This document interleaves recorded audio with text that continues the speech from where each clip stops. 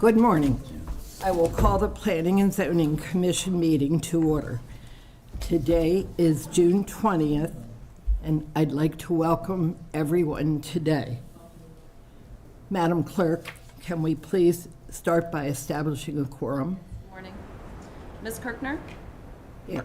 Mr. Lester? Here. Mr. Hoff? Mr. Kane? Here. Mr. Smith? Here. Mr. Robertson? Here. Mr. Soyson? Here. Commissioner Gordon? Secretary Hine? Here. Madam Chair, please let the record reflect that 6 members are present and we do have a quorum.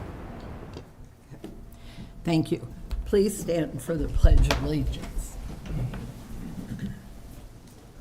I pledge Allegiance to the flag of the United States of America and to the republic for which it stands, one nation, under God, indivisible, with liberty and justice for all.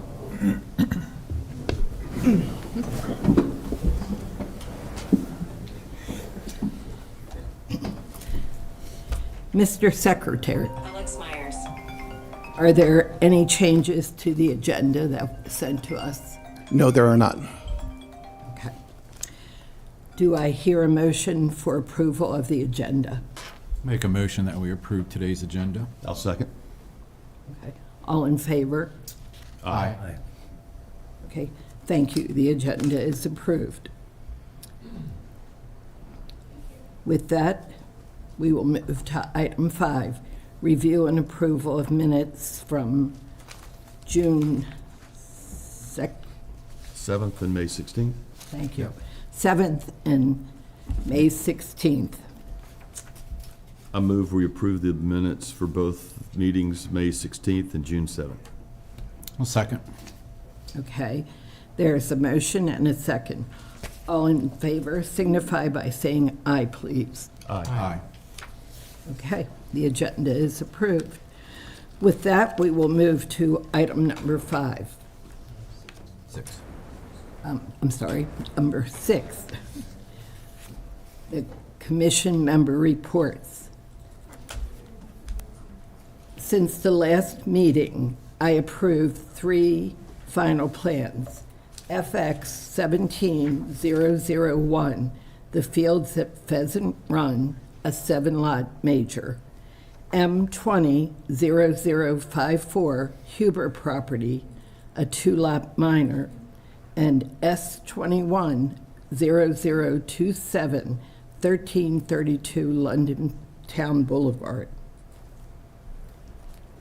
That is my report. Are there any other commission members that would like to make a report? No. Okay. Next, we will move into item 7, administrative report. Mr. Hine. Yes, good morning, everybody.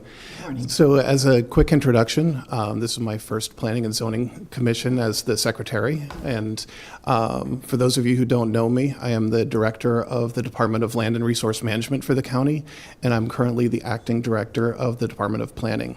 So I look forward to working with all of you for the foreseeable future. So as far as administrative items to mention, our next meeting will be July 18th. There will not be an early meeting because of the 4th of July holiday. So, and at that meeting, we plan on introducing several topics for consideration of code amendments.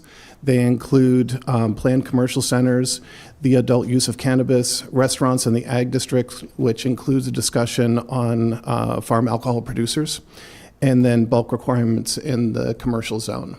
So we will be introducing those to you all and then following your lead as far as further discussions, work sessions, et cetera, to discuss those topics. Regarding any planning updates, the Board of County Commissioners have expressed some interest in looking at non-agricultural uses in the agricultural zone.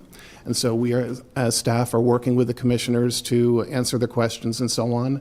If there are any changes that they are looking to make, we will, of course, then be bringing those to you. But we are currently working with the board on those questions. That is all I have as far as updates. Regarding extensions, Mr. David Beecraft will be presenting information on that.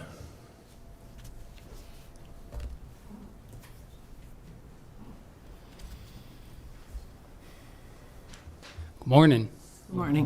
David Beecraft with the Bureau of Development Review. I bring to you only one extension that has been granted since the last meeting. That is the Stillwater Minor Subdivision, file number M-07-013. This is the 13th extension. It is a one-lot subdivision and is within Commissioner District 5. That's all I have. 13th. Thank you. And then regarding Board of Zoning Appeals cases, Ms. Mary Lane will be presenting that information. Morning. Morning. I'm here for Andrew Gray, who usually covers these, but before I give you the two that were heard in May, I want to introduce to you Randolph Mitchell, who has recently joined our staff. He may look familiar to you because he's been our intern for a few years, but we were lucky enough to get him here full-time, and he will be covering these in the future. So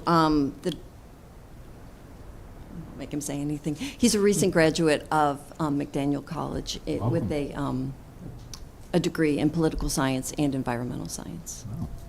Welcome. There were two BZA cases in the month of May. Case 6450, which is at 175 Clees Mill Road. The board voted to approve the applicant's request for a conditional use for an outdoor recreational area with an accessory caretaker's dwelling and an accessory nursery school and other necessary structures. You had found this consistent. Case 6387 at 2331 Hampstead, Mexico Road. The board voted to approve the applicant's request for conditional use for a contractor's equipment storage yard and multiple variances for area and distances. And again, you had found that to be consistent as well. And that's all I have. Thanks. And that concludes my administrative report. Thank you. Okay. Next is item 8, the Board of Education Facilities Master Plan. Mr. Kane?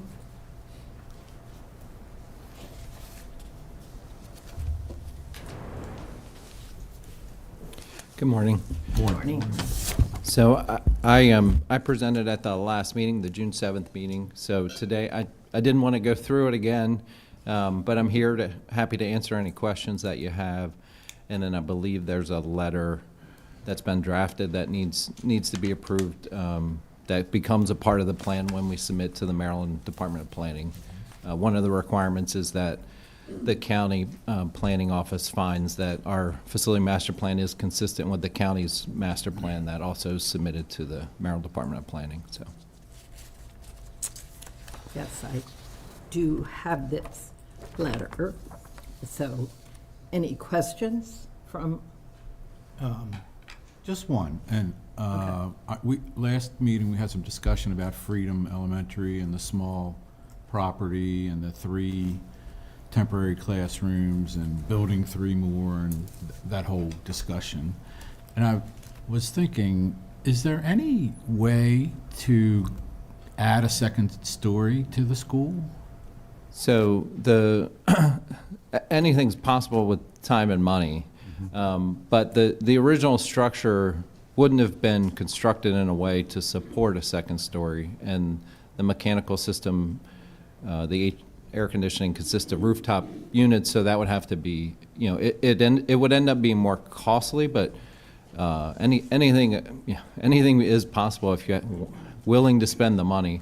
But it really wasn't looked at as part of the study that was done, because we were just looking at adding, we asked the architect to look at, originally it was a 4 classroom addition and an 8 classroom addition. It turned into 5 and 9 because of pre-K expansion with the blueprint.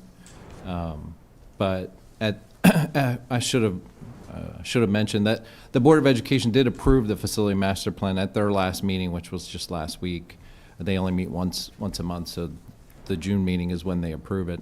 And as I mentioned last time, they did instruct us to include that 5 classroom addition at Freedom Elementary, which would relieve the inadequacy on the capacity on paper. It essentially will replace the portable classrooms with more permanent classrooms. But yeah, we really weren't looking to add any more than that because of the small site. We had the architect look at it, but I think the board agreed that building 9 classrooms and adding that many possibility for more kids on that campus would be difficult to manage, so. Thank you. I noticed, this wasn't in your report, but I recently noticed in the paper there was conversation about additional classrooms for other schools that will be for the pre-K. And so is that just an internal thing that they'll be doing? So, so right now, we are starting design in July on 4 additions at, 4 kindergarten additions, and we're gonna include pre-K as part of that at Cranberry Station, Friendship Valley, Sandy Mount Elementary, and Tawnytown Elementary. Those are 4 schools that didn't receive the full-day kindergarten additions back 10 years ago. So we finally got funding to move ahead with those 4. So the plan does it included those last year, and we did get funding from the county commissioners to start design. So those 4 additions are moving forward. The Freedom and Sykesville Middle addition that was just added into the plan, we'll be asking for design money next fiscal year from the county, so FY25. So if we get that funding, we would start next summer designing those. So that's kind of where everything is scheduled in the plan. Okay. Any other questions? So You looking for a motion? I am. I move we approve the letter as submitted without alteration. Second? Okay. We have a motion and a second. All in favor? Aye. Okay. William, thank you. Thank you. Thank you. So you are approved, and I will sign with not my green pen.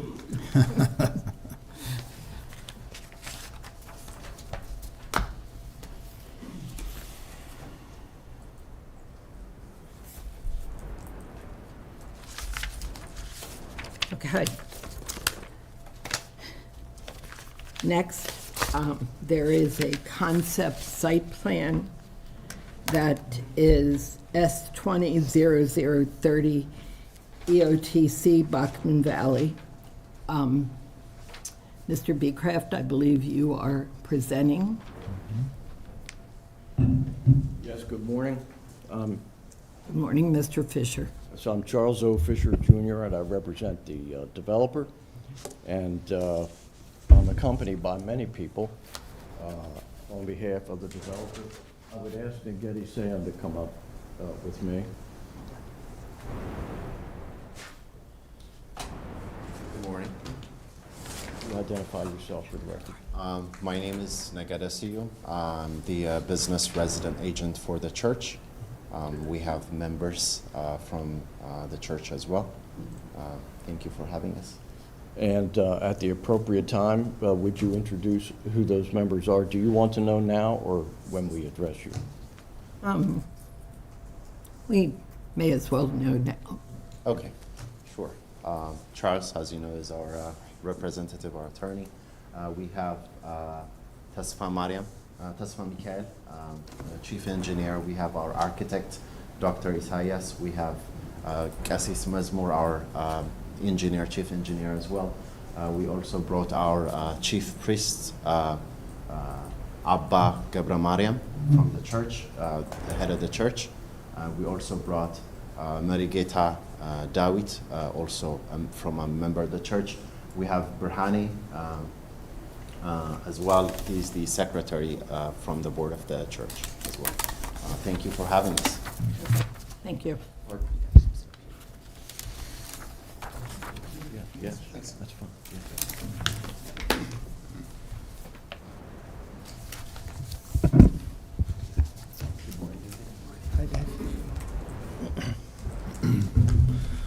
Okay, good morning again. David Beecraft with the Bureau of Development Review. As already mentioned, the first project on this long agenda is for the EOTC Bachman Valley property, file number S-20-0030. So for those who don't know, the EOTC is Ethiopian Orthodox Tewahedo Church, but it's for filing purposes, it's just better to have that acronym. So this site development plan is essentially serving two purposes. It is expanding the current religious establishment that's on site, but it's also bringing the property into compliance as well. So it's kind of a dual purpose site development plan. It is before the Planning and Zoning Commission as a concept plan right now. And I'll get more into that as to where the property or project currently stands in relation to the site development review process. For those who are unfamiliar, the property is on Bachman Valley Road. This is Maryland State 496, I believe it is. Up here is the Hanover Pike. This is Route 30. The site is outlined here.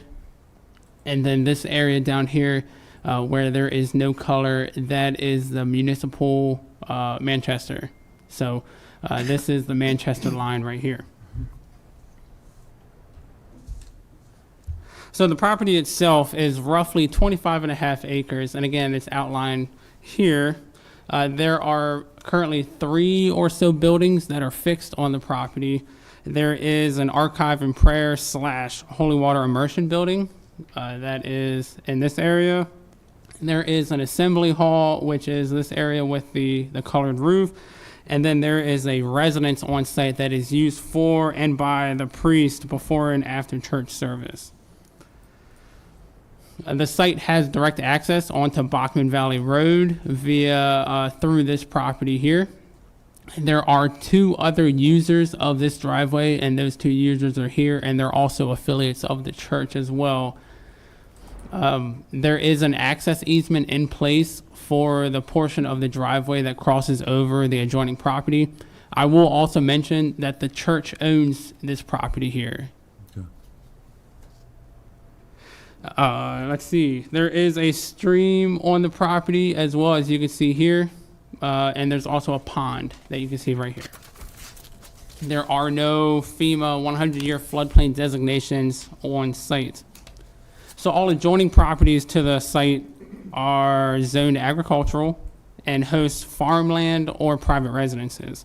There are a few of those properties that are currently within an agricultural mouth easement, and all properties are served by private well and septic systems. So the site in question was submitted to development review on January 1st back in 2021, after it was determined the site was operating without an approved site development plan. So the plan that was submitted to the county identifies construction of new buildings as well as retrofitting those that are currently on site. So the new buildings will be a church, an actual church building, which is located here, and then a holy water immersion building, which is located here. Some of the existing buildings that will be retrofitted or expanded upon is the existing assembly hall. We'll have additions added to it, and that is located here. And then the archive and prayer building, which is located here.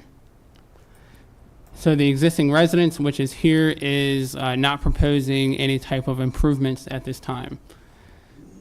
With the addition of these buildings and the retrofit of the existing buildings, there is also going to be concrete pathways that are going to range from 5 feet to 7 feet that are going to connect those parking areas to those buildings. And that is and was reviewed by the site compliance inspector. So he reviews for ADA compliance access to these sites.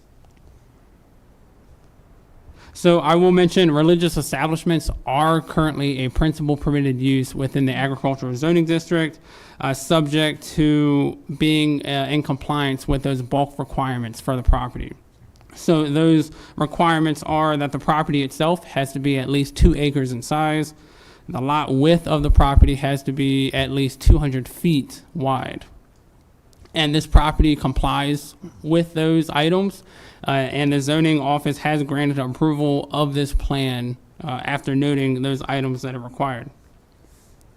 So access to the site will be via the existing access point. There will be improvements to the access drive, so it will be widened to 22 feet wide. And there's also a larger sign that's being proposed versus the one that's currently there. So the sign itself is going to be, actually this sign here, so the sign is going to be roughly 4 feet by 20 feet and will be essentially a pylon sign that will have a maximum height of 30 feet tall. So based on the projected trip generations, a traffic impact study was required. It's code required by Carroll County. Being as how the access to the property is via Maryland 496, that is a State Highway Administration road. And the State Highway Administration determined that there was no traffic impact study required with this project. In lieu of that, a waiver request was put into the Department of Public Works, in which they requested the Department of Public Works to waive the requirement of a traffic impact study. And with the State Highway Administration not requiring one, that waiver was approved. So with that, engineering review and State Highway Administration have approved the concept plan. I believe there are additional details that are going to be required with the final review of this site plan. So as far as parking on the property, code states that parking requirements for a religious establishment are 1 for every 4 persons based on the maximum capacity of the sanctuary. The parking tab within the plan set identifies that a maximum capacity is 500 patrons and thus would require 125 parking spaces. There are 126 parking spaces proposed on site, with 10 of those being handicap accessible spaces. Again, there are concrete pathways that are going to connect these parking areas to these proposed buildings. And again, site compliance has granted concept approval of the plan after reviewing for ADA compliance. So along with those normal church operations that are on site, there are 2 to 3 special events that happen annually on the property, and these can yield thousands of participants on site. To help mitigate traffic with those events, the Carroll County Sheriff's Office is generally hired to help maneuver people in and out of the property off of Bachman Valley Road. So the development is proposed to be served by private well and septic. There are systems already in place. They're proposing the additional septic areas, which is shown up here near the church. And these will work in conjunction with the existing septic that's currently on site. The property itself is located within the no plan water service area and the no plan sewer service area per the Carroll County Water and Sewer Master Plan. So with that, the project is being reviewed by the Carroll County Health Department for water and or well and septic operations, and there are additional items that are needed with the review of the final site development plan. So the building materials and colors that are being proposed vary between buildings. So the materials comprise of metal, EIFS, and siding. The colors range from brown, white, beige, and gold. And there are architectural elevations provided within the plan set on sheets 33 through 43. So there is a 5-foot-high retaining wall proposed near the multi-purpose hall here, and that is located right here. So details, including the height, materials, and color of the retaining wall, will be provided with a final site development plan.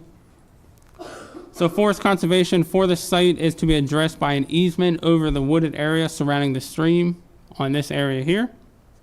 A variance was granted to allow for the removal of specimen trees on the property. Landscaping is proposed throughout the property parking area. Water resources will require an easement surrounding the stream, similar to that forest conservation easement. Floodplain management has granted concept approval of the plan, with an easement being required in the same vicinity as the other two. Stormwater management will be provided through the construction of multiple microbiome retention facilities throughout the site. They have granted concept approval of the plan. So the project was subject to citizen involvement at the February 22nd, 2021 virtual meeting of the Technical Review Committee. After the meeting, an email was received from an adjoining property owner which outlined concerns for safety along with questions regarding to the proposed development. A phone call was also received after that meeting back in 2021 from another adjoiner property who did not pose opposition but had concerns of traffic. More recently, the concept plan was subject to review by the Planning and Zoning Commission on December 13th of last year. During this meeting, there were questions regarding the use of the house, parking, noise, lighting, and the sign. However, as there were no representatives for the church present at that meeting, a lot of those questions went unanswered, which is why we're back here today, as it was requested by the commission to come back for a follow-up meeting to kind of answer those unanswered questions and give more insight as to the operations on the property. So again, this is not necessarily a final plan review by the Planning and Zoning Commission, but more or less a follow-up to the concept review. So after that meeting, there were various phone calls and emails that were received regarding concerns of noise, traffic, water and sewer usage, site access, and the use of the site. Those that were received written were included within your planning packets.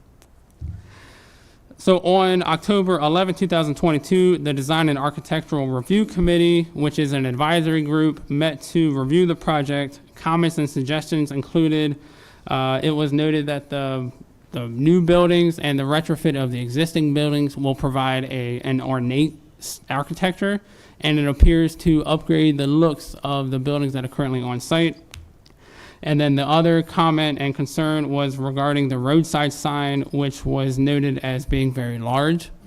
I will note when the plan went before the DRAC, the sign proposed was 6 foot by 32 feet and having a maximum height of 30 feet. It was reduced after that comment to 4 foot by 20 foot, which again, having the same height as being a maximum of 30 feet. So with that, there are various picture slides here that I will show just to give an idea as to how the property looks. So this is the access point onto Bachman Valley Road. This is standing in the drive aisle looking back at the road. These two pictures here are looking left and right. And then this picture here is standing across the road looking into the site. And this sign right here is currently the sign for the property. These are back on the property. This is standing near the gravel parking area, looking back the access drive. This is looking at the parking area, and these two down here are looking at where the proposed parking area is to be located. This is the existing assembly hall. This is one of the existing structures on site, and these two are looking at where the proposed buildings are to be located. Again, more pictures of a structure on site. These two down here are within the existing gravel parking area. You can vaguely see some structures of the adjoining properties through the trees here. And finally, again, these are just more shots of where the proposed parking and improvements are to be located. So with that, I'd be happy to answer any questions you have, as well as those that are here representing the church as well. Thank you.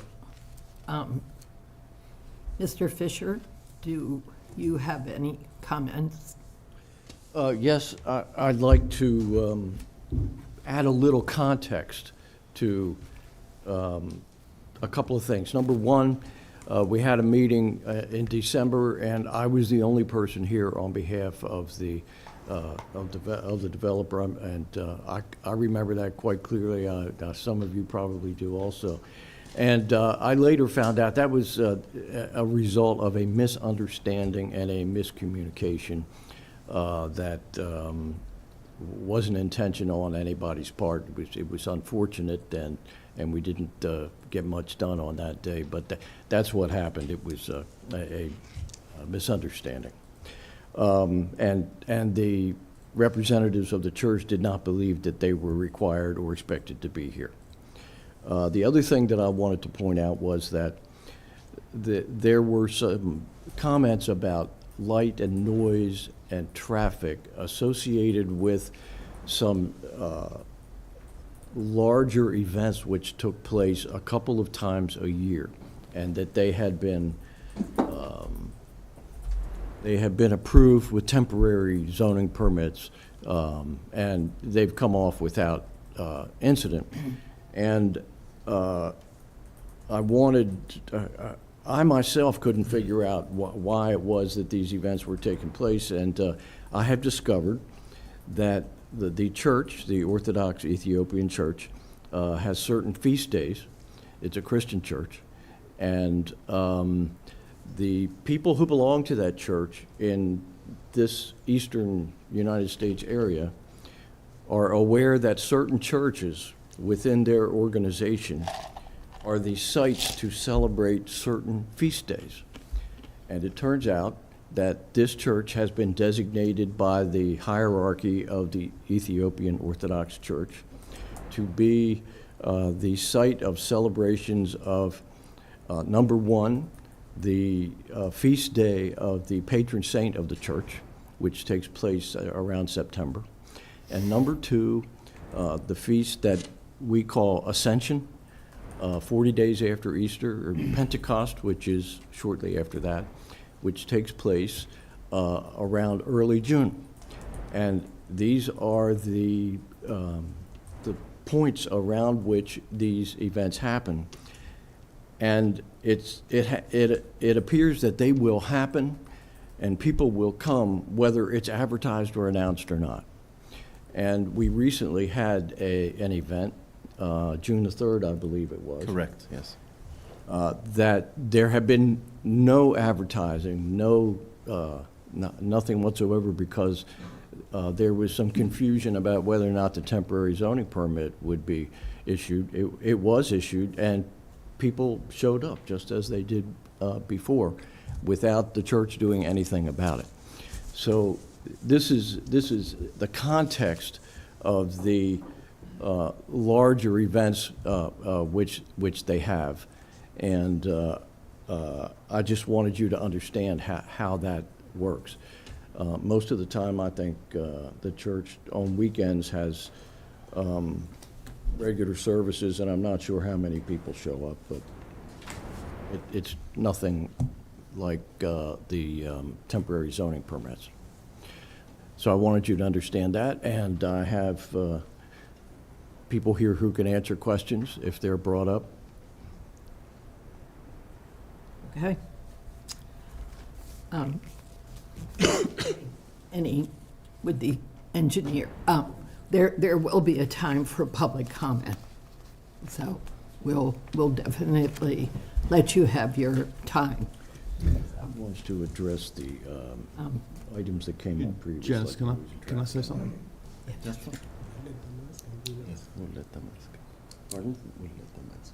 So I'll also mention too, I don't believe I mentioned this in my presentation, but since the December 13th meeting, as I outlined, there were concerns raised by the Planning and Zoning Commission. Although not present at the meeting, the representatives of the church did watch that video and were provided the minutes from that meeting, which resulted in the written explanation that was provided within your Planning and Zoning Commission packets, which kind of gave more insight into some of those concerns, such as traffic, noise, and whatnot. So just want to verify that everybody had received that prior to this meeting. Thank you. I'm sure we have questions here. I do have one. All the multiple pages that we received say final site plan, but I want to clarify, this is concept, correct? Right, this is before the Planning and Zoning Commission as a concept plan, but that is separate, essentially, from how it's being reviewed. So, correct. So with this, there's no action required to approve or disapprove the plan, although, as with any site development plan, there is the option to delegate final approval to the chair, but just know that this is being reviewed currently as a concept plan. Okay. All right. Pete? I think my concerns, based on what we've read in emails and the conversations we've had in the past, boil down to two primary things. And that one is the notion of quiet enjoyment. You, as owners of this property, you have the right to enjoy this property. Your neighbors do too. And what we're receiving in terms of emails and the noise, and I don't mean that as a pun, the noise around this have been pretty substantial. We've received, I haven't counted them up, but 2 or 3 emails a day for the last two or three weeks concerning noise and hours of operation. And so, again, I have absolutely zero desire to limit the use of a Christian organization and the way they worship. I have no desire to step in that. At the same time, I do have concerns because of the use and the fact that we've nestled this in an area that's primarily agrarian, and people have been there for a long time, and we just want to make sure that we're doing right by them too, because they have rights as well.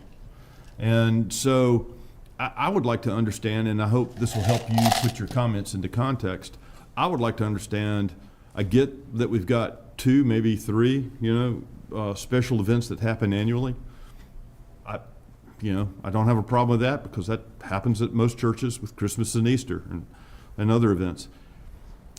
I do want to understand, how long they last and the issue around noise, and if these improvements that we're making, is there going to be additional insulation? Or are we going to limit, and Jim, I don't know how we do this, right? How do you limit someone's, don't turn it up to 11, so to speak. I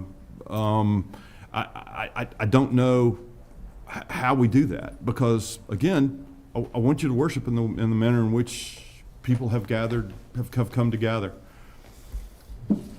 The 2 lesser items that I would mention is, I don't see any place for bus parking, and we've heard that there are buses coming, which is great for the congregation, but I didn't see any bus parking on the site plan.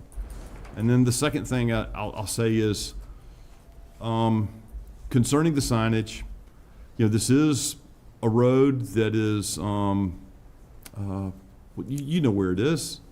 A 20-foot sign, if you count the tiles above your head, those are 2-foot tiles. 10 tiles, that's a big sign. And the amount of words, it's your sign, you put on it what you want.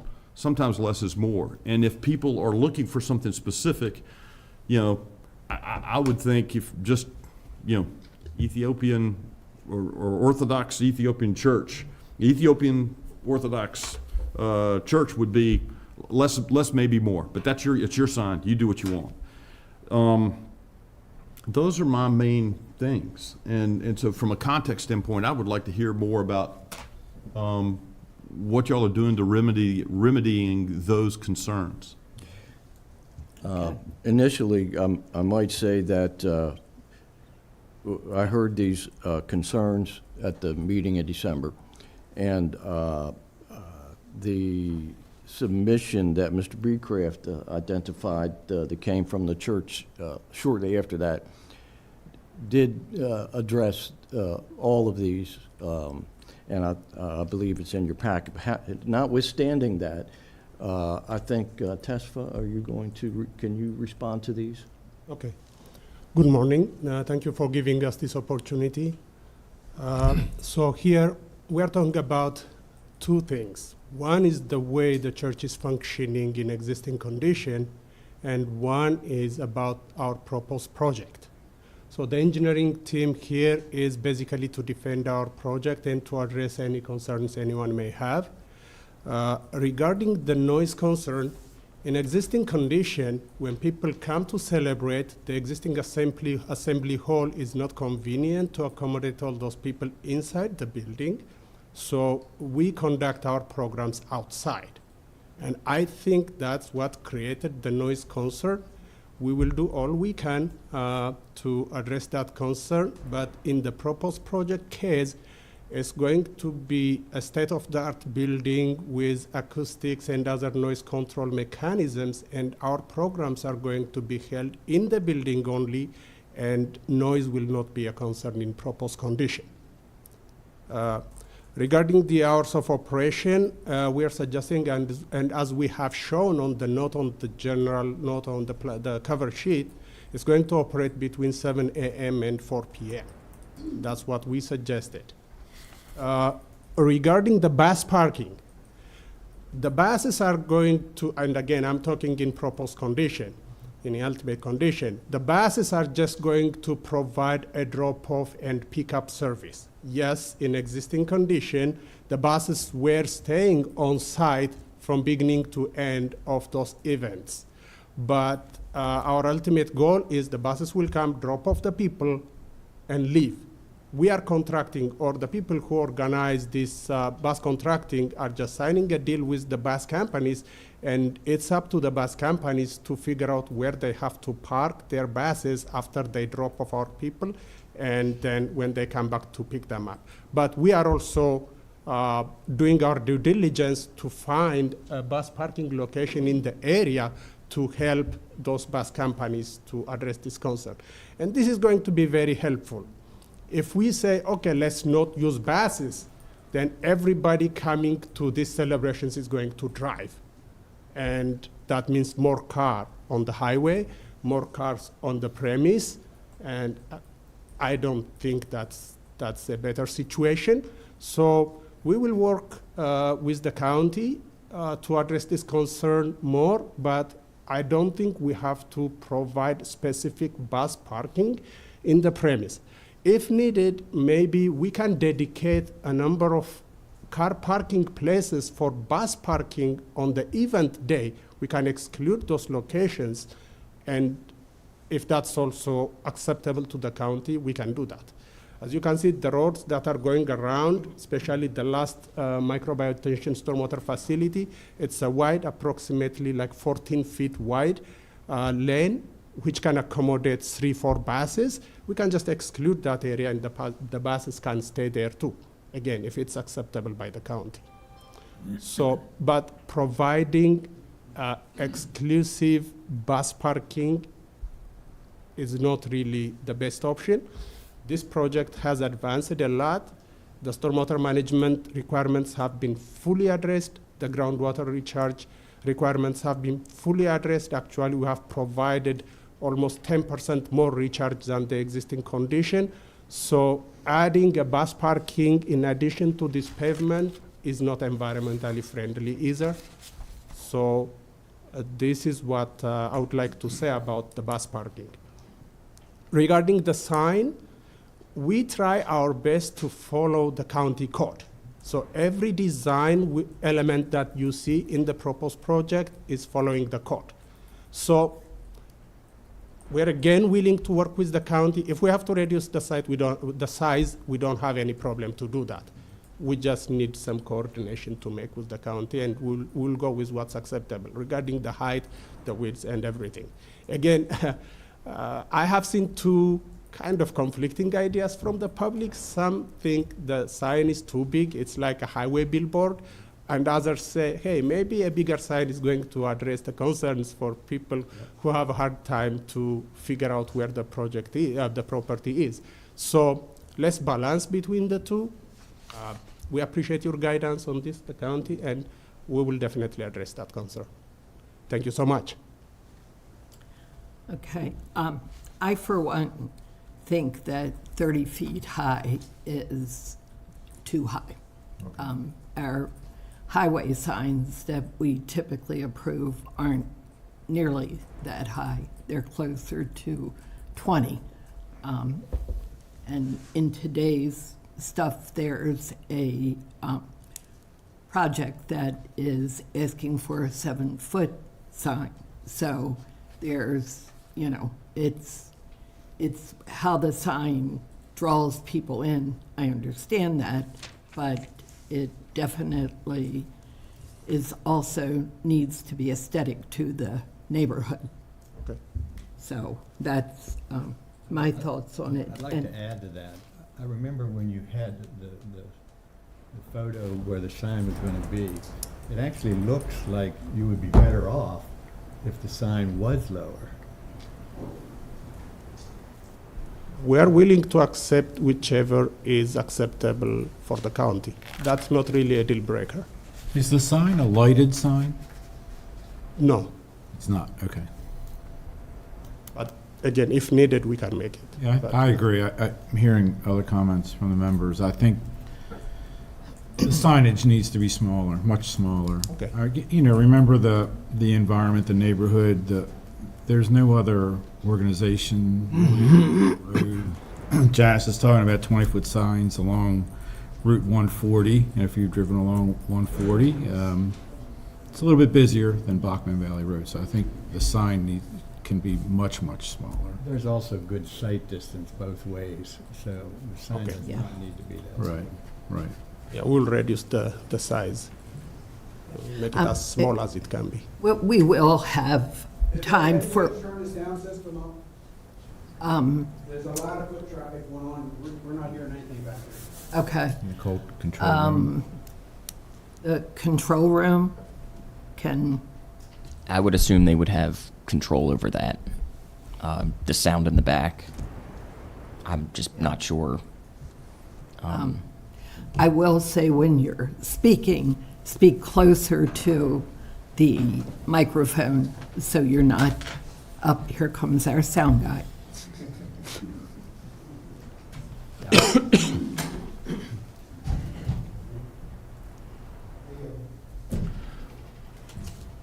So while he's working on that, I had a few other questions. So the existing buildings, I notice the multi-purpose hall, I think, is being expanded. And then the barn, is there anything going to happen there still? It's going to be archive place.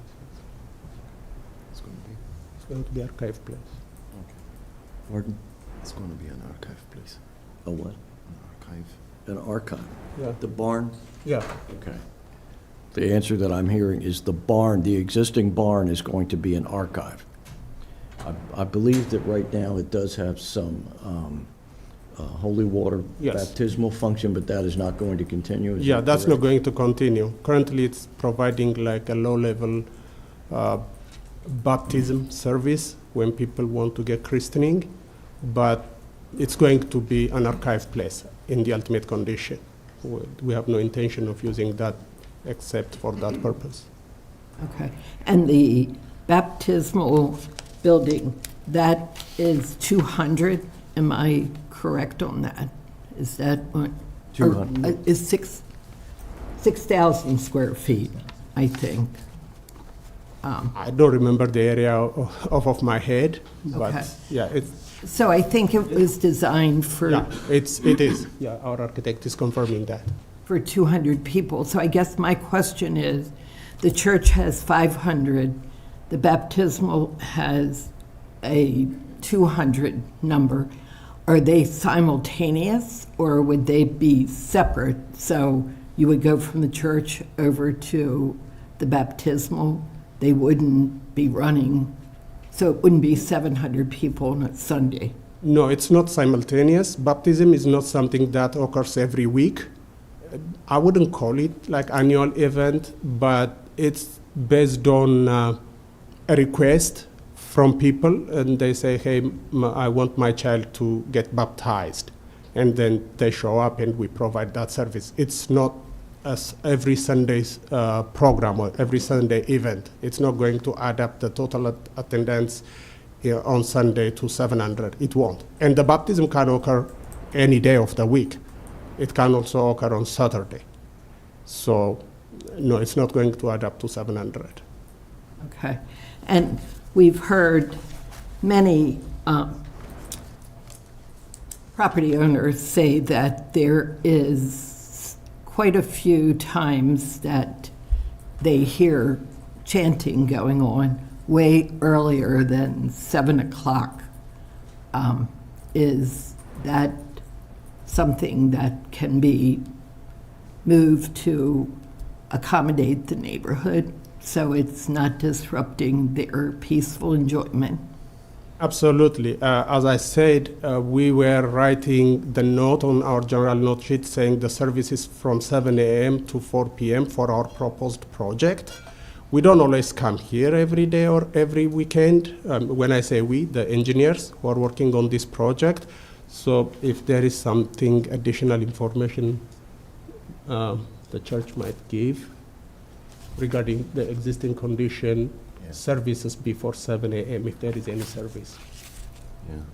Are you saying that in the past there has been some activity before 7 o'clock, but the plan is that it would be limited to 7 to 4 in the future? Is that what you're saying? Yeah, it's that. Those are the hours spans that we suggested for the proposed project. 7 to 4. Yes. All right. Okay. Could I ask a question? I'm sorry. Could I ask a couple questions? Sure, go right ahead. You might have to bring me up to speed, but I have some questions about this. Number one, you talked about thousands of people possibly showing up.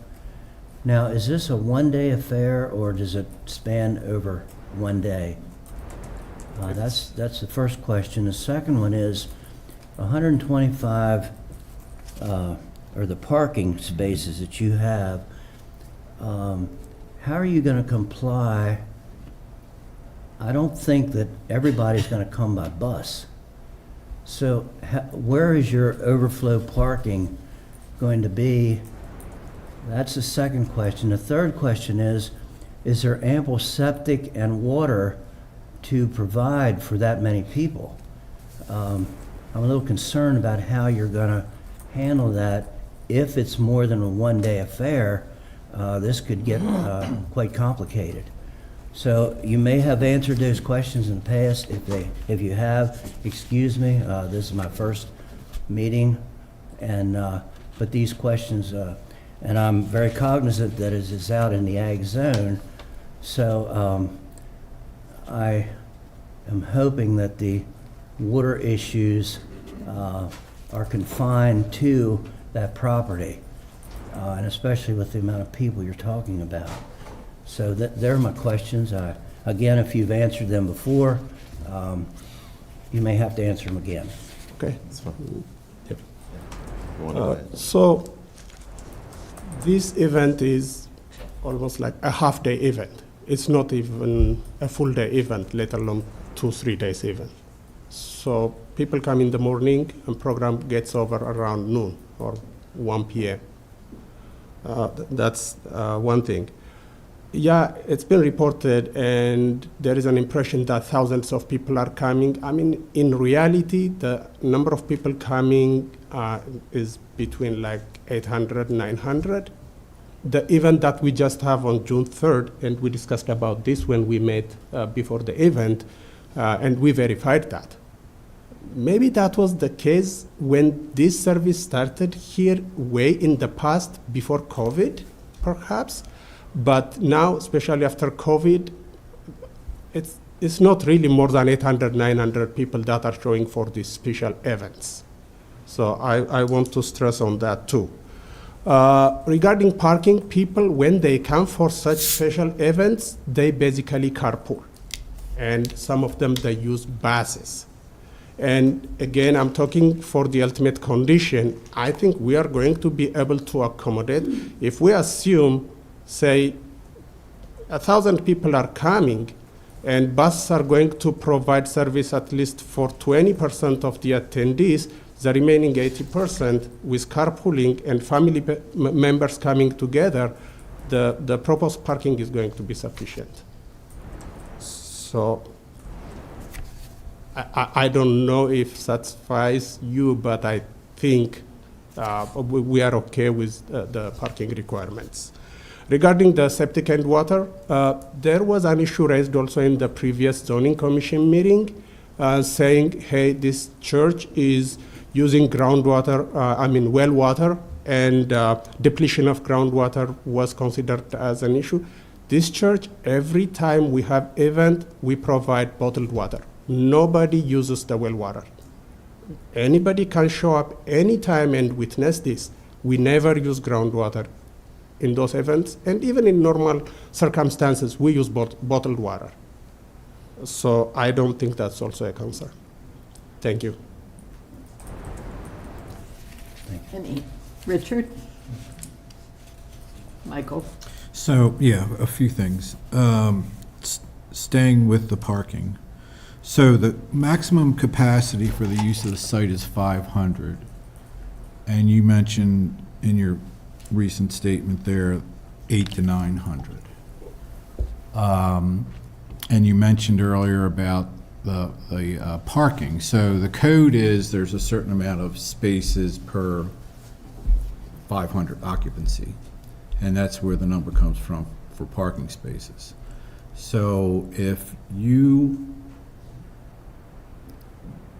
allow buses to park on the property, that reduces the number of spaces per occupancy for square footage, which would mean you'd have to reduce the size of your building. The other piece is, you mentioned, it's up to the bus service to figure out where to park. Okay, I get that. But it's also the church's responsibility to say, no bus parking. So I'd like to see that part of the plan. So either way, you have to address parking spaces or building size related to parking spaces. Okay. Okay? Then can you go back to the plan? Yep. So if you zoom to the last microbial retention, and I'm just going to ask them if they allow us to put the buses right there between Over the here? little lab. And Over here? Yeah, between the two microbial retentions. Okay. So So that's it. Okay. yeah, even if it's not marked, is it okay to the county or to the commission that we exclusively block that area for the bus parking on those twice-a-year events? So is that storm water basins there? Is that what? So Yeah, between the two is a roadway, sorry. yeah, I was going to say the exact same thing. So this is a microbiome retention facility for stormwater management, and this area right here is as well. And this is paving, and this is a one-way access drive in between. So your suggestion is that buses can park in that area on those, over top of the retention? Is that? Yes, yes. That's not paved, right? That would be It is. grass? Oh, No, it is I'm paved. talking about the ultimate condition. I'm not talking about the existing Right, you're condition. talking about the finished product, right? Yeah. So realistically, how many buses could you get in there? 3? Yeah. 3? Yeah. It's no more than that. Yeah, and just for everyone to remind again, we are bringing the buses for this special events that happens 2 or 3 times a year. We're not talking about every weekend. So, Right. and we are considering carpooling as well for this special event. So, just to remind everyone, it's only for those 2 or 3. Special events, the Pentecostal and the in observance of the Easter. The Easter, yes. I know it's a concern, but I just want to remind everyone that this is happening like 2 or 3 times a year. Right. Okay, thank you. I think my concern on this is that by saying, if we were to say something along the lines of, you can't park buses on the site, or if you do park buses, this is where they're going to park. What we don't want is to have some unintended consequence where we've got buses parked out on Bachman Valley Road, or waiting to get in and out off of Bachman because there's so much car traffic. So, you've built this People are going to come. It's a great thing, right? You want people to come. When they come, we need to accommodate them.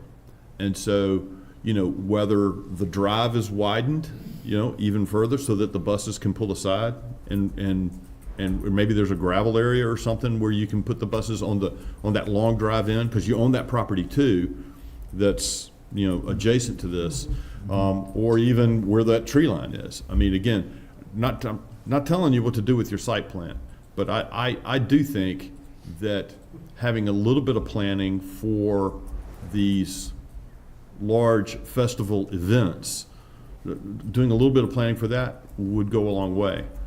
The other thing I'll say is, I don't think the county wants to get into a situation where we're telling you when you can and can't worship.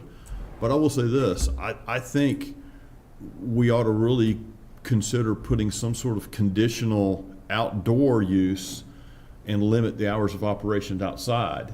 Because, you know, if you're doing it, you're doing it inside and the noise is kept inside. And then, you know, once it gets to 9 o'clock, you know, from 9 to 4, you can do whatever you want to, but from 7 to 9, whatever noise is being created, it ought to be inside. I don't know if we can do that. Jim, can we do that? That's more of a function of the BZA. The Planning Commission doesn't have the authority to put those types of conditions, or the time conditions of, as you're proposing, like 9 to, just throwing this out there as a hypothetical, like outdoor activities till 7 p.m., 9 p.m., and then inside for the rest. The Planning Commission does not have the authority to attach that type, but with the specific sort of technical aspects of the site plan, where things are located, parking spaces, entrances, light, that's your purview. Okay. I think what we're going to hear from the community is a desire to have something like that. And so how we marry the conversations we have here today to the conversation, because, you know, those conversations at the BZA are de novo. I mean, they start from scratch. They're not going to have access to what we've deliberated over today. And in that respect, they're at a little bit of a, I don't know, is that not right? Well, right. I mean, this would not go in front of BZA unless it was rejected by this commission. That would be the avenue for which it would go in front of the Board of Zoning Appeals. Yeah, but then this is the issue, though. I mean, because if we're not able to put some sort of condition on hours of operation, then what we're saying is our only avenue to get that placed on this is to deny it and then push it to the BZA, which is kind of silly, you know? So I hear what you're saying, because it's a chicken and egg thing. Or I'm taking up too much bandwidth. I need to shut up. Good point. I think, Michael, you had some more. I did. Last but not least, the noise. That's the, we've received many complaints and feedback from the community about the noise. Seems like that's the most prevalent issue. It sounds like with the new structures, the new buildings, and containing the congregation to the inside will help reduce the noise. Tell me about the landscaping around the property and what, if anything, has been done to help reduce the noise impact to the neighborhood. In the existing condition or in proposed condition? In the new condition. In the new condition, we have hired a company to work on the landscaping design to address all the requirements of the county, and that has been done and that has been approved. Any specific landscaping that's noise reducing? No, not specifically noise reducing, because the noise reduction portion of our project is going to be handled by providing a building that's going to be soundproof, and our programs are specifically going to be in the building and not outside at all. The community also expressed some concerns about some trespassing. Will there be signage, and I hate to say fencing or anything like that, to restrict folks from wandering into the community properties or anything like that? We have heard that complaint from the past video recording of the zoning commission meeting. We never received these kinds of complaints. We are really glad to know where it happened and to take any corrective measures needed. Okay. I do have bathrooms. I looked at the plans. I think I saw bathrooms in the multi-purpose hall, but I didn't notice them elsewhere, and I know some of the complaints we have received in the past were bathrooms not being there and people actually using the yard for bathrooms. So tell me, what exactly, is it in the church as well as the Holy Baptism one and the multifamily? Do they This- all have adequate? This project is only at a concept design, and the architectural design has not been finalized yet. We put the footprint and all that stuff to just figure out how much impervious area, including the rooftop of those proposed buildings, is going to be to address stormwater management and drainage concerns. But once that concept is approved or found acceptable, then we are going to detail on the internal structural and architectural design of the buildings. It's nowhere near even 50%. But we will again meet the county code requirements to provide every requirement for any kind of structure we're going to have on our premise. Sorry. Okay. I just have one more question. Ralph, go ahead. There's a pre-existing dwelling on the property. Is that occupied by any of your church members or your church hierarchy? And do you have any plans of putting any additional residences on that property? No, we don't. And those buildings that building is being used as a rest place for priests that come to provide the service. So, for example, the priests come, say, Saturday evening for the Sunday morning service. They just stay overnight there. It's not a typical residential building. It's not. Okay. Thank you. Stephen, do you? You know, I live in this area, so I definitely share the concerns with the buses, because like I said, I know you said it would be on them to find their own parking, but I couldn't give you the slightest idea of where they're going to be able to find parking at anywhere relatively close to there. So that's definitely something I think we need to work on. So, but I mean, everybody else has kind of addressed a lot of my issues as well. So I did see the proposed architecture. I noticed that it looks very nice. What struck me was the gold dome top to the building. I couldn't quite tell where it was, and of course, in my mind, all I'm seeing is the building when you go down 495. That's the Mormon Tabernacle. Oh, yeah. That is gold, just like blasting right at you, and just a little concerned that maybe it'll magnify for the neighborhood.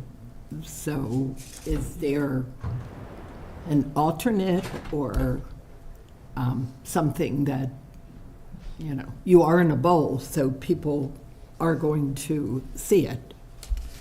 Yeah, we're trying to balance between what's best for the community around, what's best for us, what's also acceptable to the county, and at the same time, how to fulfill the requirements of a church building based on the Holy Bible. So we are trying to balance between the two. We will definitely continue to work with everybody involved and reach out acceptable solution, but our architect is Dr. Isaias. He is trying to finalize that, and we'll work through devs with anybody in the county to address that concern, but I hear you. Okay. Anything? I was just going to say thanks for coming and answering all our questions. And like you said, it sounds like there's a long way to go here. And, don't take us wrong, we're trying to find the balance between your rights and the property owner rights around you, coexistence, however you want to describe it. And it sounds like you're willing to work towards that goal, so we appreciate that. That's absolutely correct. And I think what brought many of the inconveniences is the events that we were having in the past in such not perfect condition. Mm-hmm. And I know the inconveniences those situations create, but let's see the big picture. Let's see the future.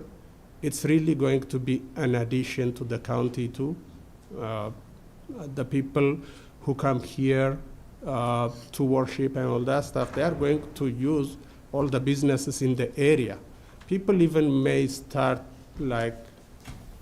I wouldn't say move, but staying here around the hotels and all that stuff for a day or two in those kinds of events. And I think it's, in the ultimate condition, it's going to be a win-win situation for both of us.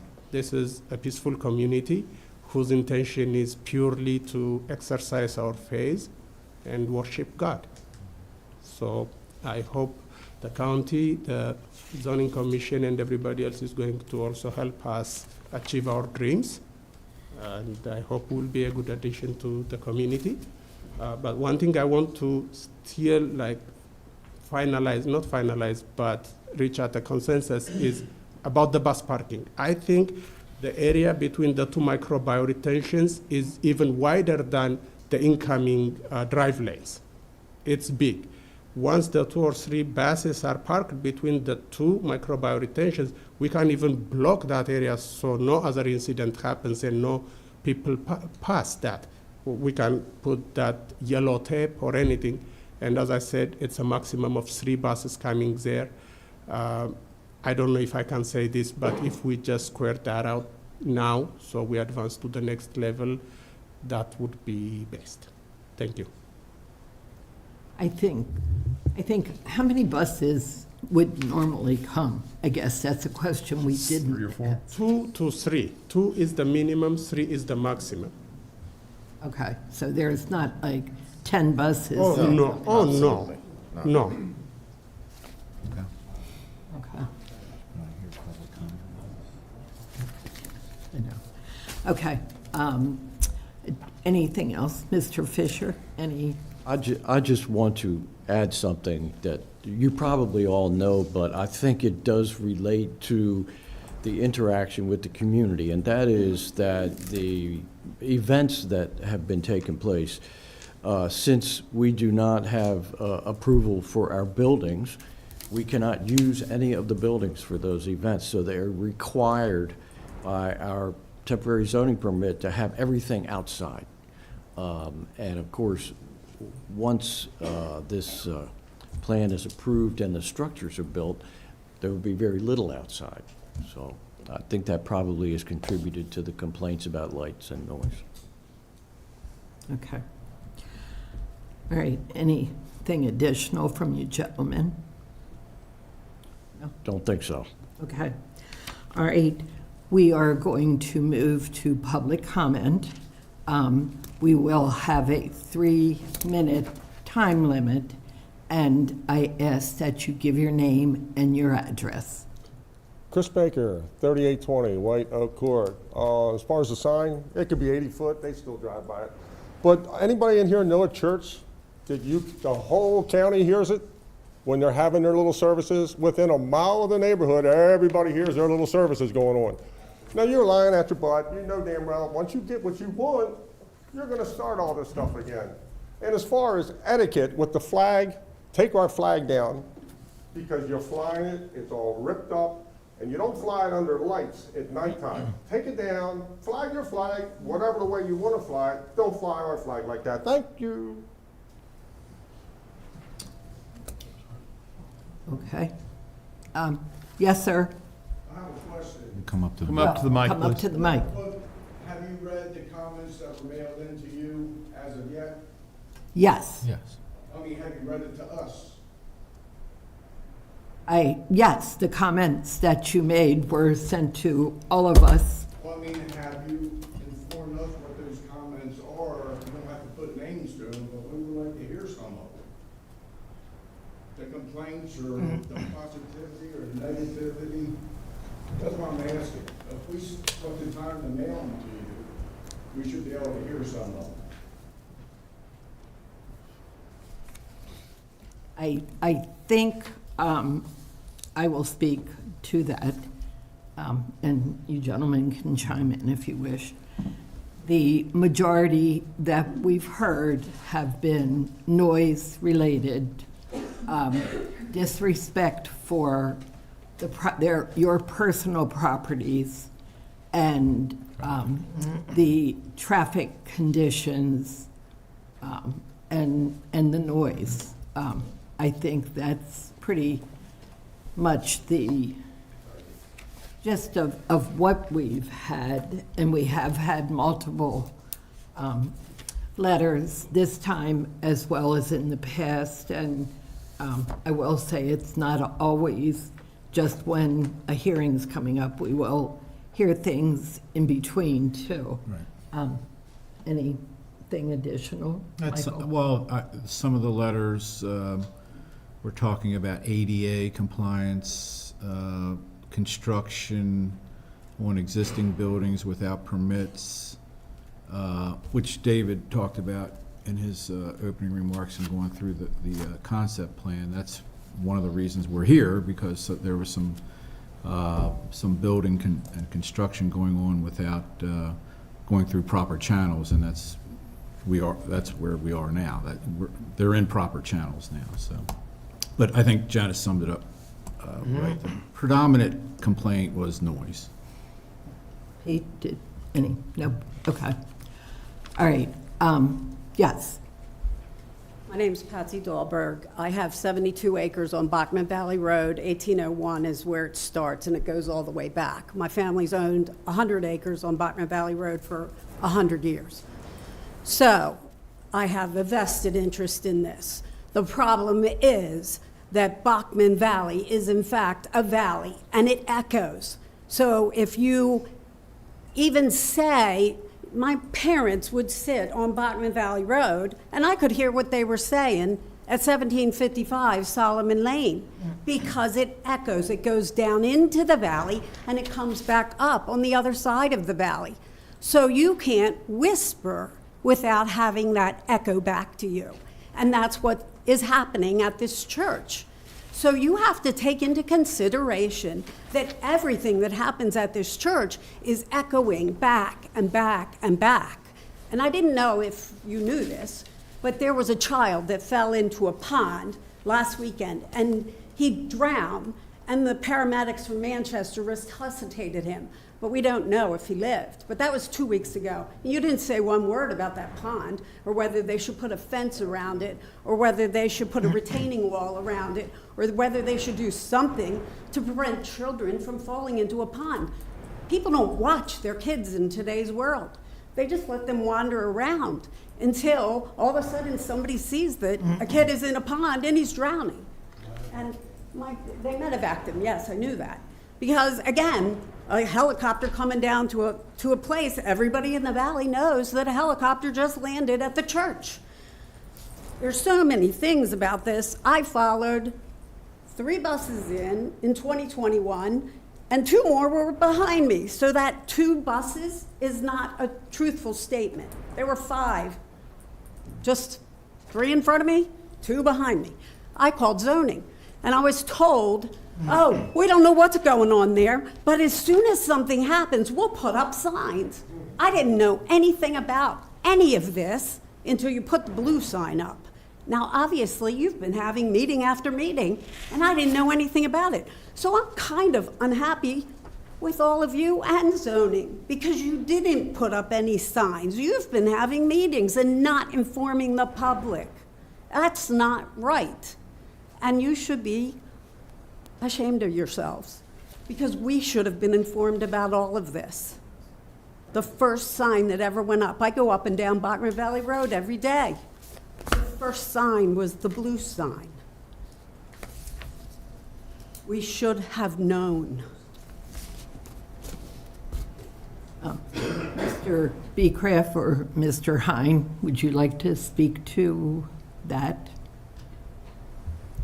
Yeah, so I'll speak to it. So David Beecraft, Bureau of Development Review, again, I'm assuming you want me to speak in reference to the public meetings. So I will mention, when this project first came in, it was right on the edge of COVID. So there was a lot of things that were still being figured out as to how these meetings were being had. As mentioned in the report, that first public meeting was a virtual meeting. Going through a few of those meetings, it was deemed that that wasn't an ideal situation, but unfortunately, that was the best we could do at the time. Having had meetings since COVID being in person, there's been a lot of concerns as far as who gets notified, especially for a project such as this. So I will note that we have also expanded how far out we create postcards to send people. Previously, it was only for those adjoining property owners, and we've increased that to be anyone within a quarter-mile radius of the property gets a postcard notification. As noted, we are also putting this, we're putting a sign on the property to help mitigate that issue for those that are outside of that quarter-mile radius. And as with any project, these are also included on the Carroll County government website as well. Granted, not many people check the website every single month to see what's being discussed, but definitely when things are occurring, you would hope that when that person calls into the county that it's relayed, that it could be followed online as well. So it sounds like that didn't occur at the time, so I can't speak to that per se, but I will note that we are looking to, and we've already ramped up how notification occurs for projects within Carroll County, because it is acknowledged that what was previously done wasn't quite ideal. Okay. And does that apply to technical review too? That's correct. So at the same thing with the postcards being sent for the first public meeting which is the technical review committee meeting. Generally, those postcards were sent only to those properties that are directly abutting whatever subject property it was. And we've heard time and time again that there was somebody just on the outskirts of that didn't get notification and wanted to provide comments, which is why we've increased it to be a quarter-mile radius around that property. And then with always, once someone calls in, they're more than welcome to be included on that mailing list. Whenever we have meetings such as this, those that sign in are included on that mailing list for future meetings. So I feel like with this one, with it starting right on the end of COVID, with things more or less coming back to normal, I think that was the crux with this, the notification for this project here. Okay. Well, I'm sorry that we had that, but we are on the right track now, so we should be doing good. Yes, sir. My name is Wilbur Glover. I'm Botman Valley Road. I'm a slow reader. This is a email I sent in to you guys. When the church first purchased the land, we was invited down for a meeting. It included the Dells, Raleighs, and I'm the Glovers. They told us the intention was to build one building and use the barn and the house. All the work, and now, they was going to add some gazebos and for prayer stations. I filed for the PIA Information Act, so all this is below here is what I got from there. All the work below was without a permit, according to the PIA.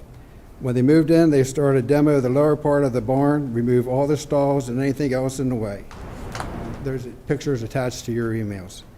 They did this in preparation for an area where they would hold the church sermons. They painted the electrical work, added a small altar, poured concrete, built 2 changing rooms with tile floors and drains that drained outside, which ran into the area where the pond is, and there was a spring right there, so most likely it drained into the spring and went into the pond. The 2 gazebos that were built They're built on a concrete pad, and they are not small gazebos. They're larger ones with 4 posts. And one is used for the serving of the holy waters, and there's a whole lot of foot traffic there. They did receive a permit to build the new metal building that's there now. It's stated on there that there was no plumbing, electric was allowed in the building. It also stated that it is not to be used for animals, living quarters, or commercial use. It is to be used for farm use, not to be used for the congregation. They were aware of this when they built the building, but they built it knowing that they were going to use it the way they wanted. The building had a final inspection, now it has a new entrance, smaller than the original, new windows. The new building has been used for many large events with lots of people. The overcrowding to this point that it is hazardous. The PIA did not show any inspections for electric, safety, emergency exits, or if the carpet was fire retardant. They were in the process of installing new groundwork for the restrooms to be installed next to the house to serve the congregation and large parties. Evidence of this groundwork is still shown in the pictures. And when I was on the property, I was allowed to walk the property at that time. I asked the priest about it, and there was could have been a communication gap, whatever. But 2 weeks later, I received a letter from her name's Welba. Her name was on the building permit to no longer bring my kids down to fish the pond, to stay off their property, do not take any pictures in the direction. In the pictures where the pipe was above the ground for the restroom, according to the PIA reports, and they did not have any permits for this. The upstairs of the barn, which is not ADA accessible, has been finished. Pictures of this also are attached. Please note that the exposed electric wire shown in the picture, the work included framing, electric, heat, sheetrock that was done all without permits I'm aware of. If anything was made with, and I'm unaware if any of this was made with fire retardant materials that are marked or have marked exit lights, which there is only one exit. On the rear of the barn, they started building a deck that is 12 feet off the ground. The picture's attached. I filed a report on this because I was afraid they was going to start preaching off of it, and noise is already a problem. 2 days later, they started framing walls like they were putting on an addition, not a deck. The county did issue a stop work order, so the county knows about it. Over the past 5 years, they have been holding large meetings that are approved by the county. These meetings have an attendance level between 500 and 800 people. They start their PA system at 4:30 to 5 a.m., waking up the whole neighborhood.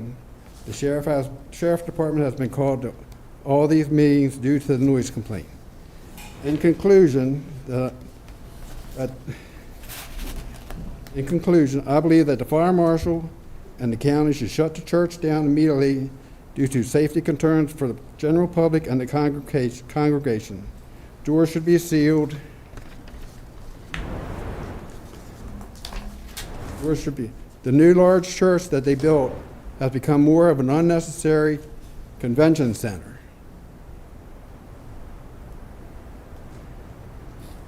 It is not it is an unnecessary convention center. It is not in the best interest of the neighborhood and is not the best use of the land. They could still use the barn and the new existing building after gaining approval from the departments of the county if they want to build a building like they attempt to. If they want to build a building like they are attempting to, it should be in a township that has water, sewer, and gas for all their needs.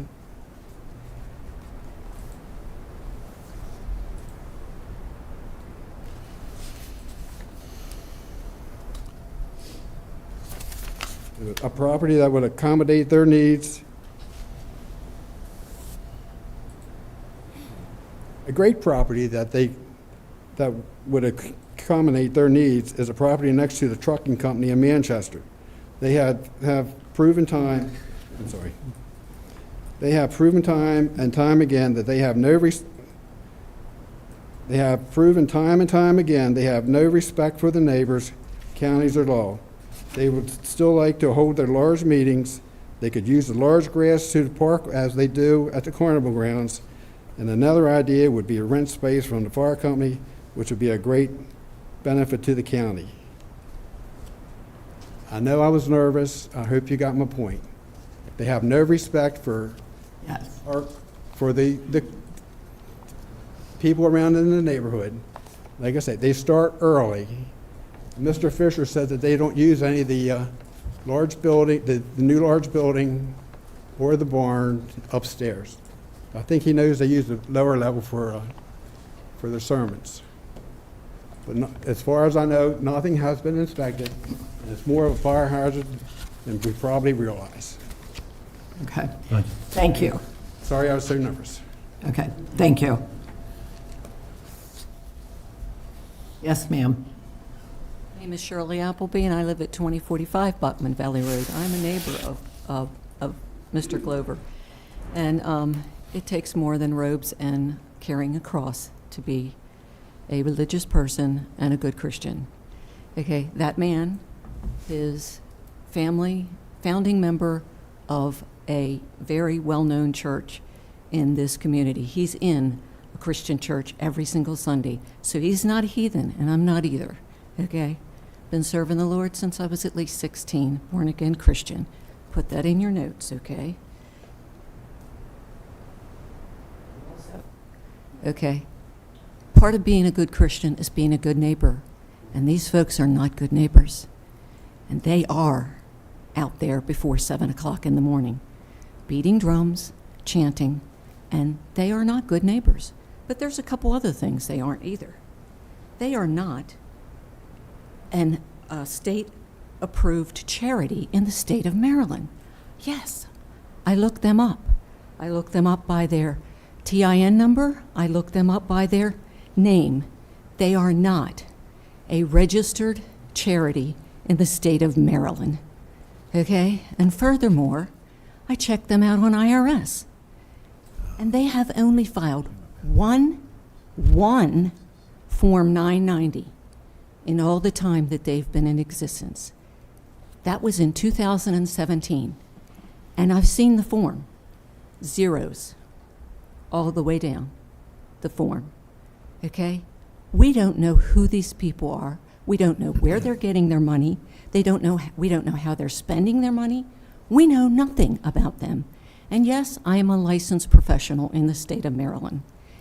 And when we found out that Mr. Fisher was their attorney, I called around to see if there was anybody else that could represent us as neighbors. And lo and behold, these folks have just about touched every single zoning lawyer in this county to do work for them at one time or another. And all I got was, oh, we can't represent you because that's a conflict of interest. Gee whiz, what a coincidence. These folks are not good neighbors. Okay. Thank you very much for hearing my comments. Thank you. Yes, sir. Yeah, my name is Mike Lang. I live at 2120 Ebb Vale, and I come at this from 2 points of expertise. I've been a master plumber and a utility contractor since 1978, so I'm very much in tune. I built projects like this. And my first thought is, all the houses are on private wells, are all on private septic, and we're all in the same aquifer. I went through the 43 pages of drawings, I went through all the elevation drawings, et cetera, et cetera. I haven't read a code book in a while because I retired from that business 18 years ago. But at any rate, I still have familiarity. Obviously, I did it for a living for a long time. At any rate, I don't know how many toilets they're going to install, what they're going to do. So if you have 900 people and you're flushing toilets and so forth, you're drawing down on everybody's well, okay, which is going to really affect property value. Now, you have 900 people, you have 500 people. Let's say you're flushing the toilet, each one flushes the toilet once.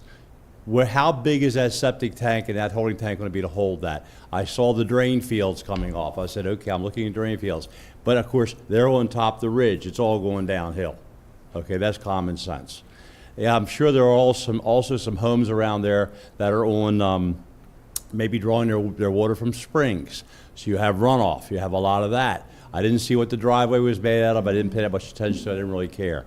Now, my second point of expertise is I got my engineering degree in audio engineering about 20 years ago. So as we sit here in this meeting, if your tech turned up the system, we were 50 decibels. And I'm giving you the benefit of the doubt because I measured it Z weighting, which is really nil. I sit on my back porch at 7 o'clock, 6:30, 7 o'clock. Again, my house is adjacent to their property, and I'm probably 600 feet away. And I'm reading at about, and this is Z weighted, not A weighted, not B weighted, and I'm reading about maybe 60 decibels, okay, at 7 a.m. on a Sunday morning. A vacuum cleaner is about 55, 56 to give you a reference point of decibel rating. So I've got the noise issue I got to deal with, which is bad enough. Now, even if they go inside, base frequencies do what they do. I understand frequencies. Like I say, I have an audio engineering degree, so I know what I'm talking about. So I don't know what the county is on about that. I don't know what the county spec or code is on that. I fled Baltimore City. I lived at the Inner Harbor for many, many years. I came up here for peace and quiet. I'm not getting it. But the aquifer thing with the well was the most important thing. But the other thing is Bachman Valley Road is a 50-mile-an-hour road with tractor-trailer traffic. It's a two-lane road, tractor-trailer traffic coming back and forth from 30 to 97. You have the farmers. You have people driving that road. And I've watched this whole thing, people turning out. You have 126 cars coming out of there, and the buses, okay? Unless they're going to widen Bachman Valley Road, I don't know how they're going to approach this, how it's going to work. The other thing, really quickly, I realize I'm out of time, is that it's right at a curve in Bachman Valley Road. It's about I measured about 105 feet from the sight line of that curve to their driveway, 105 feet. So if you got a tractor trailer coming around that curve at 50 miles an hour, he's not going to stop in time if somebody's leisurely coming out of that driveway. And you're saying you got 126 cars. The other thing was, too, I've seen way more than 2 buses. And by their own admission, you're talking 126 parking spaces with 500 people. If they have 800 or 900 people, because obviously the church is going to grow. So how many buses are you going to have for that? I've never seen a bus yet that does 100 and some people. So it's not 3 buses. It's going to be 6, 7, 8 buses. Now, where are they going to park? Now you've got vehicles parked on the road or parked wherever they're going to park. I know they own the other property in the grass. So you've got all that runoff an issue. Last but not least, I mean, I look at the whole situation. I go, this doesn't belong there. And that's the signage issue. I didn't even pay attention to the signage issue. I really didn't. But I think to myself, I'm looking at the homes that are there, what that valley looks like, and I'm thinking to myself, all of a sudden you've got a billboard looking at you square in the face. If I owned that couple of those houses up on the big hill, which I don't, I would be sick to my stomach just having to get up in the morning, look at it, sit on a veranda and go, oh wow, look at that billboard. Isn't that lovely? So there's a whole lot of things wrong here. And again, I know how construction works. I know how buildings like this work. You start out here, you have this, it's this big. 2, 3 years from now, it grows to this big. And where does it end? So that's all I have to say. Thank you. Thank you. Anybody? Yes.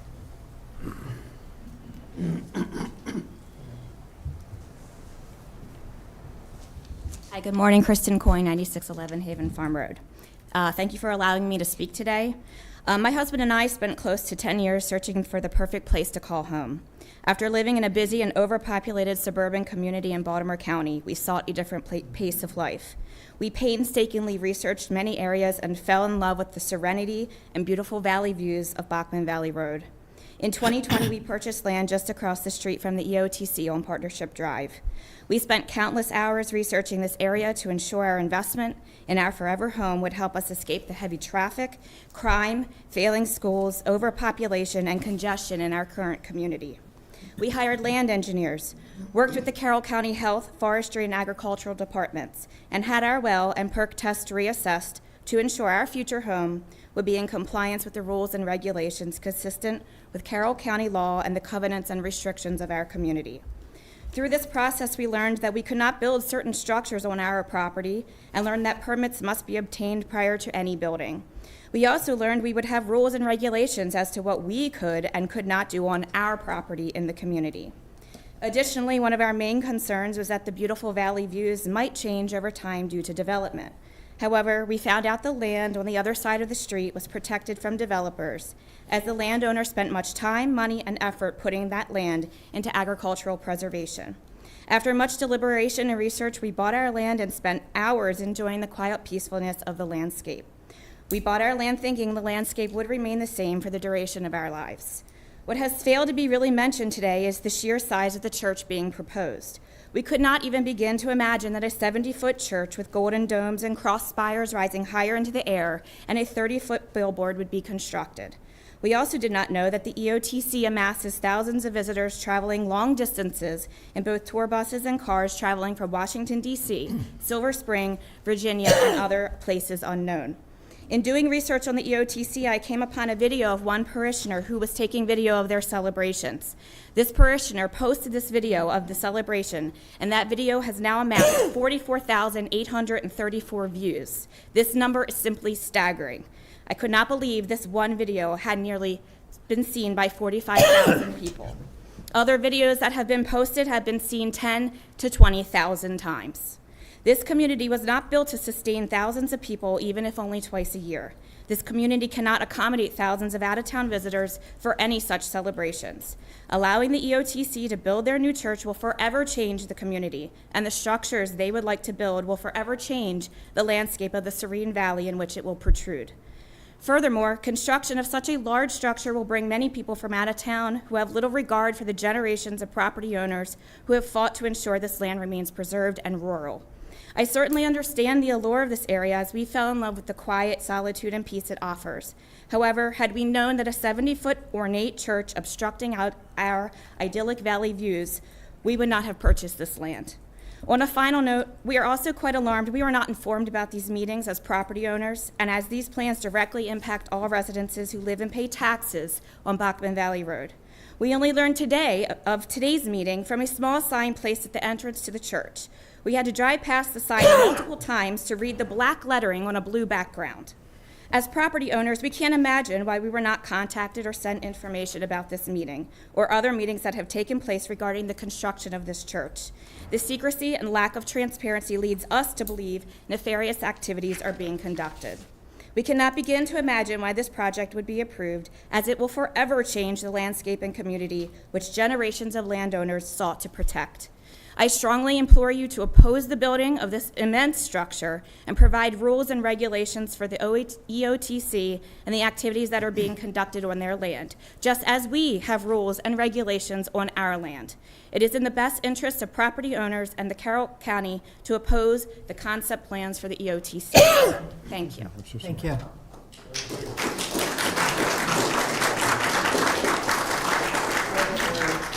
Yes, okay. I would ask, we're quite far into the morning. No, please, come forward. But I would ask that you keep your comments to 3 minutes. My name's John Tremoloni. I live at 2047 Bachman Valley Road. Every day I can see this barn, which is part of their complex right now. This young man described what is the church that they can do. I thought a church was one building.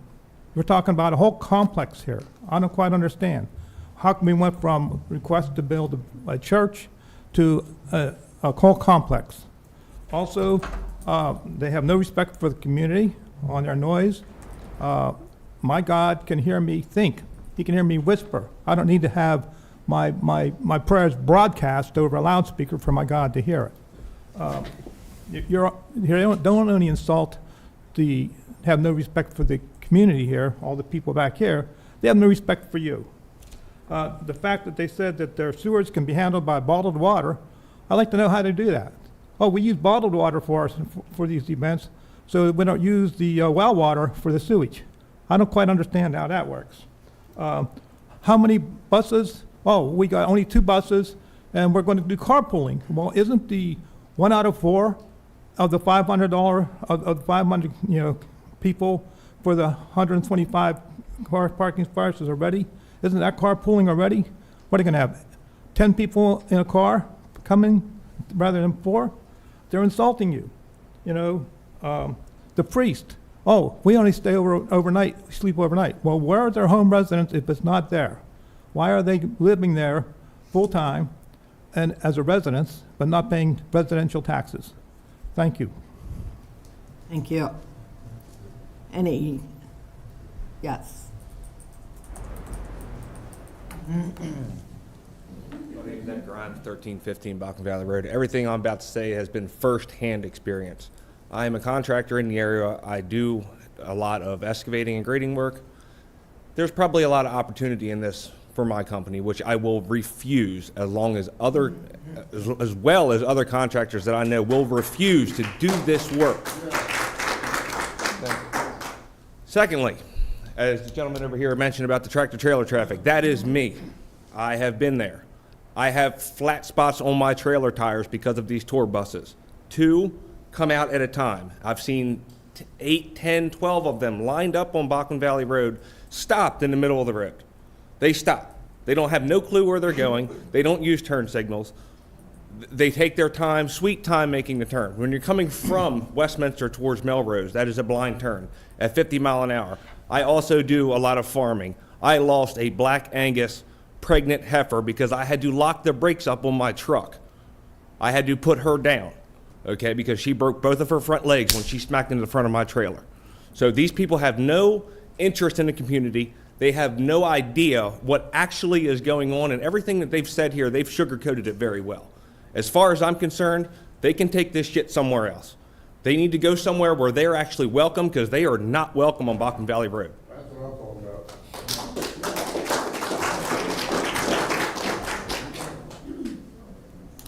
Yes, sir. Hi, my name's Ken Miller, 4318 Hanover Pike.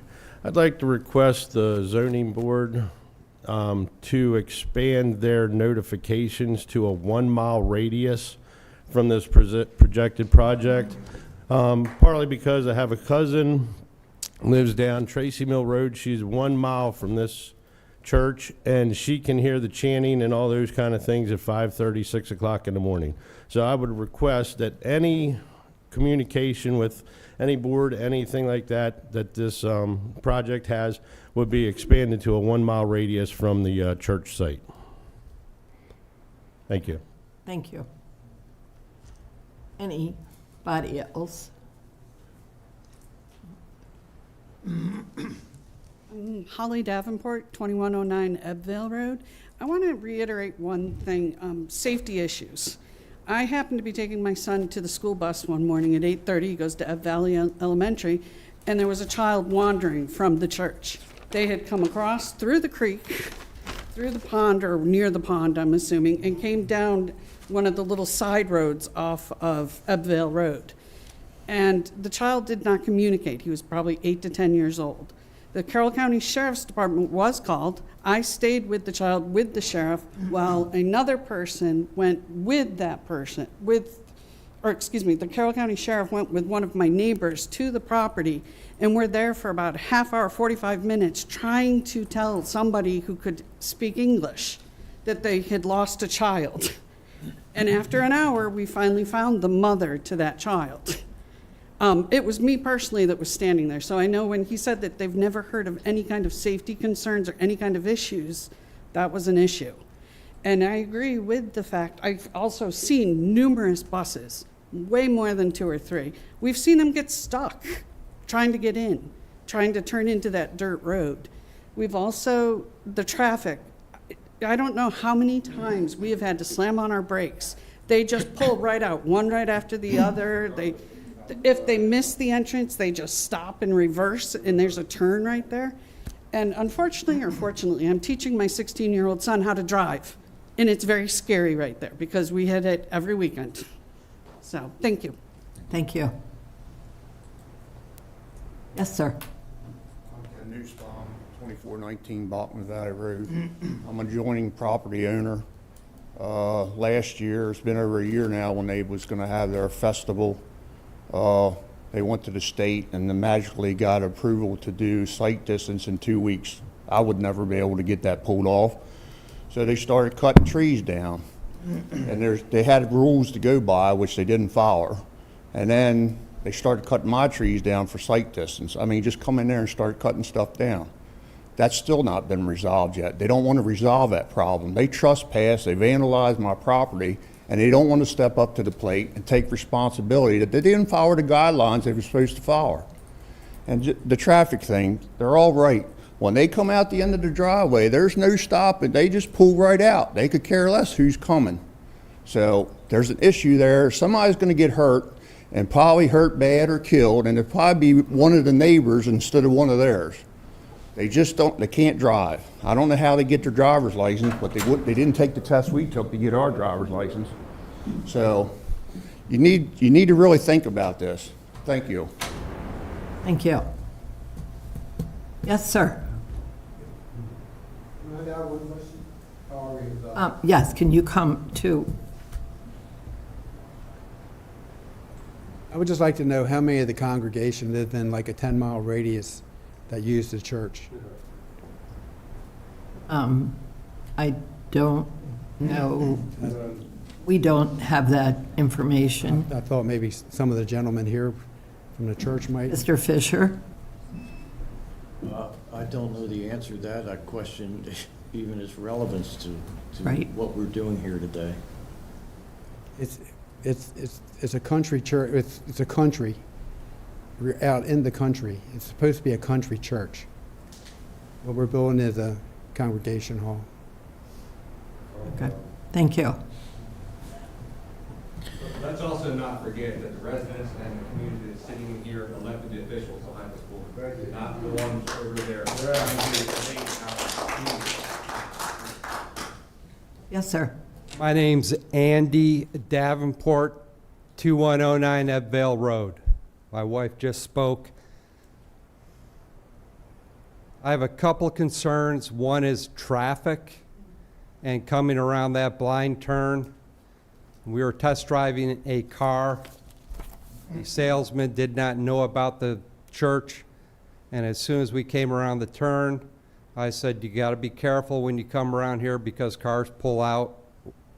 We ended up slamming on the brakes and going into the other lane to avoid the traffic coming out of the residence or the church. So traffic is a huge concern with my end of it. I now want to talk about the plans that have been proposed. If we're talking about tour buses coming into the site, what is the path and the drop-off location for the people that are coming off of the tour bus? I do not believe that the 126 parking spaces will allow for a tour bus to successfully maneuver inside that space. So we need to look at that. Emergency equipment getting into that facility with one of these events, with parking that's all over the grass. Should something happen, like it did a couple weeks ago, with a medevac having to come in and take a 4-year-old child that drowned into the pond out of there, do we have ample locations for medics to work, for fire department to work in that plan? 24 acres is a lot of land, but not nearly enough for what has been proposed. Thank you. I will say that should, in the process of planning, the department does have different departments that the whole project will go through. So fire, ambulance, all of that is evaluated, as well as, you know, the state roads will possibly look at it again. So it's not just one department. We are a commission, but we are not the ones that do all of the legwork. The county staff does. So we hear your concerns. So, yes, sir. Know what's going on down there? I'm sorry. Does the health department know what's going on back there? The health department also is part of the inspection process, that it goes through there. So they have to have, I saw the septic area that's proposed. I assume that there will probably be perks that would have to be done to make certain that it goes forward. I thought perhaps that will also include well. So each department, health department, everybody gets a chance to look at it. In speaking about the pond, that, is a horrific thing to happen, whether it's, somebody from the church or out in the community. But perhaps there should be something that would be looked at to mitigate something like that happening in the future, maybe a fencing there. So all of those concerns would be looked at. So, yes, sir. My name is John Shiflett. I live at 2332 Bachman Valley Road. I'm a little bit nervous. I don't want public speaking too much. My wife is probably more nervous than I am because anytime I open my mouth, she gets nervous. We're recently moved here from Anne Arundel County. Our roots aren't as deep as everyone else's here in the area. Take a breath. We can see the driveway from our house. And we moved here for the peace, the quiet, and the beauty. This is going to destroy it.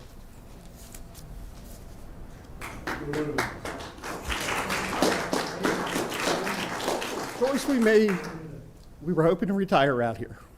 That was one of the reasons we moved. If the board allows us to go through, it's just going to destroy the neighborhood. Plain and simple. The best thing you can do is deny this. Because once they get a foothold, it will continue to expand. If you have 100 people today, you have 500 people tomorrow. You have 1,000 people a year from now. It will just continue to expand, and it will be back here year after year after year, wanting to do more and more with that property.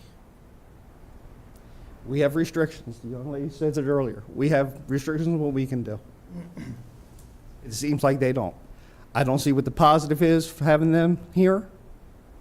Nothing against them. My wife is Catholic. And it's just, I don't see the positives. All I see is the negatives. As a church organization, are they tax exempt? Are they supplying any money to the county? They're using our resources. They're using our boil water. They're using our roads. But are they giving anything back to the community? Probably not. Should not be allowed to be built. Thank you. Thank you.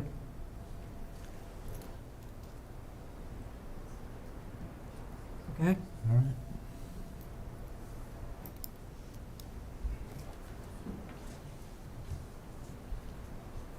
Hello, Mike Boggs, 2330 Bachman Valley Road.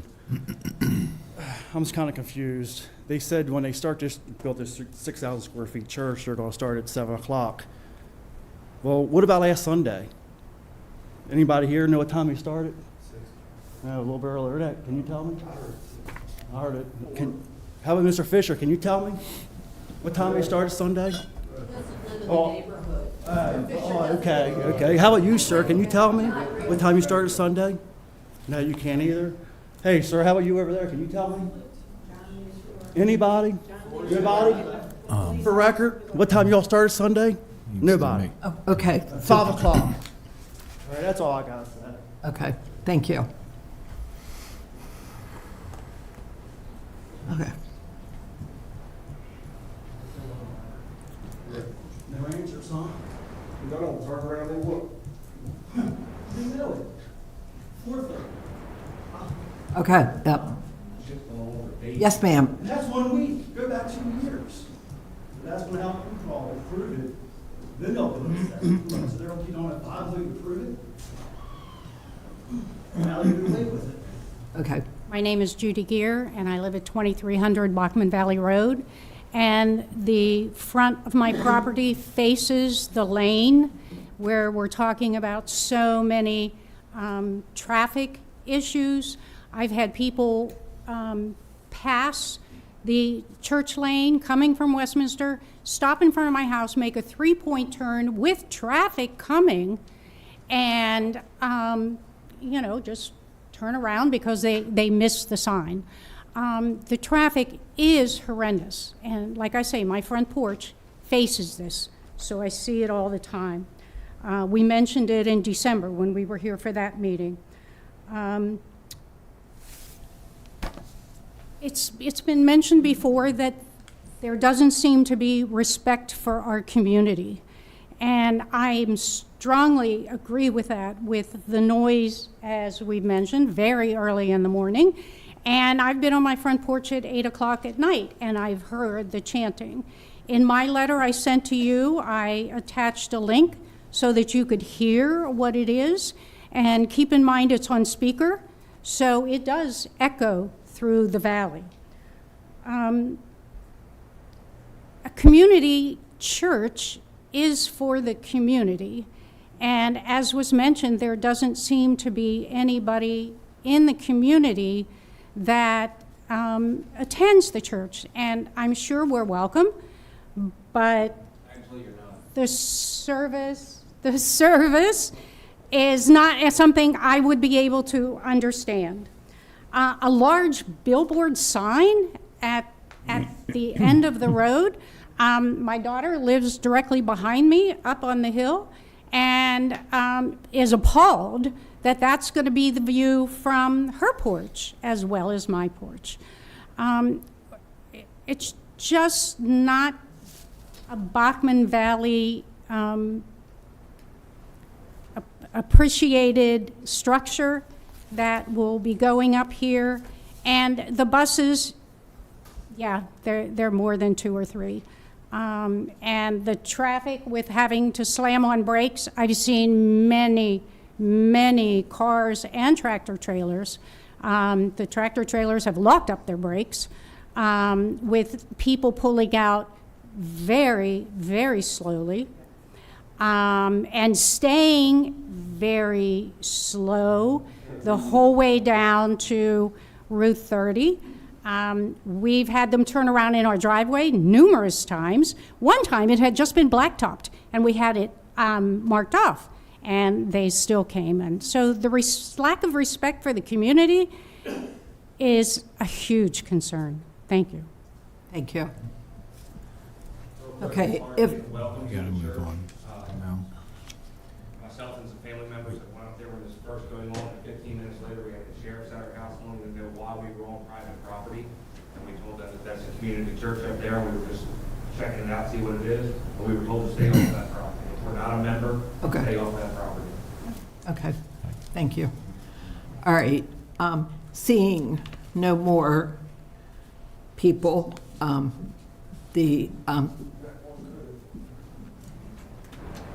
that wish to speak, I would suggest that we don't have any action, of course, unless you would like to move it to a final. Nope. Not at this time. Okay. All right. And I'd like to see it again. Yes, okay. All right, so the decision is that, thank you for being here today, and thank all of you for your comments. Staff has taken many notes, as we have, and you are okay to proceed forward with your next steps, which does not mean that you have approvals at this time, but moving forward. So we will see you again. Thank you. Very well, thank you. Thank you. Yes, and Madam Chair, if I could recommend, or if we take a recess? Yes, I was just going to suggest that, Thank you. Mr. Hine. Yes, we will take a 10-minute recess.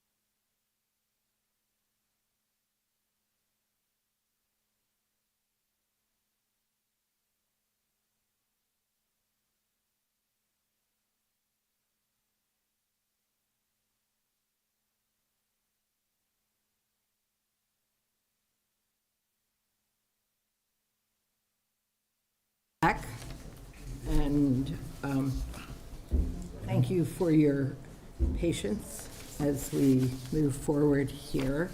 The next, before I do that, I'm happy to say that we do have a full commission once again.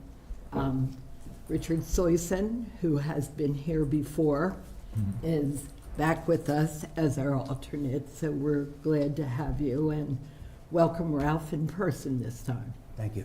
So, and to, oh, you just. Peace. Oh, peace.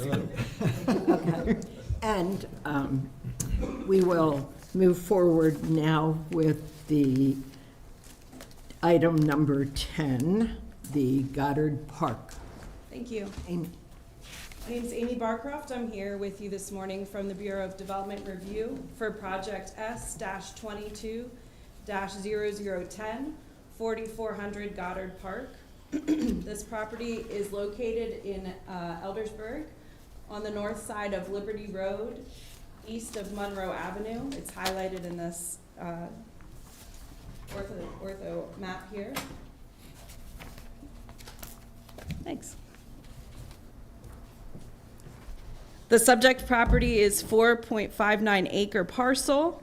It is zoned C2, which is medium commercial, medium intensity commercial. The site is currently developed on the northern portion with the Goddard School, which is a private school and daycare approved and developed in 2007. The current access to the property is from Habitat Road, which is a county-maintained road, and Goddard Park Drive, a private road. The property and surrounding properties are served by public water and sewer. This is inside the priority funding area and inside the designated growth area. A concept site plan for a medical building is before you today. No action is required. This concept review originally came to the county in February, and the plan proposes a 2-story medical office building measuring 77,300 square feet per floor. This is a principal permitted use in the C2 zoning district, and 73 parking spaces are required. This plan proposes 79 new spaces. A traffic study was not required for this site based on the average daily trips generated by this use. The landscaping proposes an addition of screening along the eastern property line between the site and some residential homes. In addition, trees and shrubs will be planted in the parking areas to meet the requirements of the landscape manual. The building elevations show a facade of metal panels and masonry products in neutral colors. This plan has been reviewed by several county agencies. Stormwater management will be addressed with an underground stormwater management facility. Concept stormwater management approval has already been granted. This project is exempt from floodplain management. The Bureau of Utilities has confirmed the use of water and sewer services for the site. Forest conservation was previously addressed with the development of the school on the site. Additional landscaping is required along Goddard Park Drive before approval, and that required landscape screen that I described along the east property line needs to be revised due to the location of an embankment. Water Resource Management has asked for some additional notes on final plans. State Highway Grading and the Health Department have provided concept approval of the plan. Site Compliance, Engineering, and Fire Protection have asked for additional comments to be addressed in the final plan sets. This plan was involved in a technical review committee in March. 3 citizens attended those meetings and asked questions that were answered by the developer about the overall use, layout, and landscape. We have not received any additional comments or concerns by any neighbors. The final site plan will be tested for review and adequacy of public facilities in accordance with Chapter 155 of the Public Laws and Ordinances of Carroll County, Maryland, Again, at this time, this is a concept plan review and no action is required of you today. If you have any questions, I have representatives here from the engineer, CLSI, and the developer. Okay. Any, Richard? No. Ralph? No. Michael? No, not really. Pete? I would ask, on the east side of the building, the side that is contiguous to, I believe, residential properties, what are we doing there from a screening standpoint and from a lighting standpoint to make sure that those people aren't staring at wall-mounted lighting in their backyard? We got this extra lunches. Okay. Yes. Hello, my name is Alec Yo, and I'm the developer. And also Aaron from CLSI will give you a more technical answer. But those were actually the residents that did come and speak to us. We've been in touch with them, made sure that their concerns were addressed. There's a couple of things we've done. They're probably the most, if anybody's going to be impacted, it's going to be them. And so we've taken a couple of steps. One would be angling our lights so that they're just pointing in and making sure that there's nothing that's going to, from a light trespass concern, be extending off the property. They have pretty good screening already on their property from their own residents as well as from ours, from existing. The concerns that we had there were also addressed with things such as we've identified that as our staff parking area, and the reason for that would be less frequent car trips. Okay. So the cars that would be going in would just be morning and night, and therefore less frequent to turning on headlights and pulling in and things. So design the building with that being a staff entrance on that eastern side, so staff could sort of go in that back door, but all the rest of the traffic, regular patients would be coming through on the other side. So taking as many steps as we can. We were a little bit challenged with the slope because there's a swale over there. You can't plant in that swale. And so Aaron and his team have come up with some creative solutions in accordance with the county to make sure that we can plant as dense of a screen as there as possible, but maintaining the restrictions that the swale has for planting in it. So there's a couple of different considerations that we've been putting in place. Okay. Stephen, anything? Good. No. Only thing, I have no questions. the only thing that was mentioned was the sidewalk, and I think we've avoided signage just because we have the building, so I know signage is always a hot topic, and so just avoided any mounted sign at all. And taking sort of whatever steps we can to make sure that the project is as easy as possible. So We thank you for that. So, a little reprieve, maybe.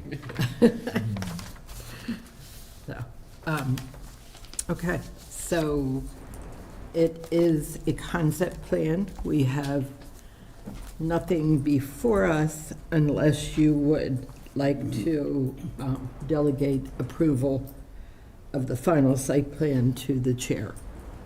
So I'd make that motion. I'd make that motion. It's pretty straightforward. So I'll make a motion that we designate or delegate approval of S220010, 4400 Goddard Park, for delegate the approval of the final site plan to the Planning Commission chair. I'll second it. okay. We have a motion and a second. All in favor? Aye. Okay, hearing it be unanimous, then you are approved to go forward, and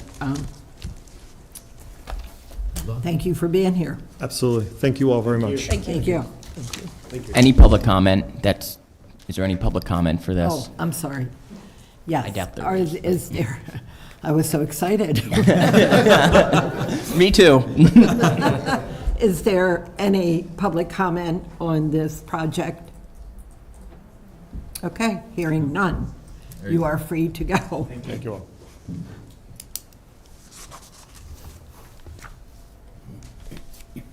Okay.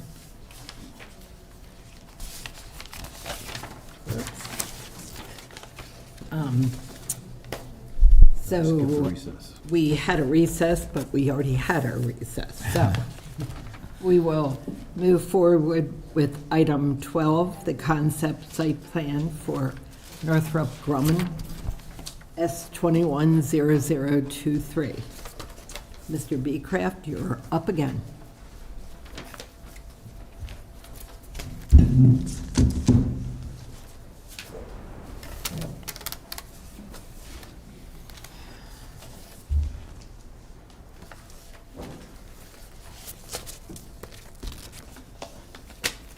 Morning again. Morning. David Beecraft with the Bureau of Development Review. As stated, the next project on the agenda is Northrop Grumman, the first amended site plan, file number S-21-0023. With me are some representatives of the engineer and the developer. I'll let them introduce themselves. My name's Larry Henos. I'm the facilities manager at Northrop Grumman in Sykesville. My name is Jared Barnhart. I'm with Morris Ritchie Associates, and we represent Northrop Grumman. And what this first amended site plan is proposing is kind of a range of things, but most importantly, an entrance improvements and a parking improvements with some minor building improvements proposed as well. So for those that are unfamiliar, this property is located at 7301 Sykesville Road, and that is shown as being outlined here.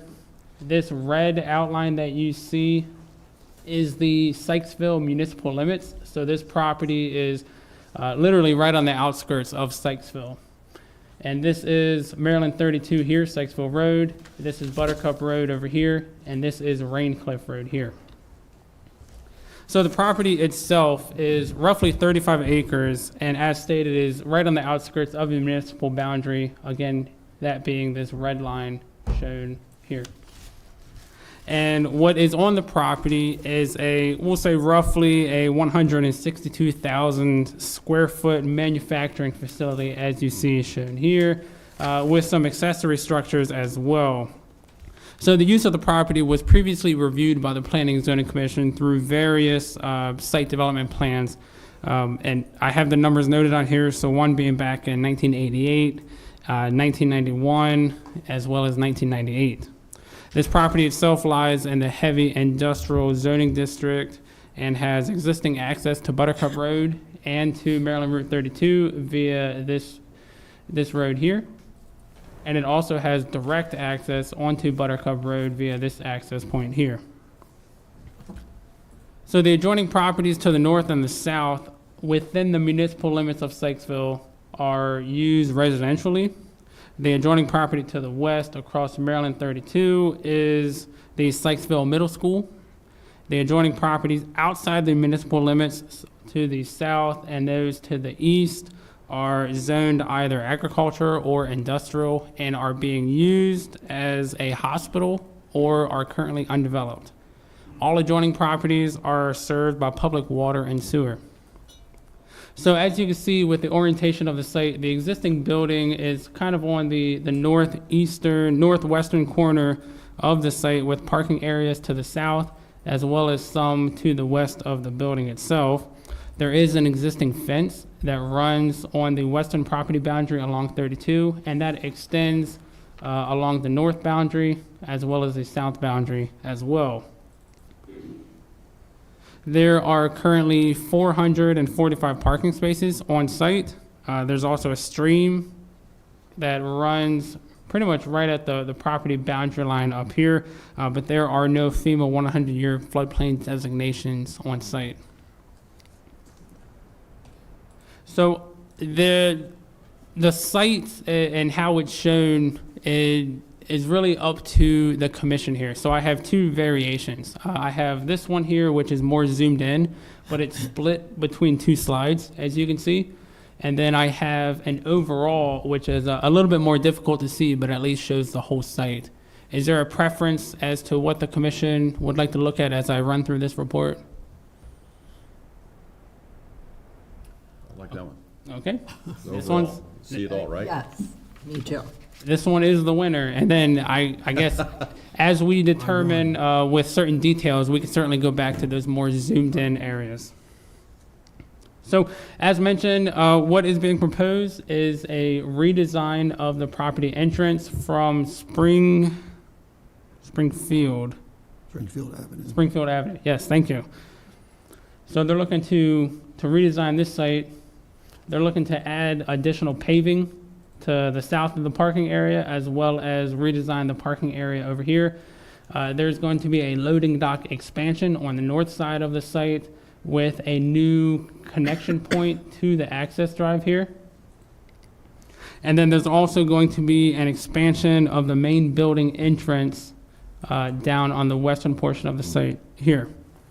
A concrete pad is also proposed on the north portion of the property, and that is where relocated dumpsters are proposed to be located. So the main entrance from Springfield Avenue is looking to shift the existing gate entrance into the site, further into the site to allow a median split, so that way there is an access or a gated access for entry and exit. So currently, the full gate opens whether you're entering or leaving the site. This will create a separation between the two. So the gate entering the site won't have to open if you're leaving the site. So what's also being proposed is a sign to be located in that median area as you enter the site, as well as a 5-foot sidewalk that's going to parallel the access drive, which will provide pedestrian access from Springfield Avenue to the entrance into the building. Additional paving, further proposed parking will tie into the existing paving areas. This expansion of parking will increase the parking on site from 445 spaces to roughly 509 parking spaces. There are going to be planters added throughout the site, both proposed and existing parking areas. So due to the topography of the land, there's also going to be a retaining wall on the western portion of the site that's going to run along the access drive and actually loop down to run south of a portion of the paving area as well. Details of that are going to be included with the final site development plan. As already stated, there is going to be an access drive which runs from the existing entrance back to this proposed expansion. So currently to get back to that area, you have to drive down and around the site to get back here to the dumpsters and the loading dock area. This will provide a more direct access as you enter the site and will provide full connectivity of all the existing access drives on the property. So the concept site plan was initially submitted on August 26, 2021. The plan was subject to citizen involvement at the Technical Review Committee meeting. There were no citizens in attendance at that meeting, and no phone calls or letters have been received in reference to what's being proposed. This plan is exempt from the Code of Requirements of Floodplain Management. Concept approval was granted by the Bureau of Utilities with existing water and sewer on site. The concept plan received concept approval from Water Resources and Grading Review. Forest conservation is to be addressed by way of off-site forest banking. Landscaping is proposed throughout the site and complies with the landscape manual. Engineering Review and State Highway Administration have both approved the plan with existing access.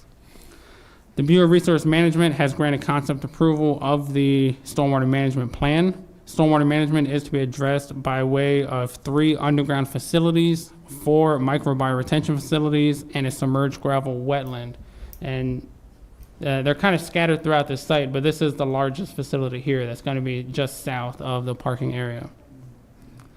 In accordance with the Site Development Plan Memorandum from the Department of Planning, the proposed land use is consistent with the Sykesville 2030 Comprehensive Plan land use designation of general industrial, and it's also consistent with the Carroll County Water and Sewer Master Plan.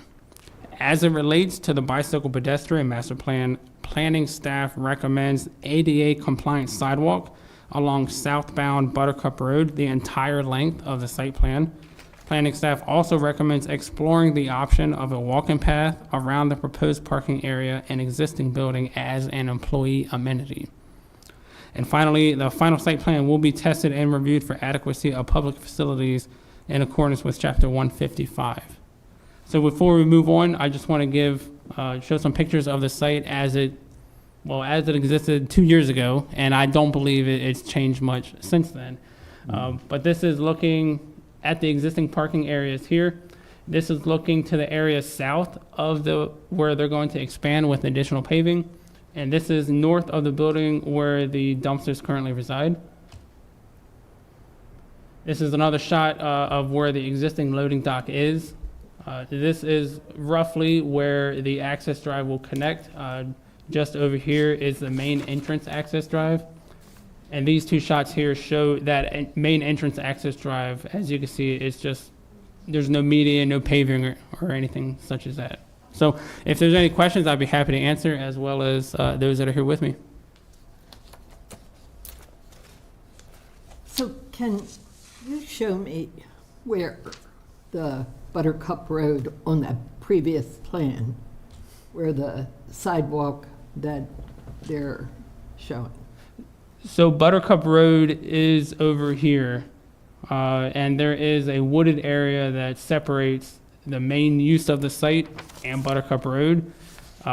Due to the bike ped master plan, planning staff recommends a sidewalk that runs the full length of Buttercup Road.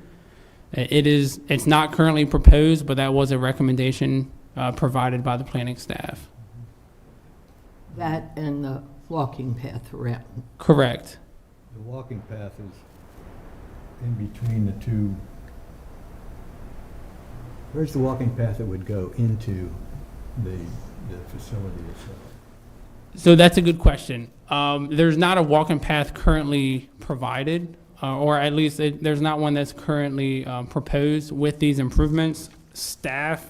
Planning staff had recommended a walking path around the proposed parking area, so I imagine it would run on the outskirts of the proposed parking area. Would it go then down to the sidewalk? See where the break-in? You mean down to the sidewalk down? That would be recommended down in this area? It's possible. I don't believe just looking at the contours, it may be a little interesting to design, but I guess anything is possible with time and money. But they're just recommending it around the building and the parking, correct? So it was a twofold recommendation. They were recommending it as an amenity on the site around the parking area, and they're making a separate recommendation for a full-length sidewalk along Buttercup Road. I'm actually glad to see the sidewalk, because it goes almost, there's just one little area before you hit Raincliff, and then Freedom Park is right next to it. So it would be a great way of, Right. So for those that may have been on the commission at the time, this site down here was just developed. And as part of that development, it was required to put sidewalk along Raincliff Road as well as along Buttercup Road. So as you mentioned, that sidewalk probably terminates somewhere in this point. so it would connect into that. It eventually connect into Freedom Park, but also to that development right there. I believe that was the idea from planning staff. There is a piece of property shown here that is not owned by either entity that would have no sidewalk. But I believe planning staff, they want to build as they can to make that connection as you stated. I will say, I don't think I've seen quite as large a package of prints as we got from you all. So kudos to that, or at least in my time in being on the commission, they were huge, but helpful. So other than, I think the recommendations are good recommendations, and it does say around the parking lot and the existing building. for the amenity. More and more people are taking advantage of that nowadays, those that come to work. But, yeah, so, any questions? Can I ask one? Yes, you can. Question of the day. Yes, you Well, can. one of them. Signage, the signage Yes. into the entrance, right, Pete? So the way I envision this, and I saw some of the photos and the drawings and on the package. By the way, thanks for letting me lay around on my living room floor flipping these pages.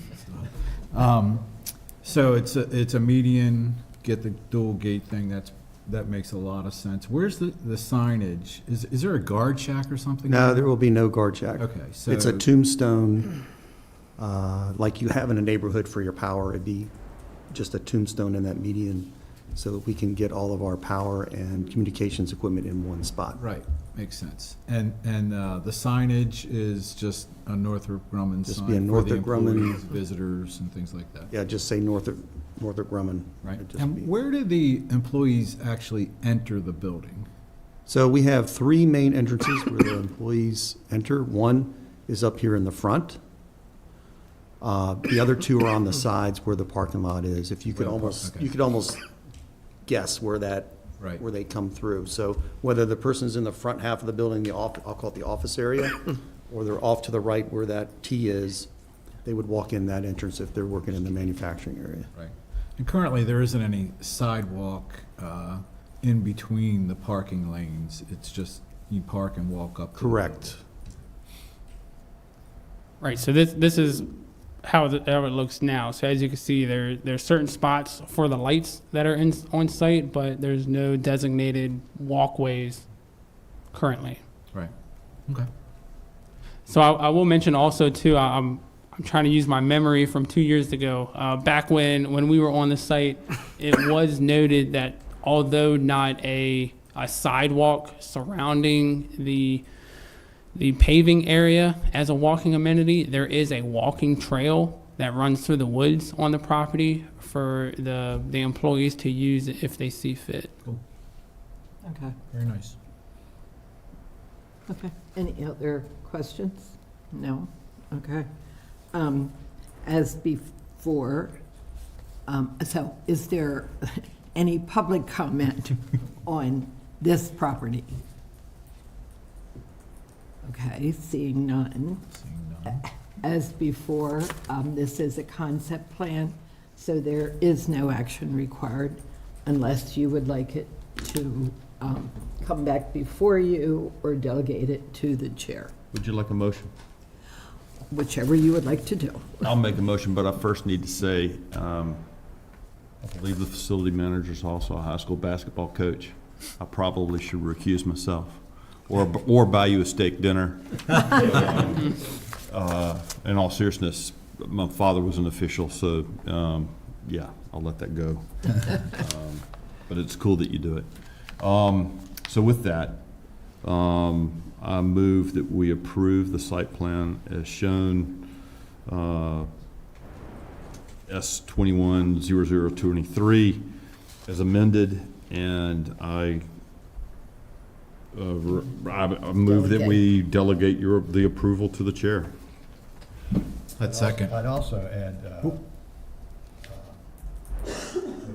planning staff recommends the ADA compliant sidewalks along the Buttercup.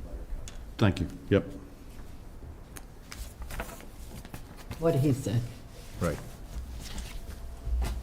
I'd second. Okay. Okay, there is a motion and a second to give the approval to the chair for the final. All in favor? Aye. Okay. That is unanimous, so you can move forward. So also, just for clarification on staff's viewpoint, you had mentioned follow suit with the planning staff's recommendation for the sidewalk. Is that accurate? You would like to see that on the plans? I'd like to see the sidewalk, yeah. I've run down that And road the- all the time, so yeah, I'd like to see the sidewalk. Both. Is that okay? Buttercup, yes. Thank you. Thank You're you. welcome. Okay. Thank you, gentlemen. All right, thank you. Good luck. Okay.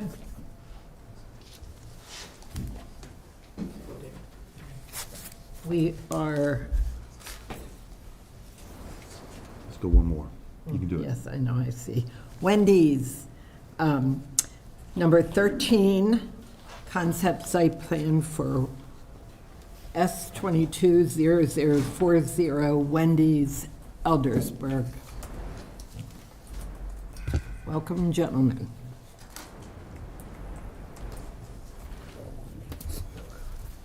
And Mr. Beecraft, it's on you again. David Beecraft, Bureau of Development Review.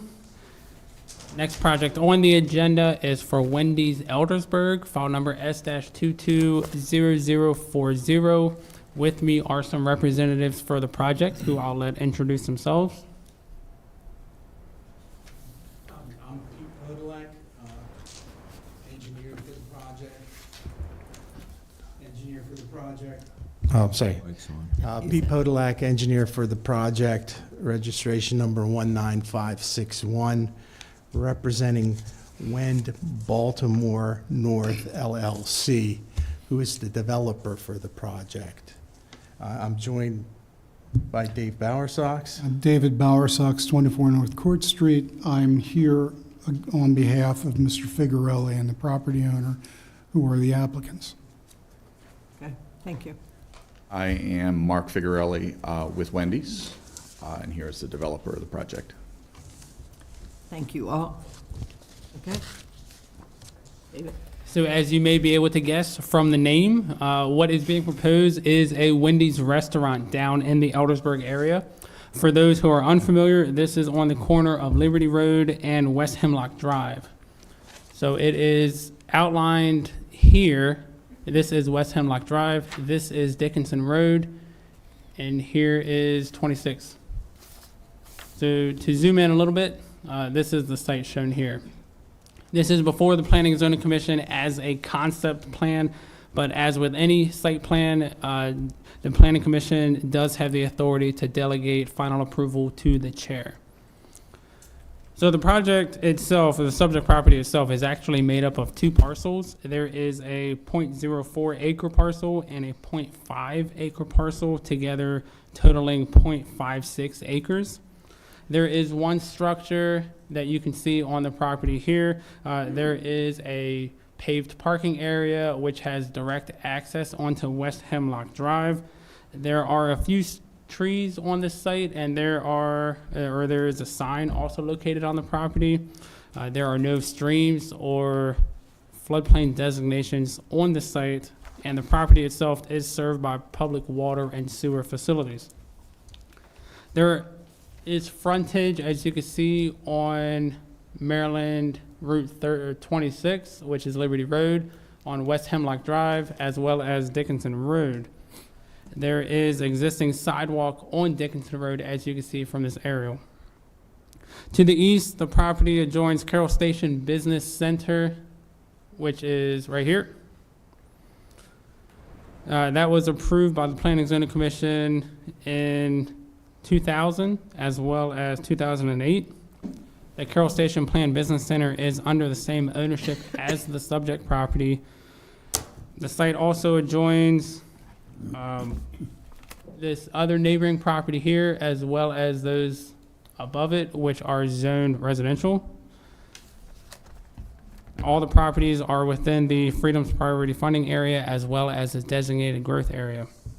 So to give a little history of the property for those that may be unfamiliar, there is a site development plan for the subject property for a retail building. That was previously approved by the Planning and Zoning Commission on April 19th of 2022. That project is still valid. Within the report, it mentions that there were 3 extensions. There haven't been any extensions as of yet. It hasn't needed it at this point, with the approval only having been last year. But with the approval of this proposed Wendy's development, that project will become void. So they wanting to leave it open as this moves through the process, and then once this gets approved, that project will no longer be valid. So the concept site plan was subject to citizen involvement at the October 24th, 2022 Technical Review Committee meeting. During the meeting, there was one citizen that raised comments regarding the lighting proposed and its effect on the neighboring residential properties. They also raised concerns about ADA compliance of the proposed improvements. Since this meeting, the sidewalk and pedestrian flow of the site have been updated to comply with ADA standards, and site compliance has granted concept approval of the plan. So as mentioned, there is existing sidewalk on the north portion of the property. There is going to be sidewalk on the west portion as well as the south portion of the property to connect to those existing sidewalk areas. There is a loop here that connects the parking area to the pedestrian area. Due to the topography of the land, it had to essentially make a swoop there without being, directly straight in. The developer proposes to remove all existing structures and trees and construct a single-story restaurant building that's roughly 2,500 square feet. Here are some architectural drawings of that. There's a flat roof being proposed with a maximum building height of roughly around 21 feet. There's various building materials noted with a color scheme that you can see on the screen here. And there is also a sign proposed that you can see is shown here. So per the trip generated, a traffic impact study was required. The traffic impact study was reviewed by both county staff as well as State Highway Administration. Per that traffic impact study, there were no improvements recommended. With that engineering review, and State Highway Administration concurred with those findings and have approved the concept plan. So parking requirements for this use is one space for every 3 patrons based on a total seating capacity, as well as a requirement of 5 queuing spaces leading up to the drive-through order board. With the building's capacity, or having a seating capacity of 40 patrons, the required parking spaces total 14. They have provided 17 parking spaces, which will be separated in 2 parking areas. So there's going to be one parking area south of the site, or on the south portion of the site between the building and 26, and there's going to be additional parking area on east of the site, which will extend into the neighboring property. There will be 2 new access points to the site. Both will be internal access points to the neighboring property. So there's going to be a connection made down here, as well as a connection made up here. This existing access point from West Hemlock Drive will be removed. So there's going to be no direct access from this site to the roadways. It will utilize those existing access points that are on the neighboring adjoining property. And with that, there are going to be cross easements that'll be established with that as well.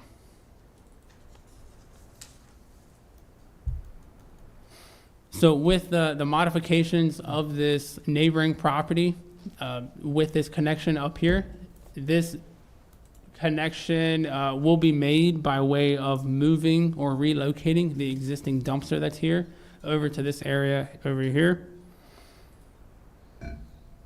And that will be accompanied with additional landscaping that'll surround this dumpster here on this neighboring property, the dumpster for the subject property up here, as well as along West Hemlock Drive and 26, as you can see from this drawing here. So the land use designation in the 2018 Freedom Comp Plan is commercial medium. Department of Planning determined that this development proposal is consistent with the plan policies. They did make a recommendation to connect the existing sidewalk from the north side of the property into the site. So they're looking for some sort of connection from this sidewalk up here directly into the site itself.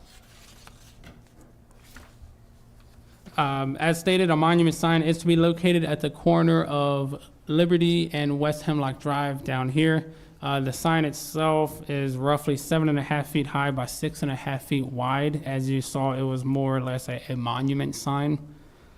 It will be double-sided. It will be interiorly lit.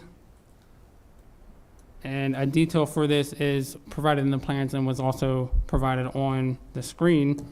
So with that, the Bureau of Resource Management has granted concept stormwater management approval. Stormwater management will be addressed with bioretention facilities, a swale, and a commercial dry well. Stormwater management overflow will convey to an existing inlet to the north side of Dickinson Road, which is up here. And the facilities are proposed within Dickinson Road right-of-way, so this facility here will extend into county right-of-way. And the pursuit has been determined acceptable by the Department of Public Works and the Bureau of Resource Management. An easement will be established and its recordation by deed will be on condition of the final approval of the plan. The plan is exempt from floodplain ordinance, forest conservation, water resources, grading, fire protection, and emergency services. Utilities, zoning administration have all approved the concept plan. Public water and sewer will serve the site, and a public fire hydrant is located 25 feet from the property at the east side of West Hemlock Drive. Finally, the site plan will be tested and reviewed for adequacy of public facilities in accordance with Chapter 155. So to give an idea as to how the site looks currently, here are some street views from Google. As you can see, this is the existing structure here. This is on 26. Here is another shot from 26 looking straight at the facility or at the existing building. This is at the corner of 26 and West Hemlock Drive. Again, looking at the building, this is the current sign that's on site. And these are some pictures on West Hemlock Drive and Dickinson Road. Again, looking back at the site, and it's easy to see that this very distinctive yellow building here. So if there's any questions, I'd be happy to answer them, as well as those that are here representing the project. Thank you. Mr. Podolak, do you have anything you'd like to say? Just a couple points. The first is regarding the ownership groups. The existing planned business center, which contains the two entrances, well, actually two entrances from Dickinson Road and one off the state highway, and of course has an Axle decel lane. That is under the ownership of M&I Properties LLC. The subject property has a different ownership group, 1702 Liberty Road LLC. It is, because of the different ownerships, it's difficult. There's no plan, let me just say, there's no plan to consolidate the parcels. The parcels will exist as separate tracts. They will be connected via a cross easement agreement for vehicular pedestrian access. And there will be also a declaration of maintenance obligations for common areas. Given the nature of the site, there's a little bit of history to Dickinson Road. Dickinson Road was first constructed up to the middle school property, and then when we developed these two parcels of the planned business center, we extended Dickinson Road to our common property boundary. The road then was shifted and the county finished Dickinson Road, and they were able to acquire an lot, I believe 10, Daisy Eiler property. So what has happened is Dickinson Road shifted to the north, and so it left a large or sliver of right-of-way that was beyond what would be typical for a road right-of-way. We have, or the developer and owners, have spoken with the county commissioner. Mr. Bowersox has developed an agreement, and so we were able to put some of our stormwater management devices in the public right-of-way, and we have an agreement that will be hopefully signed by the county commissioners that would allow us to then maintain and utilize this area. With respect to the sidewalk from Dickinson Road, it has come to my attention that Dickinson Road is really greater or steeper than 6%. So technically, the sidewalk along Dickinson Road does not meet ADA compliance.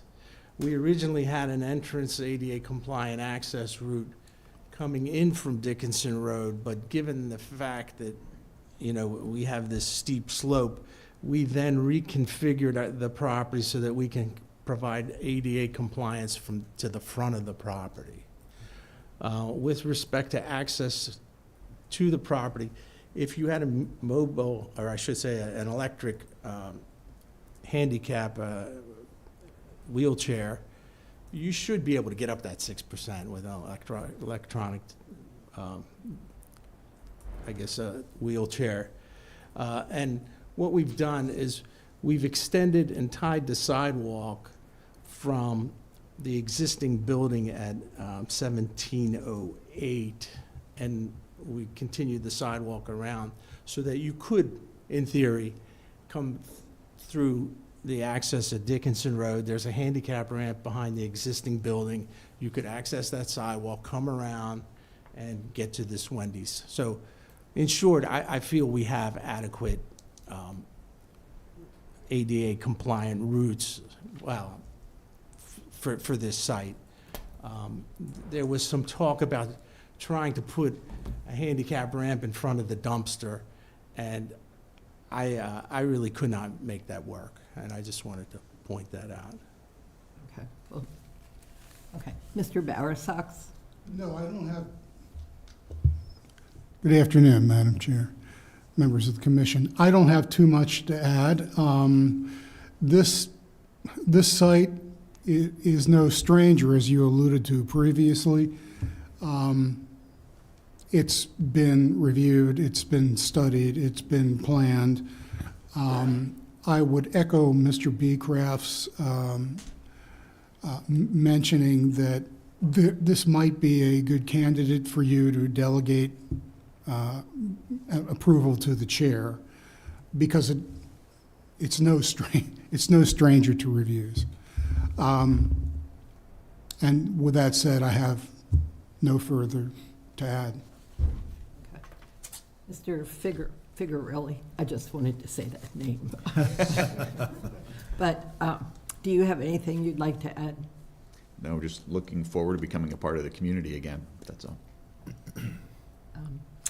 I will say, I love the sign. Good. I went on about it. My husband was like, all right, I get it. But anybody have any questions? Could you just show me the traffic pattern for the patrons to the drive-up window and how that would work for the access and the entrance? Yes. Just point that out. Could you do it with a pointer or a? Oh. There you go. Can I approach the bench? Sure.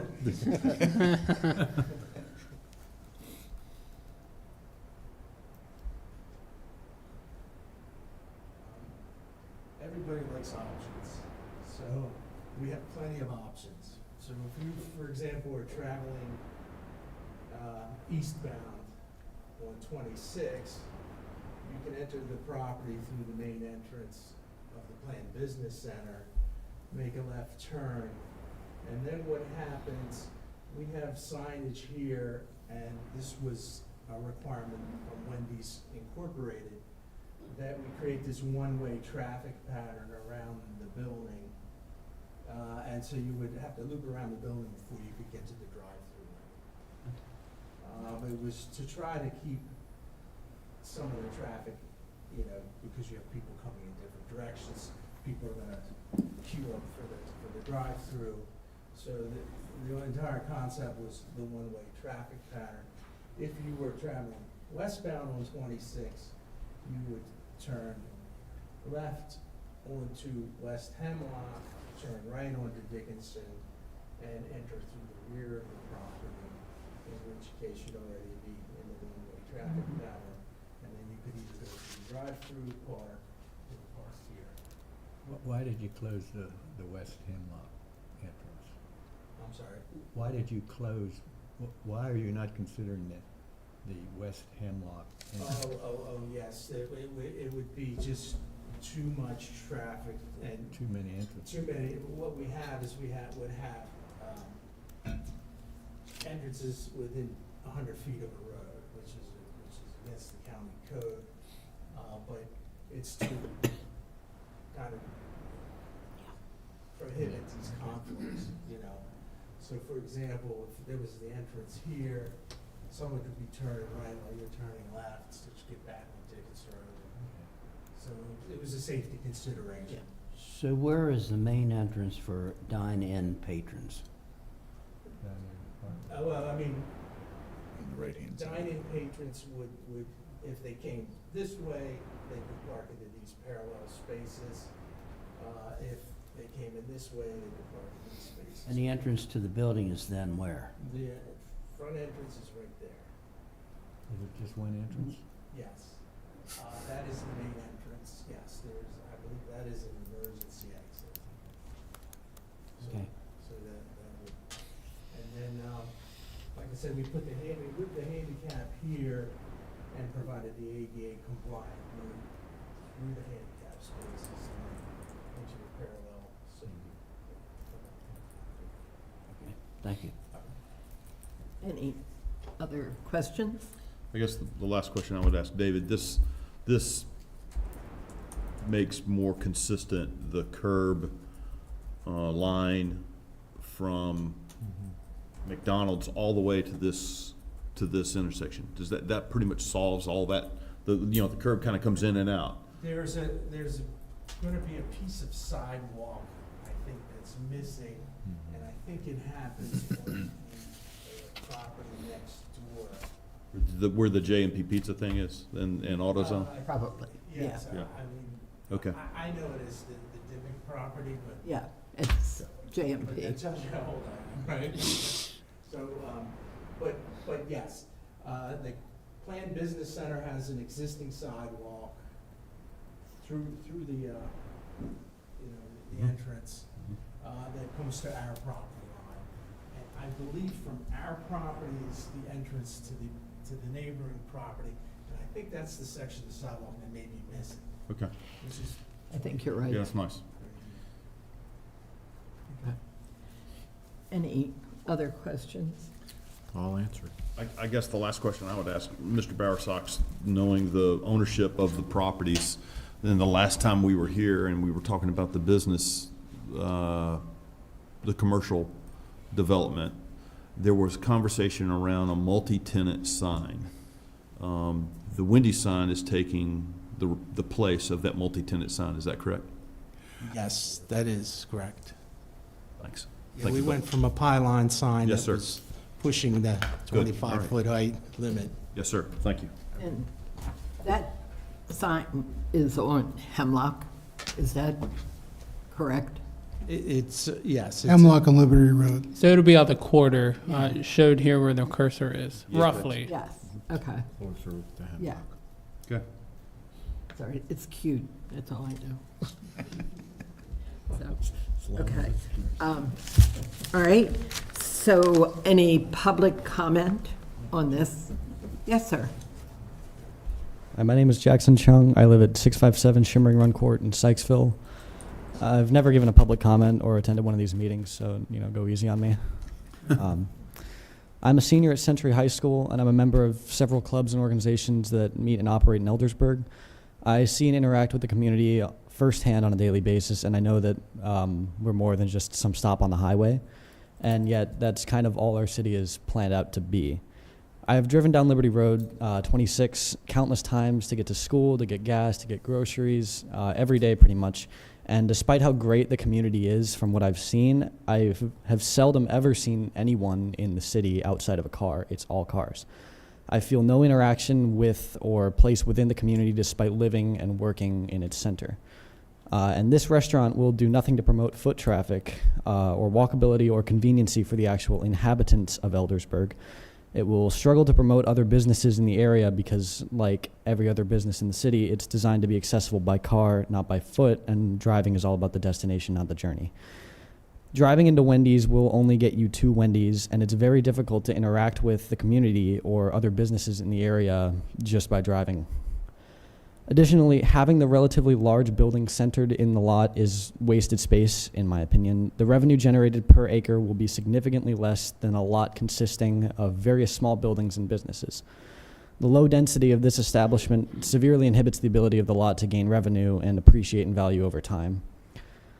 This proposed establishment disconnects the community from a sense of self and from a sense of collaboration, and it adds to a low-density urban sprawl that will struggle to build revenue for the city, which is a trend that we see far too often in this country and in the state.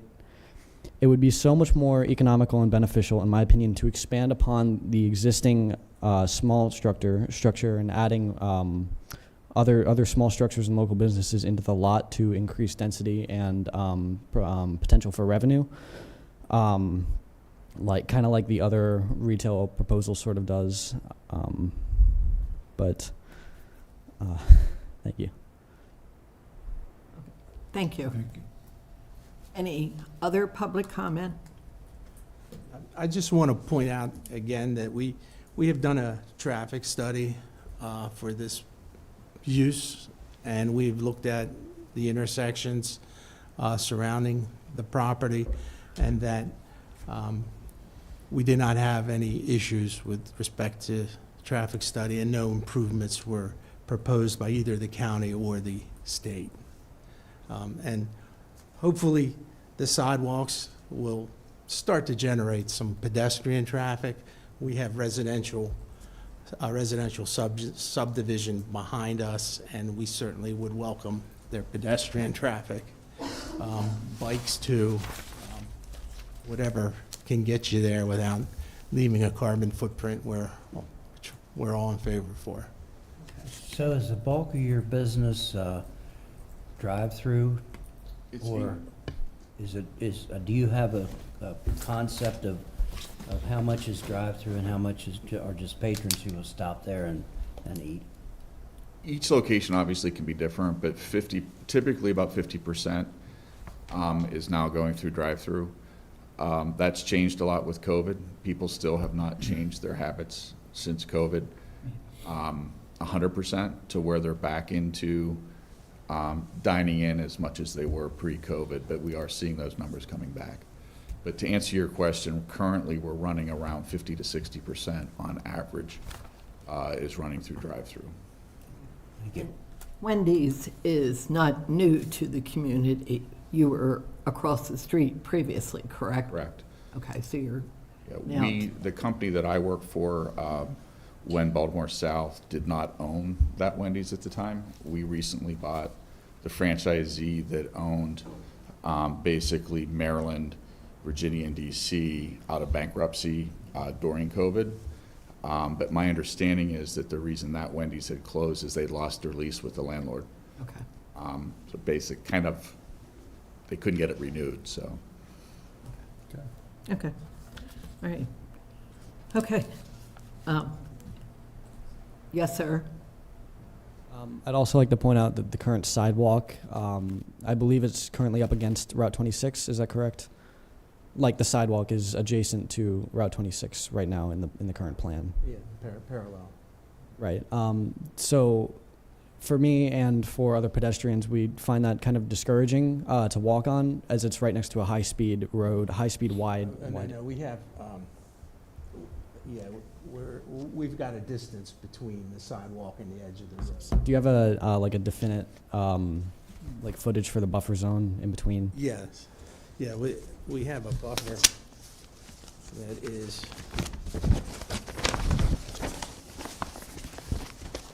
from the state highway, we're roughly, I'm going to say 15 to 20 feet. We tie into the existing sidewalk of the planned business center that has a curb and gutter, and it's adjacent to an access. So in short, I think we've got safe pedestrian access. When you turn the corner and you're walking along West Hemlock, I think we have 4 or 5 feet between the edge of the pavement and the sidewalk. And I don't think I checked for this already, but might I suggest trees or some shrubbery in between that like 15, 20-foot buffer zone between 26 and the sidewalk as just like a safety barrier and... Okay. I'm sorry, but perhaps if you have more questions, Mr. Podolak will answer that afterwards, if it's a one-on-one. Okay, thank you. All right, so like before, if it's a concept site plan, so, or you can designate final approval. Okay, I'll make a motion on subject S220040 Wendy's Eldersburg, that we move to delegate approval of the final site plan to the Planning Commission Chair. I second. May second? You can second. Oh, good, okay. All right. We have a motion and a second before you. All in favor? Aye. Aye. Okay, that is unanimous, so, good luck. Thank you. Uh-huh. Okay, there is a recess. I would like a 5-minute recess, if it's possible. So, okay, we'll be back.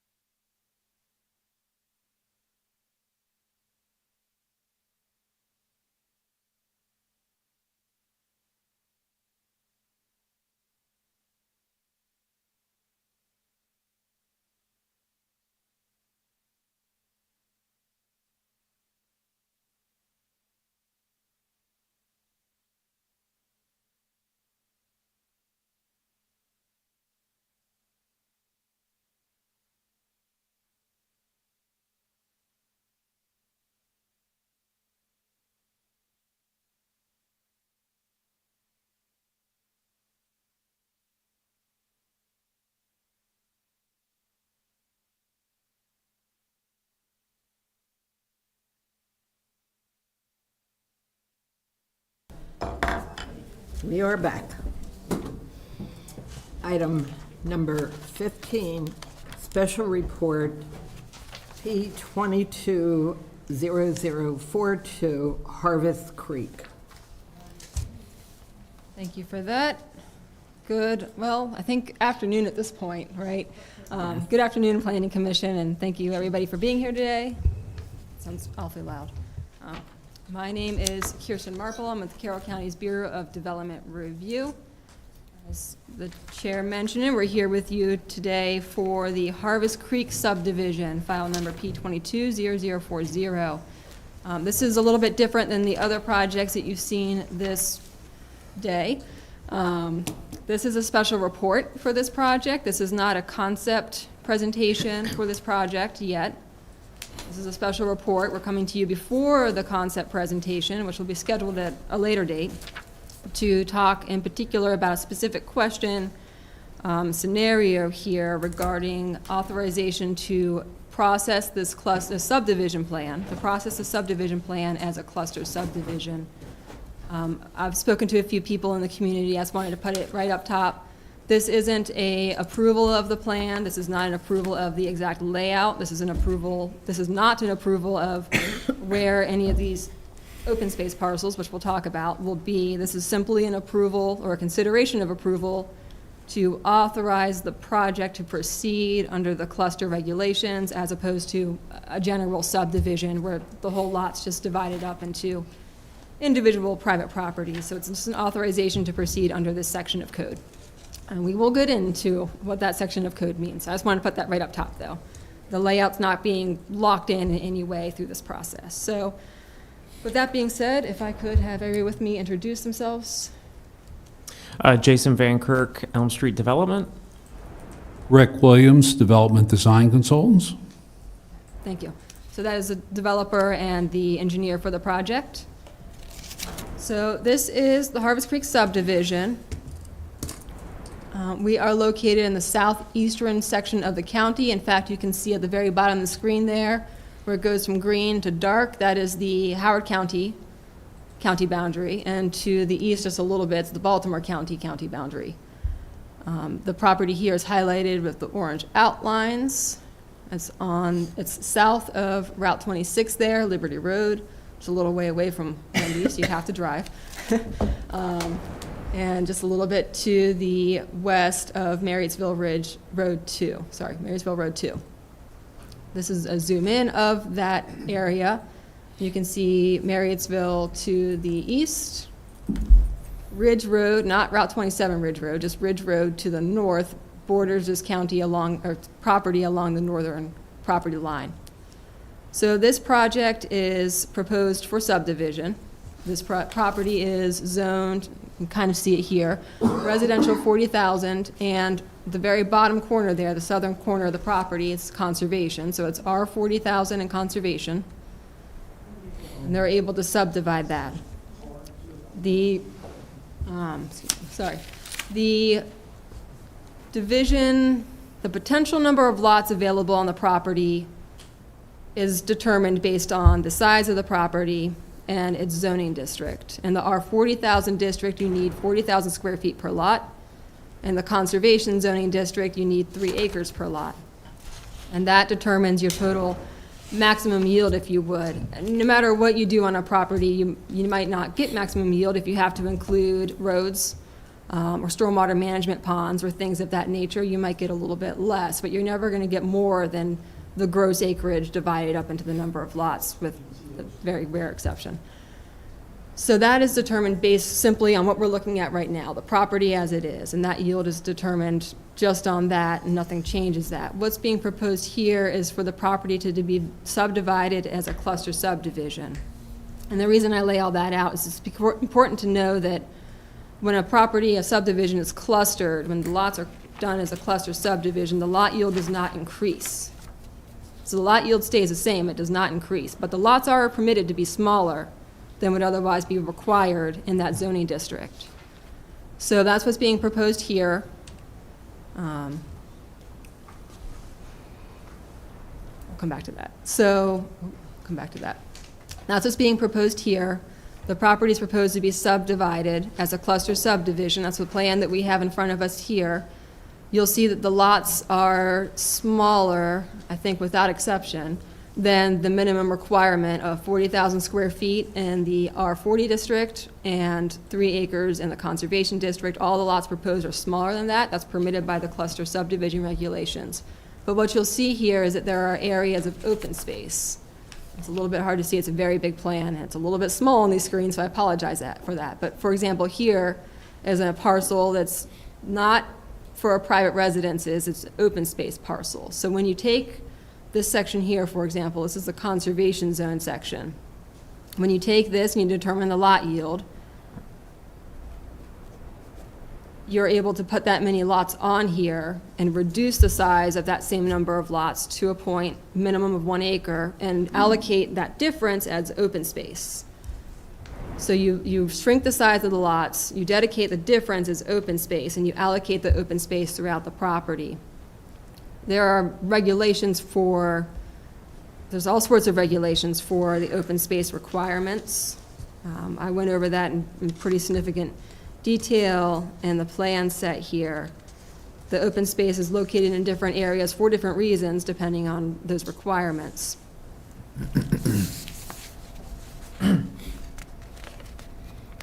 This is a little bit busy looking. I thought it would be interesting. This is an overlay of the plan over the aerial photograph of the property with a colors and lines indicating where the streams are. You can see in the blue and where the steep slopes are. And again, it's really hard to see when it's so far away from you. But you can see that the open space is on top of a lot of those streams. There are a lot of hills on the property. There are spring heads on the property. There's floodplain on the property, wetlands areas as well. A lot of that's encompassed in the open space that would otherwise be included in the individual subdivision lots. And again, the open space requirements are different depending on the district. So if we back out to the fact that there are 2 separate districts here, and they have slightly different regulations. The conservation zoning district open space requirements and the residential district open space requirements are tabulated separately. You'll see that on the plans that were provided to you. There's an open space tabulation on the front page, and they're calculated based on the district and then assessed together and laid out through the site in order to develop the site cohesively. So the conservation district is a pretty straight shot. You just take the difference of the lot size and you allocate that as open space. The residential district is where it really gets a little bit more complicated than that, so I wanted to focus on that a little bit. Again, the reason we're here is to consider the authorization to proceed as a cluster subdivision as opposed to a conventional subdivision. So I wanted to go over those details.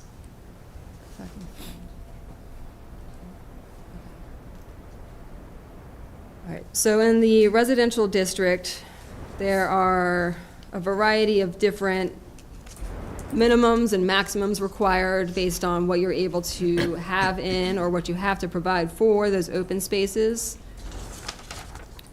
For example, the common open space can't be less than 15% of the gross acreage of the entire property.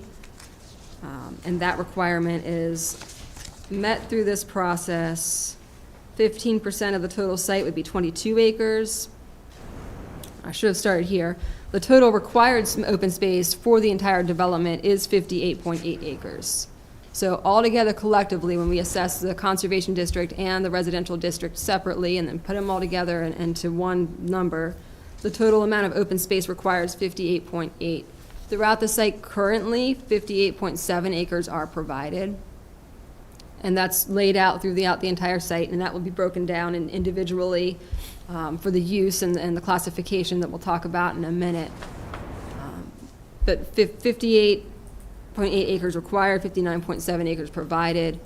This plan is almost guaranteed to change as this process moves forward. This is a large subdivision. This is not something that happens in just a few months. There are a lot of requirements that need to be met in general. There are a lot of requirements and questions that are posed currently that need to be responded to as this project moves forward. This layout will change as time moves on. I can't say how it will change or how much it will change, but it will change. So these numbers will change too, because these numbers are, it's a lot of calculation time involved in these cluster subdivisions. These numbers will change. No matter what, though, they're going to have to maintain at least the minimum required open space. And that minimum required open space might change too as this moves forward. Say they might have to lose a lot or more, and that open space will change entirely depending on what the difference between the minimum required lot size for that number of lots versus the provided lot size for whatever lots they've provided. So these numbers will change, and that will have to be a primary goal of this development as it moves forward, is balancing and maintaining at least the minimum amount of open space required. So with that being said, we covered that it meets currently the 15% gross acreage requirement, and exceeds that.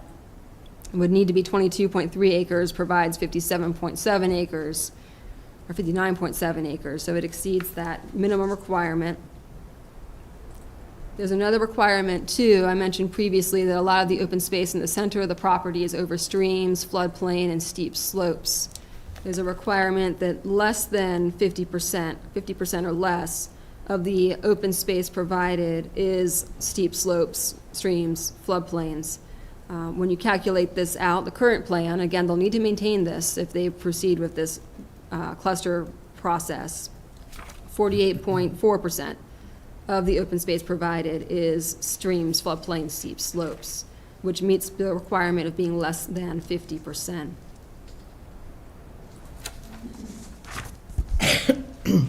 One of the bigger requirements for a cluster subdivision in the R40 district or in the residential district is that active open space is provided. Like I mentioned, there's a lot of open space that is in environmental areas that wouldn't really be usable, even if it was a privately owned lot. That was going to have easements on it and so on. But open space for our district is required to have a portion of it being active, available for active use. Now, that could just mean an open field. That could mean eventually maybe a playground, basketball court, that kind of thing. You've seen them around the county. And that would be required based on the R district totals. Okay.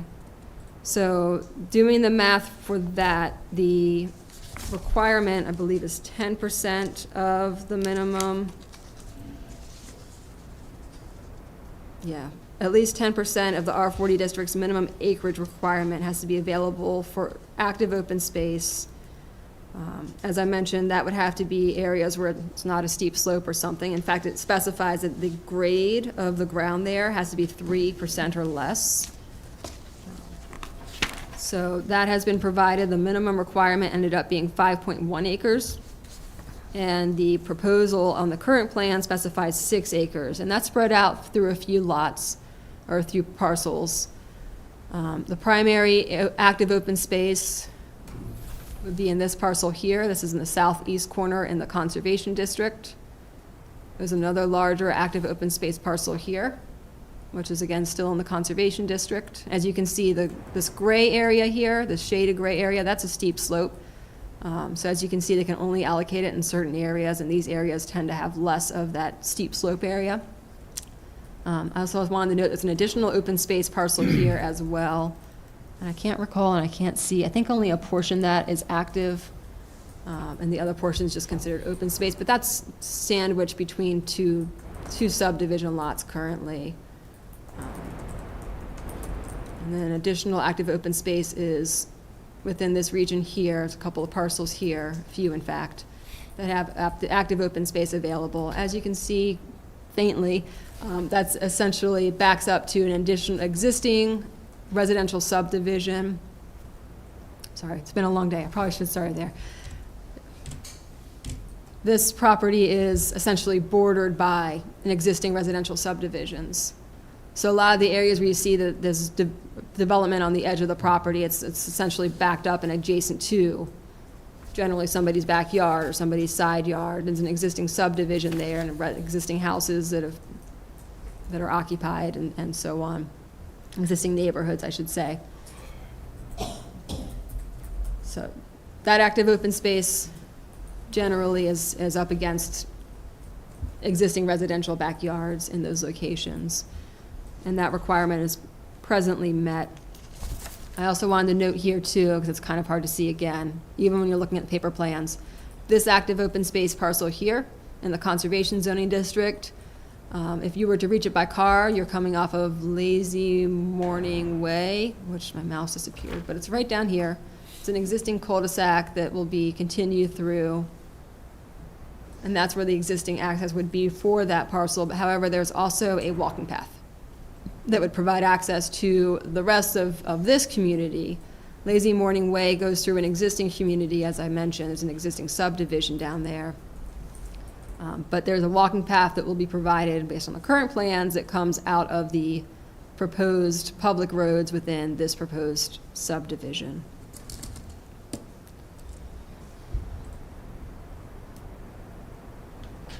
As I mentioned before, a lot of the natural resources through this proposed open space parcel area would be protected by county easements as this moves forward. Floodplain easements are required, water resource management easements, probably forest conservation easements on site, in addition to it being within that open space. And when the open space is created, there are additional county easements that are required for that. So these properties will be essentially encumbered twofold by the standard county easements for environmental features and then for the easements for the conservation of the open space parcel.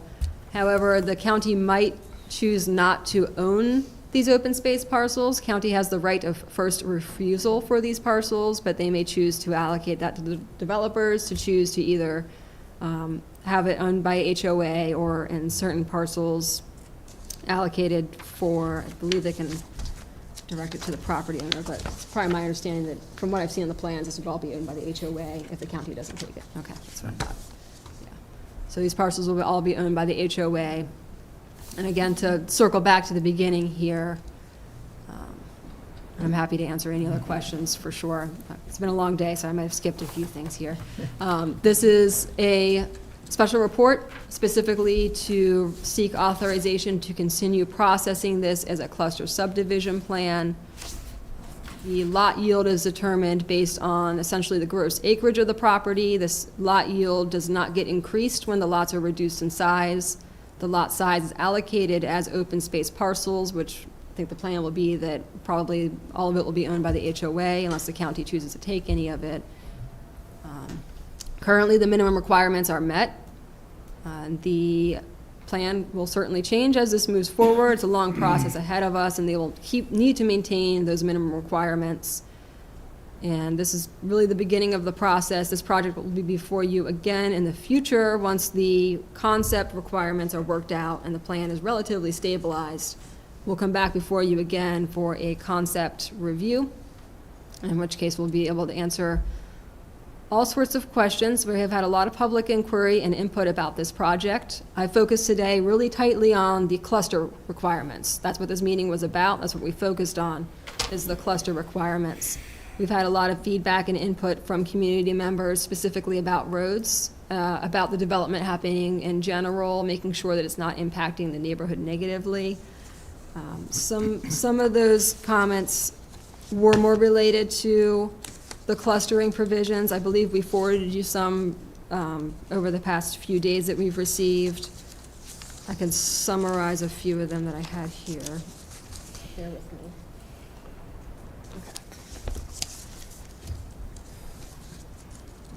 So most of the ones we've received, most of the comments we've received, which again were forwarded to the Planning Commission, were not in favor of clustering the subdivision. Concerns about clustering the subdivision lots would not provide a buffer against existing neighborhoods, particularly off of Morning Wind Drive, which is off of Lazy Morning. Morning Wind Drive comes down here, and I believe it turns a sharp corner and goes this way. So these subdivision lots here would be in their front yards. Concerns about safety and comfort driving levels will increase, traffic will increase, there's issues with safety of traffic there. Objecting to the cluster development, similar concerns about being too close to the existing houses. At the minimum, the open space could be relocated to serve as a buffer to the existing neighborhood. Same thing here, you have adjustment to the layout, allow for more continuous open space as opposed to fragmenting it. Houses on the side of Lazy Morning could be relocated. Yeah, so most of the ones, a lot of the concerns that we received were from, again, adjacent neighborhoods, concerned about new backyards against their backyards, new houses in the area, new traffic on the road. Some of those are relevant to the cluster concerns, which is why I wanted to mention them now. There are a lot of other comments and concerns we got. You'll be forwarded all those copies when we get to the concept meeting to consider the implications of everything going on here. This specific request is about clustering, which again does not increase the lot yield, is not going to change traffic theoretically, is not going to change a lot of the concerns we've heard otherwise. So I just wanted to mention that because we have received a lot of inquiry and didn't read all of that to you today, so. Just a quick question. What is the acreage on parcels 57 and the zoning on each one, and 232? I have to break out my. What's the acreage and what is the zoning on each one of those parcels? So are you referring to the parent parcels, the original parcels that Well, are we there? have here parcel 57 and parcel 232. So are you reconfiguring those parcels, or are you? Oh, so that's the two existing parcels. Let me go back. Right. Yeah, so this is, you can see this line, this teal line, this outlines the property. You can see those two properties. Yeah, I mentioned that in my report. I should have clarified here in the meeting.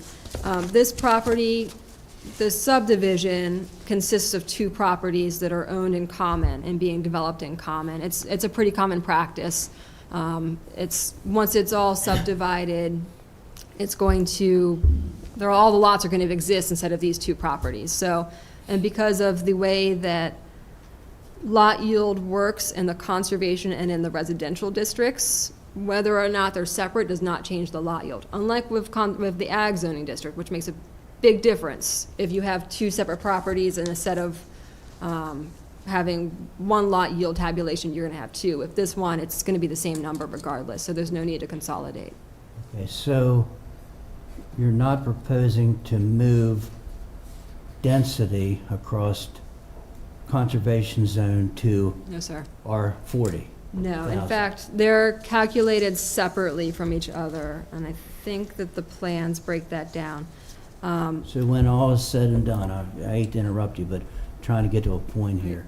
So when all is said and done, the conservation zone will still have that many houses that's calculated on the conservation zone acreage, and the R40,000 will still have the same number of houses as before on R40,000. Correct. To determine, I had a note here, that is correct. Same number, won't change.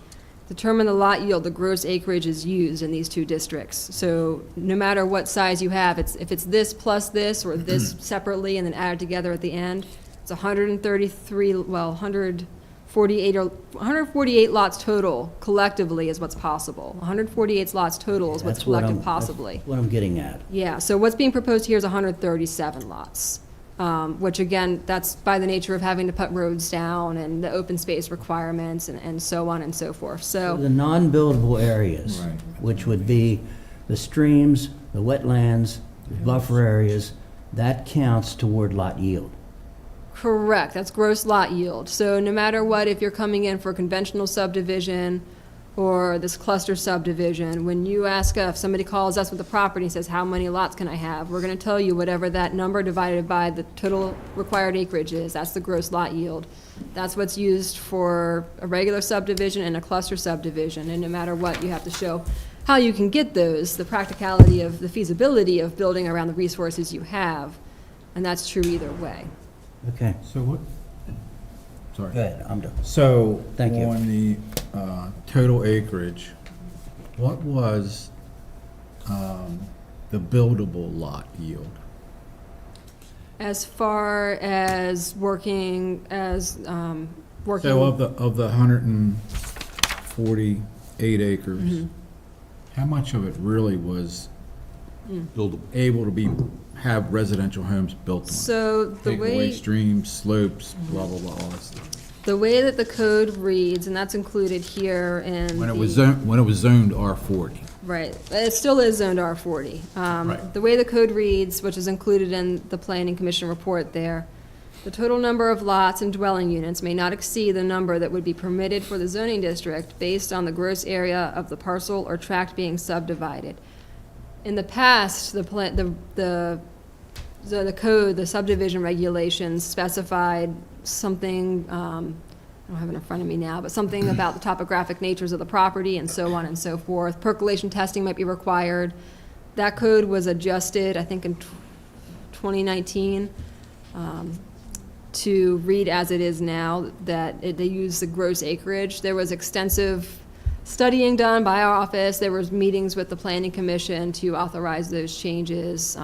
Planning, I believe, was the lead on that modification. So the way it reads now, when the topographical layout of the property is not factored into how many lots you can get out of it. It's just a gross acreage divided by the total Right. So, minimum. may I ask the question to the developers? How many homes can be built on the original, on the 148 acres? How many can you get in there zoned as R40? How many, is that the issue? You can't make your number with, you can't build as many, 137 homes with the original plan, the R40 plan, or Without clustering? without clustering? The purpose for clustering really is about protecting the environmental resources and not putting that on lots for residents. Residents have a tendency to not respect that quite as much as, or at least a handful of them won't, and it becomes problems in the future. Really, because of the way the zoning code reads, we never did a plan that was R40,000 only. Because of the comprehensive rezoning change to the R40,000 zoning code, we are following the code to a T in terms of putting this plan together. In the past, we've developed our 40,000 lots where what you do is your building restriction, your building envelope needs to be outside of those environmental resources. But that can be a quarter of an acre, a third of an acre, part of a lot, and you can then push the lot lines into those environmental resource areas. And that's how those plans have historically been put together. I think overall, though, that you end up with a better lot design and better infrastructure design when you're able to cluster and then do larger open space parcels that are either dedicated to the county or overseen by the HOA for their long-term protection. Thank you. And If I may, I'm David Bowersox, 24 North Court Street. The change in the code that they're referring to, when that was up for consideration, I think both here, before your predecessors, and the county commissioners, Board of County Commissioners at that time, there was a presentation done, a study done, review from the Bureau of Development Review of the situations of a number of existing subdivisions that were developed under the old code. And there was a determination came back that there was a negligible amount of difference in the potential lot yield of a conventional, let's call it R40 or R20, whatever the subdivision was, and the cluster layout. There was negligible, if any, difference, and in fact, I think most of those sites that were studied, the cluster ultimately yielded less lots than the conventional plan would have been in the zoning district. And if I could as well, The regulations for the R district and the C district are different, like I had mentioned. The way that the C district reads in regard to the number of lots. So, and this is what the residential district used to read like too, which is where I think this question came from. Total number of lots and dwelling units shall not exceed the number that would be permitted if the area would be developed in conformance with its topographic characteristics and normal minimum lot size requirements. I will note there was a conventional plan provided for the cluster, for the conservation zone district that would show how it would be developed in accordance with its topographic characteristics. 5 lots were shown on that plan. 4 lots are shown on this cluster plan. They actually lost yield when they went to the cluster, or they reduced yield. So they were capable of showing 5 lots proposed for that conservation district, which is the only one that has that sort of language currently, based on the date that this plan was submitted. And they actually lost yield between that conventional plan and what's being proposed with this cluster plan. Okay. When we see a plan like this, and we see a road kind of coming through, it would be my inclination, and I would think it would be the county's inclination, if we're going to use a road like that as a secondary collector.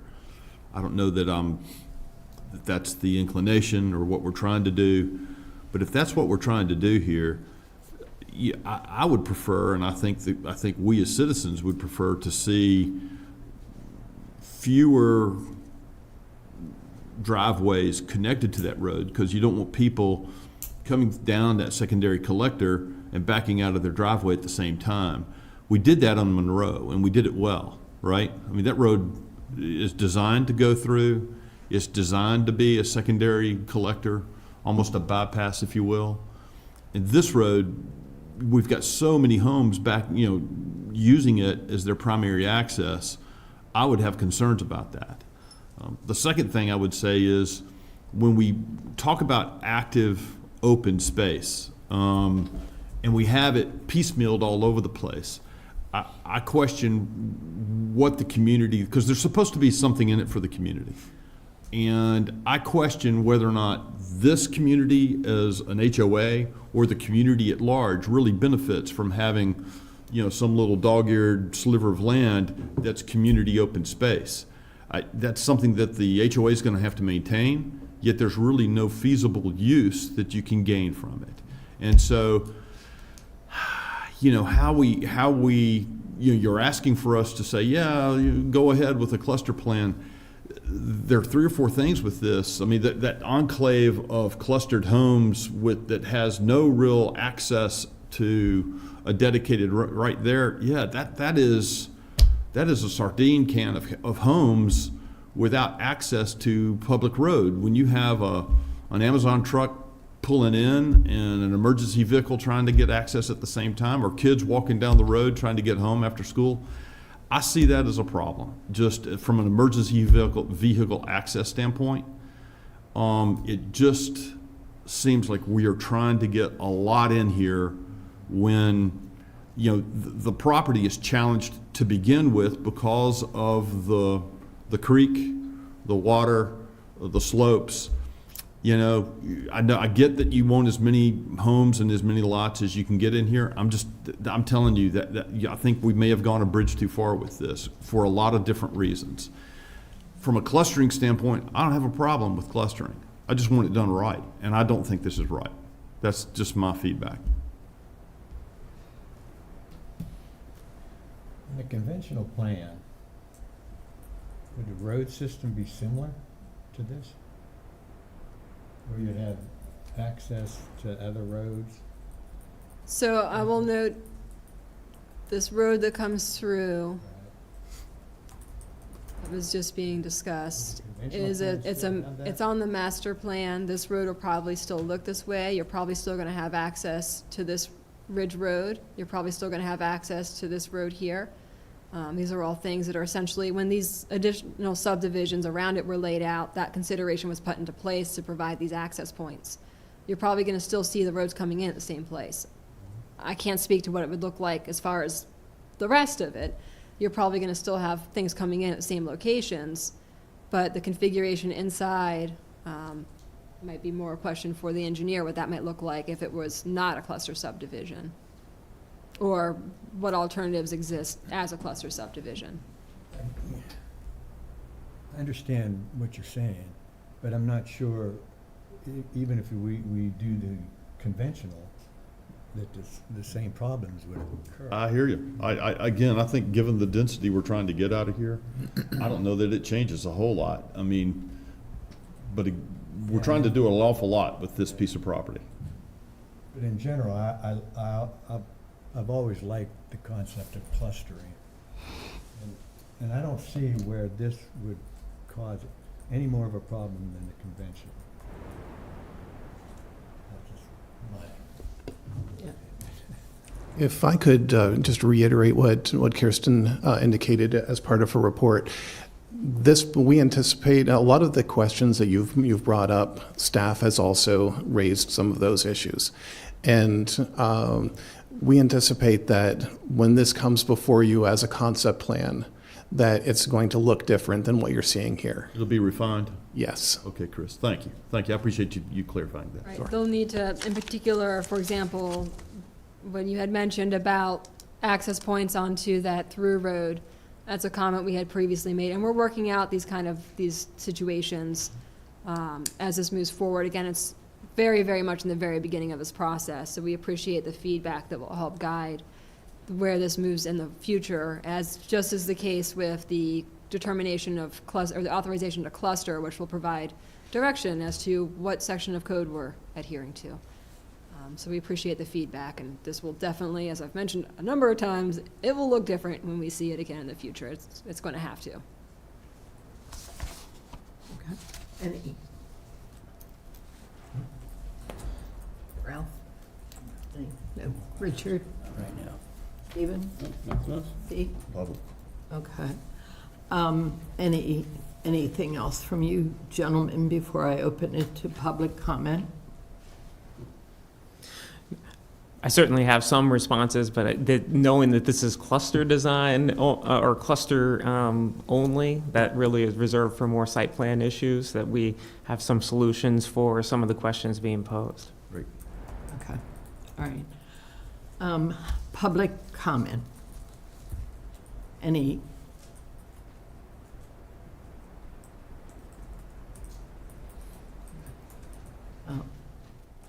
Hi, my name's Kristen Mornelli. I live at 2175 Morning Wind Drive.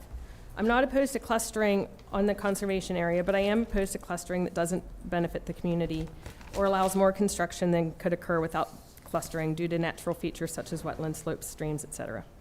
The county says the open space from clustering should benefit the community. The currently submitted plans only show the open space as empty lots with no plans. Developer has no plans to install any playground or other structures here. We were told by the developer the future HOA will determine what, if anything, is put on the open space. As of now, and likely in the future, this area will remain open space. There are also small areas of open space, like Parcel I, a 1 acre area of open space between planned homes. Who would maintain that, and what benefit is provided by that open space? This doesn't benefit the new home buyers because they'll have smaller lots, and it doesn't benefit the existing neighborhoods. The only benefit derived from this clustering plan is to the developer, allowing the homes to be closer together to save on infrastructure costs. Developer also told me he wants to create a high-end enclave on the conservation area, separated from the rest of his development with its own entrance, where he'll build more expensive houses. This is the plan for the development on the conservation area. The open space where it is now serves to separate the conservation area from the rest of the property, benefiting the developer by separating the two developments and allowing him to charge more for the homes on the exclusive conservation area. The neighbors on the south side of the development are on conservation zoning. We're all on 3 to 5 acres, so the clustered homes on 1 acre lots right along our front property lines don't tie in with the existing neighborhood, which is one of the stated goals in the Freedom Plan. I've met with the developer a few times in the past few years. At a meeting in 2021, the developer told me they'd have a landscaping and other features to provide visual and audio screening for the current neighborhood from the new development. As of our last meeting in the spring, these concerns were largely ignored. Much like the Bachman Valley area is discussed earlier, sound travels very far in our neighborhood. We can hear what happens in our neighbor's yard several houses away. We're very concerned about the visual and audio disturbances we'll be forced to deal with as a result of this development. The backyards of these houses will be along our front property lines. It's highly feasible these homes will have swimming pools in their backyards. I would have never purchased a house located directly behind another house, but this is what we're facing right now. One neighbor, Emmy Crouch, has submitted 2 options that provide more contiguous open space on the property and also locates the open space along the perimeter of the new development, providing a buffer between the developments. This would benefit both communities by providing audio and visual screening. It would also alleviate our concerns about runoff from the new development onto our private road, Morning Wind Drive. This benefits more people than where the open space is currently located. I'm not opposed to clustering, but it needs to provide a benefit to the community, help alleviate the concerns of the existing neighborhoods, and minimize the new development's impact on the current neighborhoods. If clustering is approved, we would like the open space to provide a buffer space between the existing neighborhood and the new development. On the submitted plan, there are small areas of open space between parcels. Please put all open space in a contiguous area along the perimeter of the property so the open space can be more useful, and please keep in mind the citizens' rights in the existing neighborhoods. And I want to touch upon one other thing that was mentioned, the access from Lazy Morning Way. I know that was always planned if a development went in there. But until public sewer was extended to this property about 2 years ago, the whole almost 150-acre plot could only have 14 houses built on it. So saying that that was always meant as an access point, while it is technically true, it was still never designed for that many houses to come into my neighborhood. We have 90-degree turns, we have dips, we have turns. I know several years ago, a kid got life flighted out because he got hit by a car on a bicycle. An adult was in the ICU for 3 weeks in, I think, 2020 because he was hit at the entrance to our neighborhood by another neighbor. So we already have safety concerns through the Forest Hills neighborhood with speeding, delivery trucks, things like that. So while that access point was always designed to access that area, it was never designed for that much traffic. Thank you. Thank you. Any other comments? Okay. Hi. Thank you. I'm Gretchen Green. I live in 7092 Wellington Drive. So I live right off of Ridge Road. It's been a really long meeting today, and I'm just winging it. I didn't come prepared with a speech or anything. But I just want to say, as far as this development goes, it's density housing. And I live in the neighborhood, and most of the homes in the area, it's pretty open space. It's agricultural. It's quiet, it's peaceful. We all move there for that type of community. It's just dead quiet at night. It's beautiful. This would be a radical change. And where I hear clustering, I think that's a way to ensure that they can get the high density in there. Pack as much as possible in the area. And I don't understand all the technical language and these kind of meetings because they're new to me. But I just do have a lot of concerns, especially Ridge Road. It's not a safe road. There's no shoulders on the road. I'm really concerned about how this high density cluster development is going to impact our infrastructure, our schools, our water, sewer, all of that stuff. And the communication has not been great. I got a little postcard. It's pretty discouraging. You don't really know what it's about. I don't know that a lot of people, in our extended community that are all going to be impacted. This is going to be a radical change with this high density. It's going to transform the whole area. You're talking hundreds of cars on single lane roads that with no shoulders. I mean, it's drastic. So I just want to go on the record as saying that I hope the commission is really thinking seriously about all of these aspects, and clustering may be a good development tactic, but I'm just really concerned about the density and how it moves forward. So thank you. Thank you. Hi, I'm Amy Lanhart. I live 7072 Wellington Drive, and I live next to Gretchen. So I live right off of Ridge Road too. But just to kind of zone in, very similar to two ladies who spoke before me. And again, I would like to just mention, like, the communication of all this has been not very well done. Most of my neighbors, really, their postcards late notice. I mean, we got them, very little description on them, just websites. They look like they had been through, I don't know what. It was very hard to even read the websites. Like they look like they'd been Xeroxed or something. It was terrible. So a lot of my neighbors wanted to be here and couldn't be here, but Gretchen and I both came.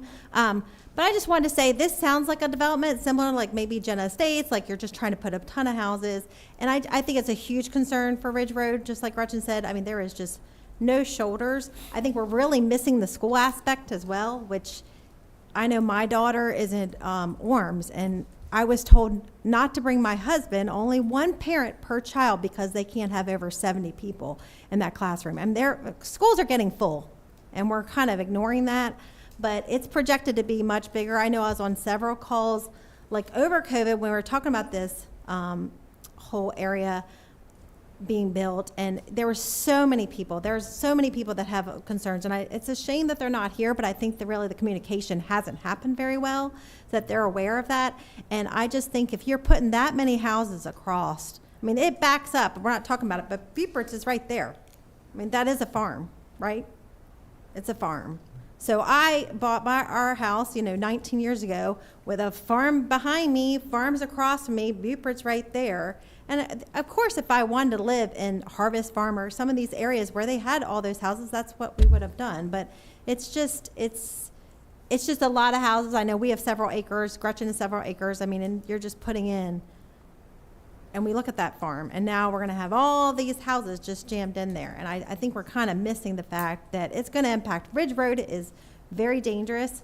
I've called it used to be police. The sheriff used to sit in that little alcove across from Ridge Road, and they used to catch people. No one does it anymore. The only place you get a ticket is up by Quail Meadow. They're not policing our road at all anymore. I've called several times. My daughter's bus has been passed many times. I've been passed many times just coming out of my driveway. People ride right up on you all the time. It's really gotten busy. Everybody's peeling out to either get to the Ridge Road, and they're going to go 70, or they're going to cut down through Sunset to like get over to 26. But it's really busy, and buses are getting passed. And I know a lot of it doesn't get reported. I try to call in every time it happens, just so at least it's on the record. But it's happening many times, all the time.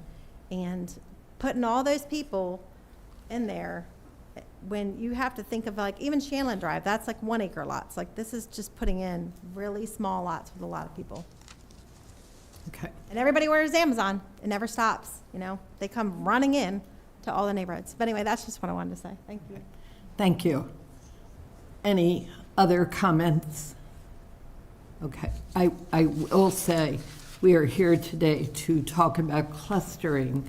A lot of the comments that have been made will be addressed should this go forward in that format, and you will have an opportunity to come back.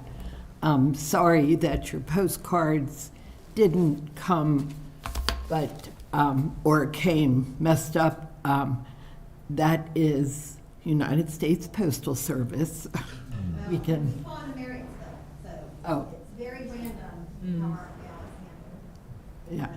So, well, it's still the Postal Service, how it does come in that thing. Things can be posted in the newspaper, just a suggestion. I mean, there's other areas, social media. I think more things can be done than just a little postcard. Okay. All right. So, thank you. So, hearing no more public comment, the question is before us about clustering.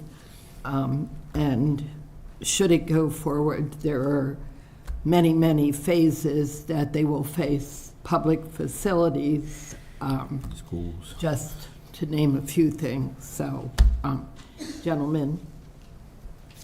I guess I just want to address that even if we don't cluster, approximately the same number of lots will be there. Correct. The density would not increase with the cluster provisions as opposed to a conventional.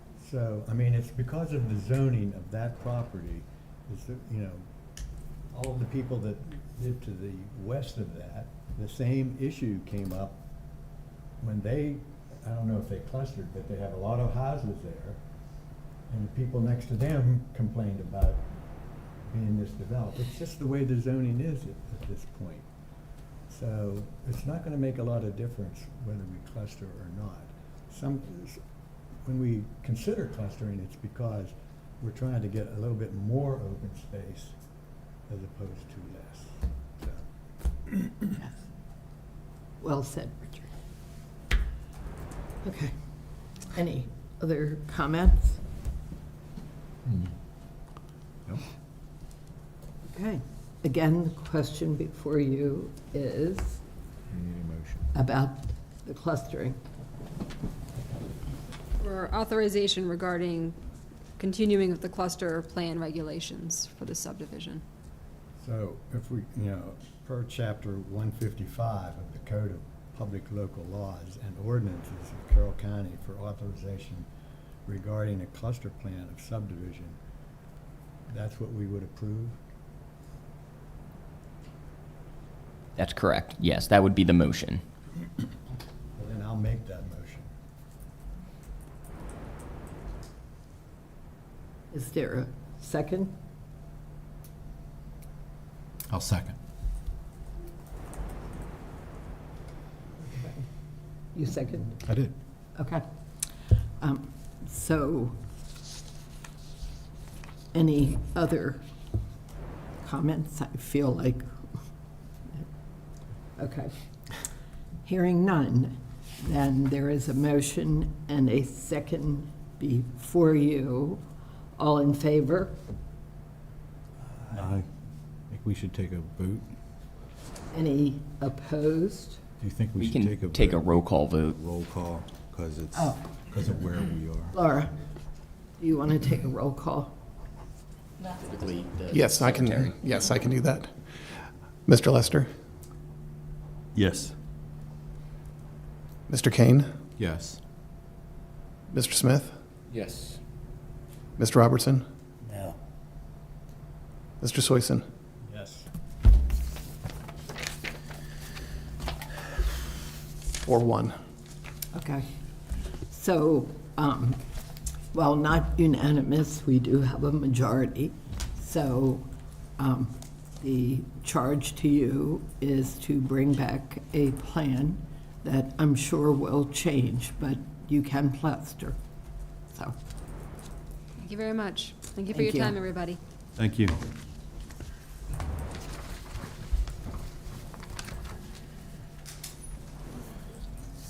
And then the final again. where are we?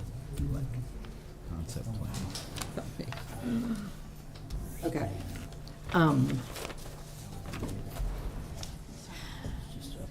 Annual report, number 16.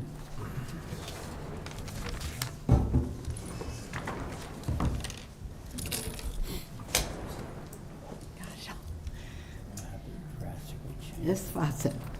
Good afternoon. Good afternoon. Good afternoon, Tiffany. Here before you, requesting approval of the Carroll County 2022 Annual Planning Report. I came before you on June 7th with an introduction and presentation to the report. Did anyone have any questions regarding the report or the presentation that I gave? I don't think so. Yeah. Do you gentlemen have any questions on this? Stephen? So, are you, No. Oh, am I requesting a report or am I giving a presentation? No more presentation. That is all that I'm doing, is requesting the approval of the report. okay, all right. So, I would like to make a motion to approve the 2022 Annual Planning Report for submittal to the Maryland Department of Planning with consistency with the master plan. A second. okay, we have a motion and a second before you. All in favor? Aye. Okay. Thank you.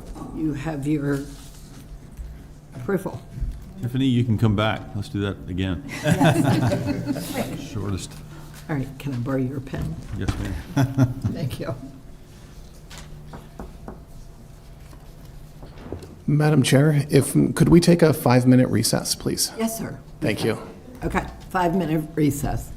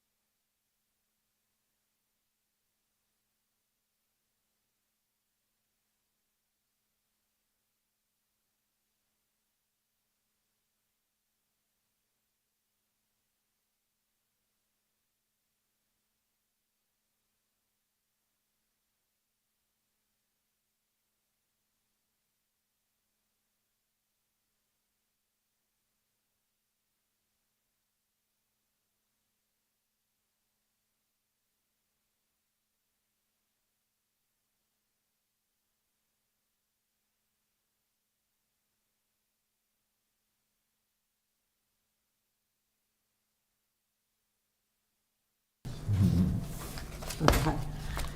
And we are at number 17, community solar in the agricultural district. Brenda Denny. Good afternoon. Madam Chairman, before this starts, Yes, sir. I'd like to recuse myself from any discussion on this. I just want everyone to know that I was part of the committee that the commissioners asked to be formed to study the solar issue, the community solar issue. I want everyone to know that no decisions were made on that committee. It was an informational committee to provide the commissioners with more information on community solar. But I just feel it's proper that I recuse myself from any discussion on this topic. Thank you for that. Okay. All right, so at your June 7th meeting, we came to you and briefed you on the Board of County Commissioners' proposal to remove from the zoning code section 158, 153E, which is community solar in the agricultural zone. And I'll note that community solar is allowed in the industrial zones, some of the commercial zones, and employment campus, and this action, if it was removed, would not affect those zones or what is allowed in them in regard to community solar. So as required by the county code, we are requesting the commission to specifically provide a recommendation to the board regarding their proposal to remove that section of the code. And I also want to note that the board did request the county attorney's office to schedule a public hearing to remove that section of the code, and it will be held on July 13th at 9 a.m. in room 311. And it was published in the Carroll County Times on June 15th and will be published again on the 22nd.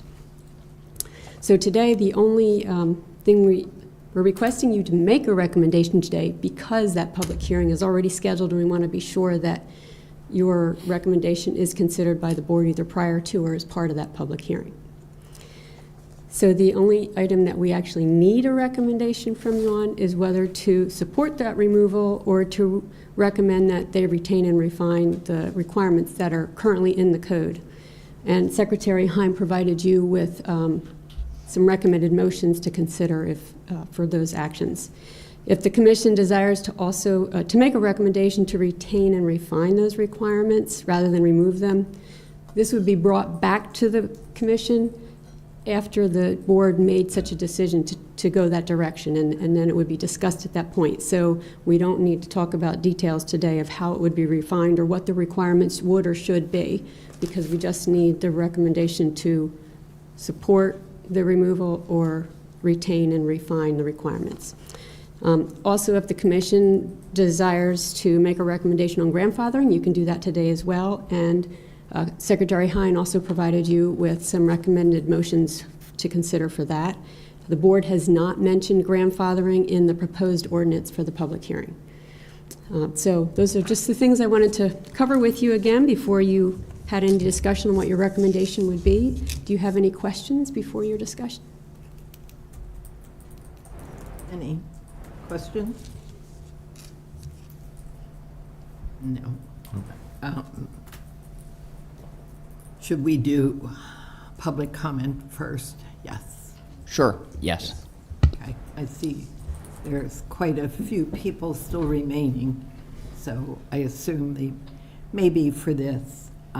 If you would like to make a comment, please come to the microphone, state your name and your address. And you do have a 3-minute timer. I'll make it quick because I don't want to have anything to do with what happened in this room this morning. What a fiasco that was.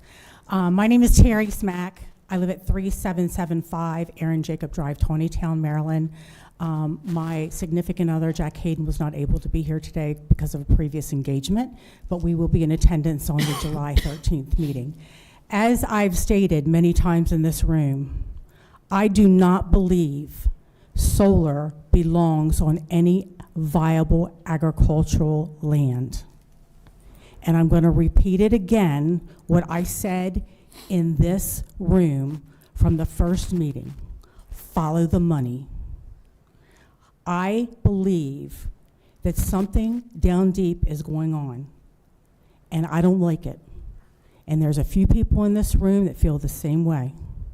And I hope that all of you that are sitting there listen to us today and understand that we are living in communities where we know farmers have farmed the land, and this is what our county belongs to be, farmland.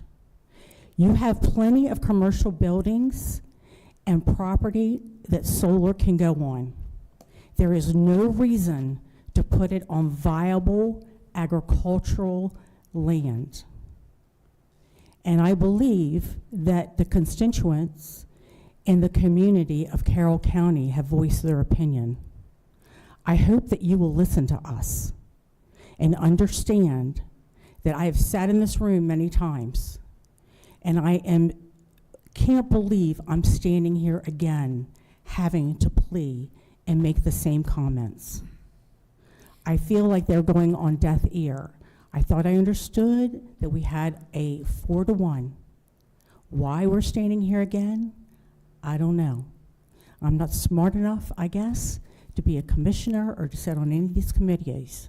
But what I do know is that most of the people that are not being paid don't want solar on farmland. And I hope that you all will agree with us. Thank you and have a great day.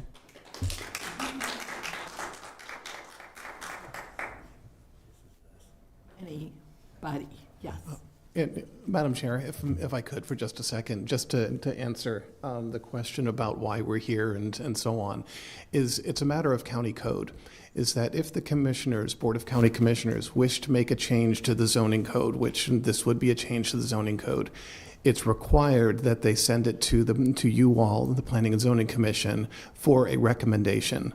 Right. So yes, the Board of County Commissioners voted 4-1 to offer the recommendation of removing that section of code, and they have sent it to you as a matter of law for you to then provide a comment back.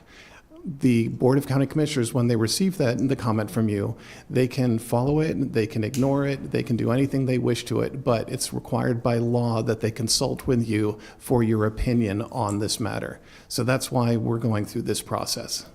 Thank you, Chris. Thank you. Did somebody want to speak? Hello, my name is Annette Fleischel. I live at 1401 Fanny Dorsey Road. I think a lot of people in this room know me. My friends are here. My community is here. Mr. Hine knows me. And I'm just going to start with what I prepared to say. And I really don't appreciate the 3-minute mark when the others didn't get a 3-minute mark. So I'm just letting you know. I timed mine, and it's 3 minutes, but it didn't include this little introduction. Okay, so I live at 1401 Fanny Dorsey Road. It's a 50-acre farm directly across the road from the very first proposed community solar generating facility.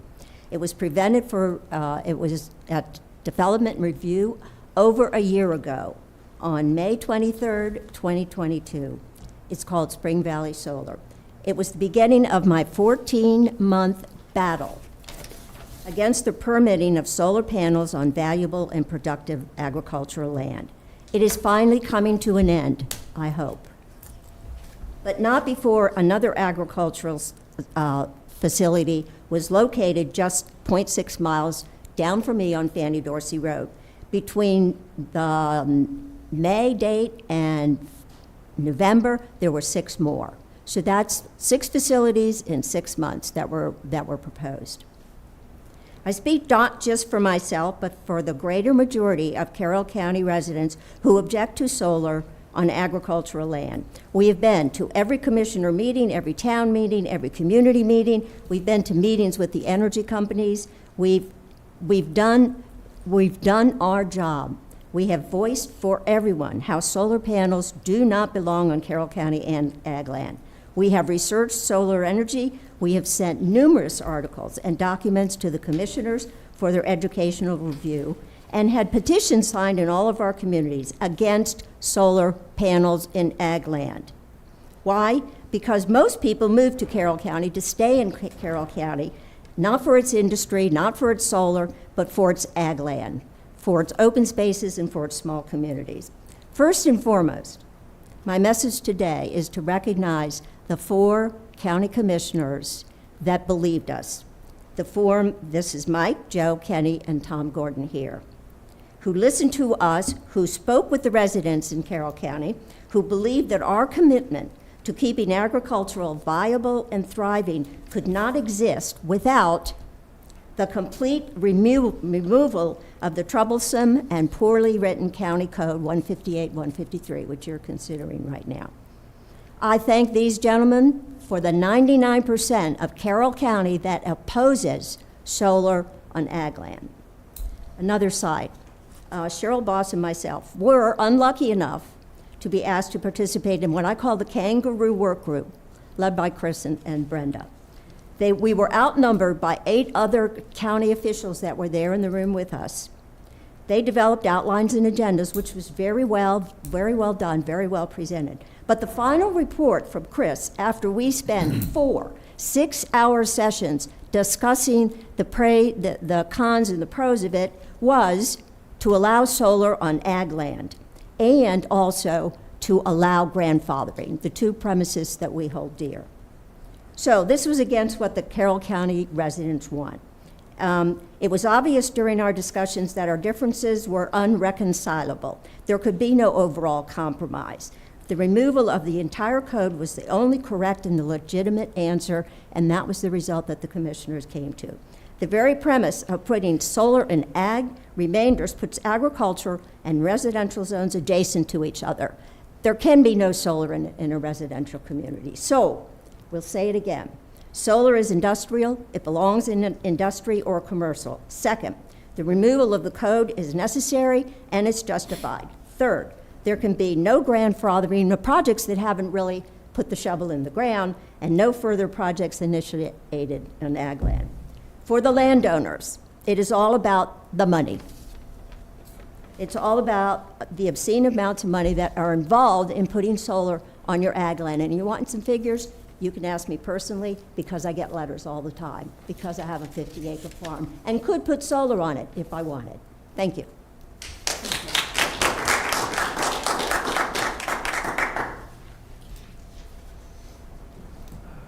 Okay. Hi, my name is Mark Hamilton. I reside at 981 Fanny Dorsey Road, Sykesville, Maryland, and I agree with everything that Annette and Terry has spoke to, and Annette was referring to me as the other site that's 0.6 of a mile down the road from her. Where I am, after this 158, 153E, in May of 2021 was passed through, they didn't take any consideration when they passed this. That, okay, they say you got to be 40 foot inside the property line of the site.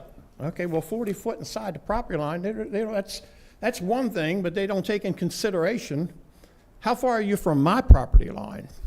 How far are you from the front door of my house? So as it is, they're proposing to put 15 to 17 acre solar complex across the street from me, 252 foot from my front door. And that's something you really want to, would you like to look at that every day? Come right out to your front porch and see that right in front of you? I mean, I'm probably, out of all these sites that are proposed in this county, I'm probably the worst one. I'm probably getting the worst slap in the face from this, to let you know what that would be. It's just no setback. No, they didn't give any setback to existing residents, their houses, their property lines. 40 foot inside the property line was the only setback on their property. That doesn't make any sense. And that side of the road is zoned agricultural. My side of the road, and that is 66 and a half feet from the agricultural property line that runs along their property to the other side of the road, 66 and a half feet, my residential property line. I mean, it doesn't make any sense to put a site like in my case, in my neighborhood, in a residential neighborhood. And there's other people here that are adjoining that lot on the other side of the road from me. But that's me being adjacent from them and not adjoining their property. But it just doesn't add up to put something like this in it's basically a residential neighborhood. I've lived there since 1985, so I'm 38 years living there, and I'm not planning on going anywhere else. You know, at my age, I don't want to go anywhere else.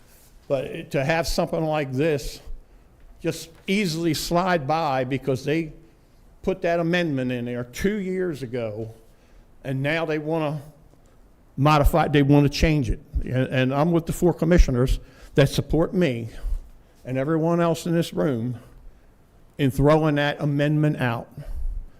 You know, they've had these work group meetings. They want to try to come to some kind of a reasonable way to figure out how you can make solar work on ag land. Well, that didn't seem to me like that got anywhere. In these 4 long days, they had these meetings to try to eliminate what's going on with this. So, easiest thing to do, cancel 158, 153E completely. And that's it's just not affecting me. It's affecting everybody else in this room, plus people that couldn't come here today because they work. I'm retired, so my time's very flexible. But there's a lot of people, they just can't afford to take off from work to go to these meetings during the day, you know.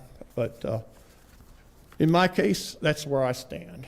And I went to just like these two, I went to all these meetings, commissioners' meetings, spoke, went to the moratorium meeting and spoke.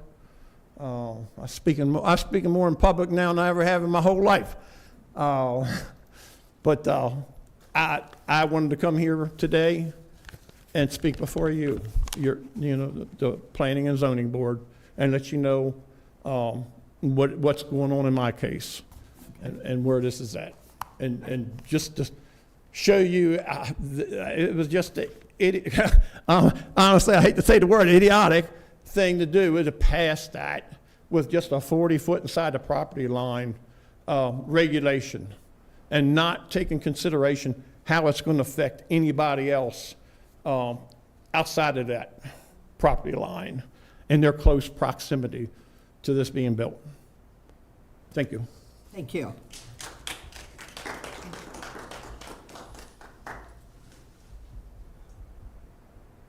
My name is Sandy Roberts. I'm at 6571 Jasana Court in Sykesville. I'm right on the other side. My backyard would be looking right at the solar project that Mark was just describing. I don't have a prepared speech because I honestly wasn't aware that we could speak today, so I'm just speaking from my heart today. I've also been to all of the meetings. We're tired. I'm going to be honest, we're tired. We thought that we had finally beat this with the commissioners' vote 4-1, and thank you from the bottom of our hearts to you commissioners who voted that way, because we know that you were looking out for the interests of Carroll County. We came out at the hearing in droves, in numbers. The room was packed, standing room only, people who opposed the solar on agricultural land.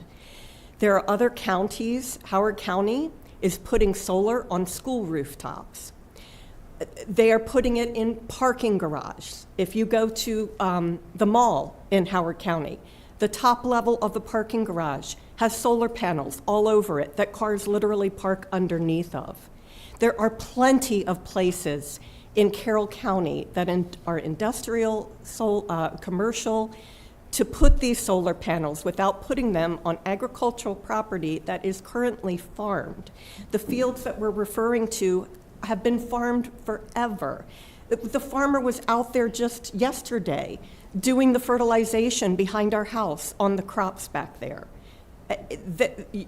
Farming it's a livelihood here in Carroll County. The other thing I wanted to note is there's a website called informedcarrollcounty.com. on which it is stated that in Hampstead, in Carroll County, we have the largest rooftop solar facility in all of the United States. So there are arguments that the state may come in and mandate that we're not doing enough as a county. And it's almost like a threat, like we got to get this farmland used in this way so that the state doesn't come in and mandate that it has to be even larger or we have to put it on our agricultural land. We are already doing plenty as a county. If you look at this solar rooftop project in Hampstead, which according to the website powers 1,300 homes and subscribers in Carroll County. And we are moving forward with solar, just not on agricultural land. So I just ask that we do throw out the amendment that allowed this. The other thing I just have to say is when they put the work groups together, we were under the impression that it was just to present to the commissioners how the people of Carroll County felt about this from the work group, having two sides, pro and against solar on the committee. And then we were devastated to see that there were staff recommendations on what should be done, and it was pro-solar. It was pro-solar on ag land from the staff recommendations, which felt like a slap in the face to the people that sat on the work group committee for I don't know how many hours, for weeks, trying to hash this out. And that wasn't what we thought the purpose of the work group committees were.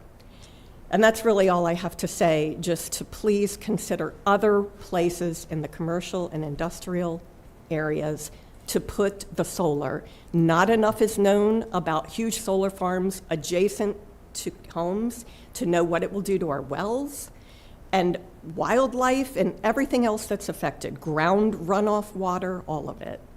Thank you very much. Thank you.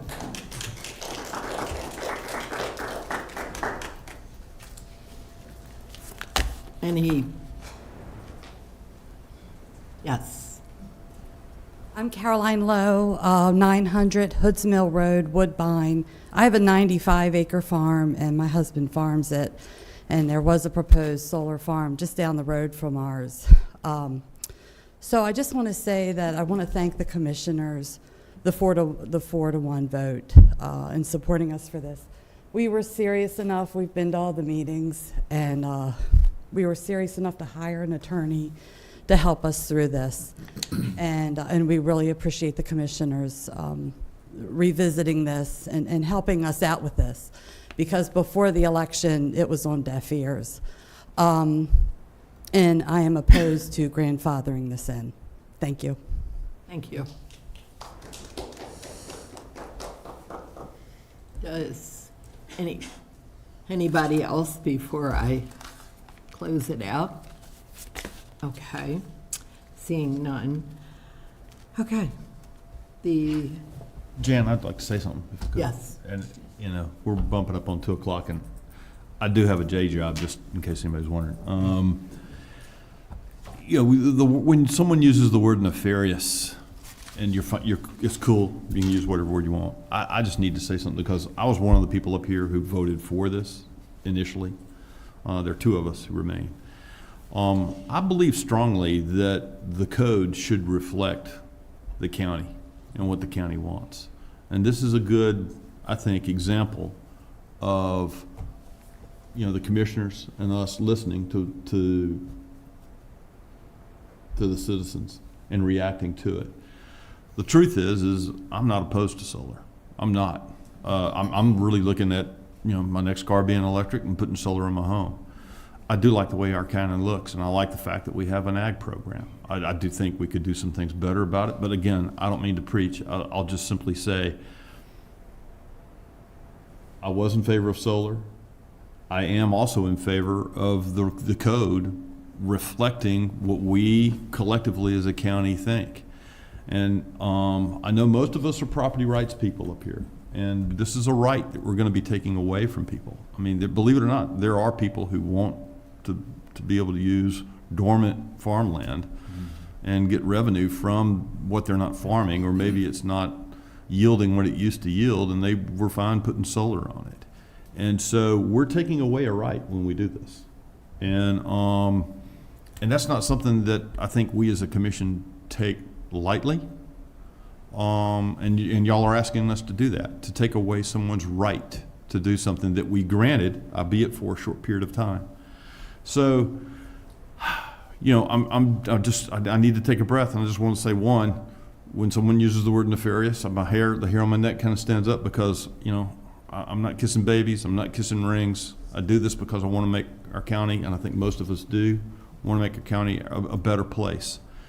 I hear what you're saying, and I hope we listen to other people when they talk about this, because again, I think, you know, when we band together and live in a certain community, the regulations ought to reflect what our community thinks and what we want our community to be, you know, a vision of that. And so, you know, with the election, we've obviously had a change of heart.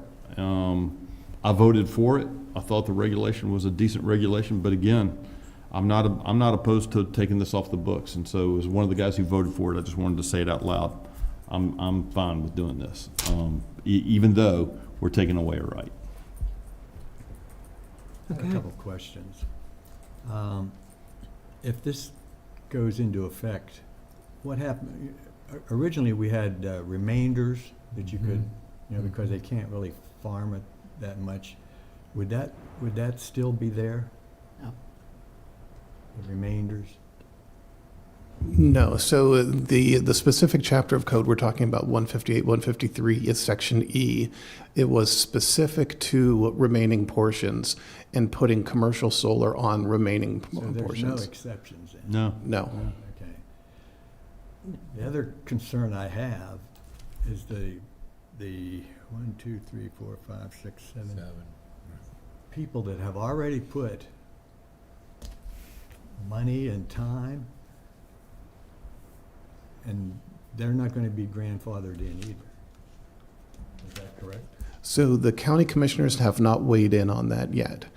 So typically what happens when there is a code change like this, the commissioners will determine if they wish to grandfather any projects that are in process.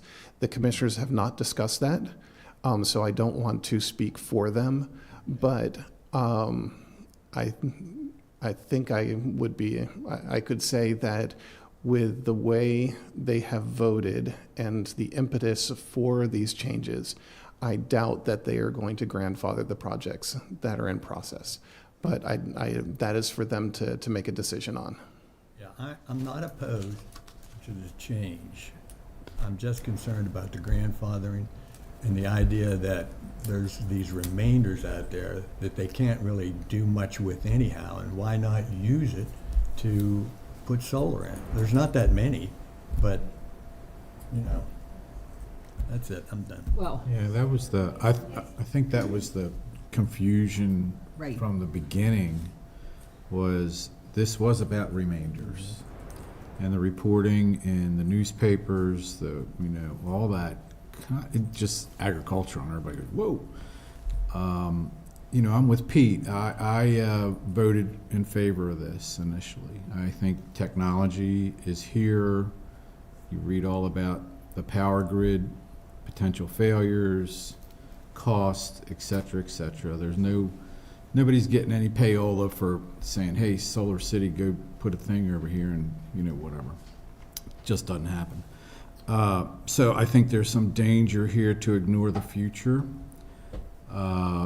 That said, technology can change. Those panels can turn into the size of Janet's laptop eventually, and maybe this will get revisited. But can't ignore the outcry from the community against the solar.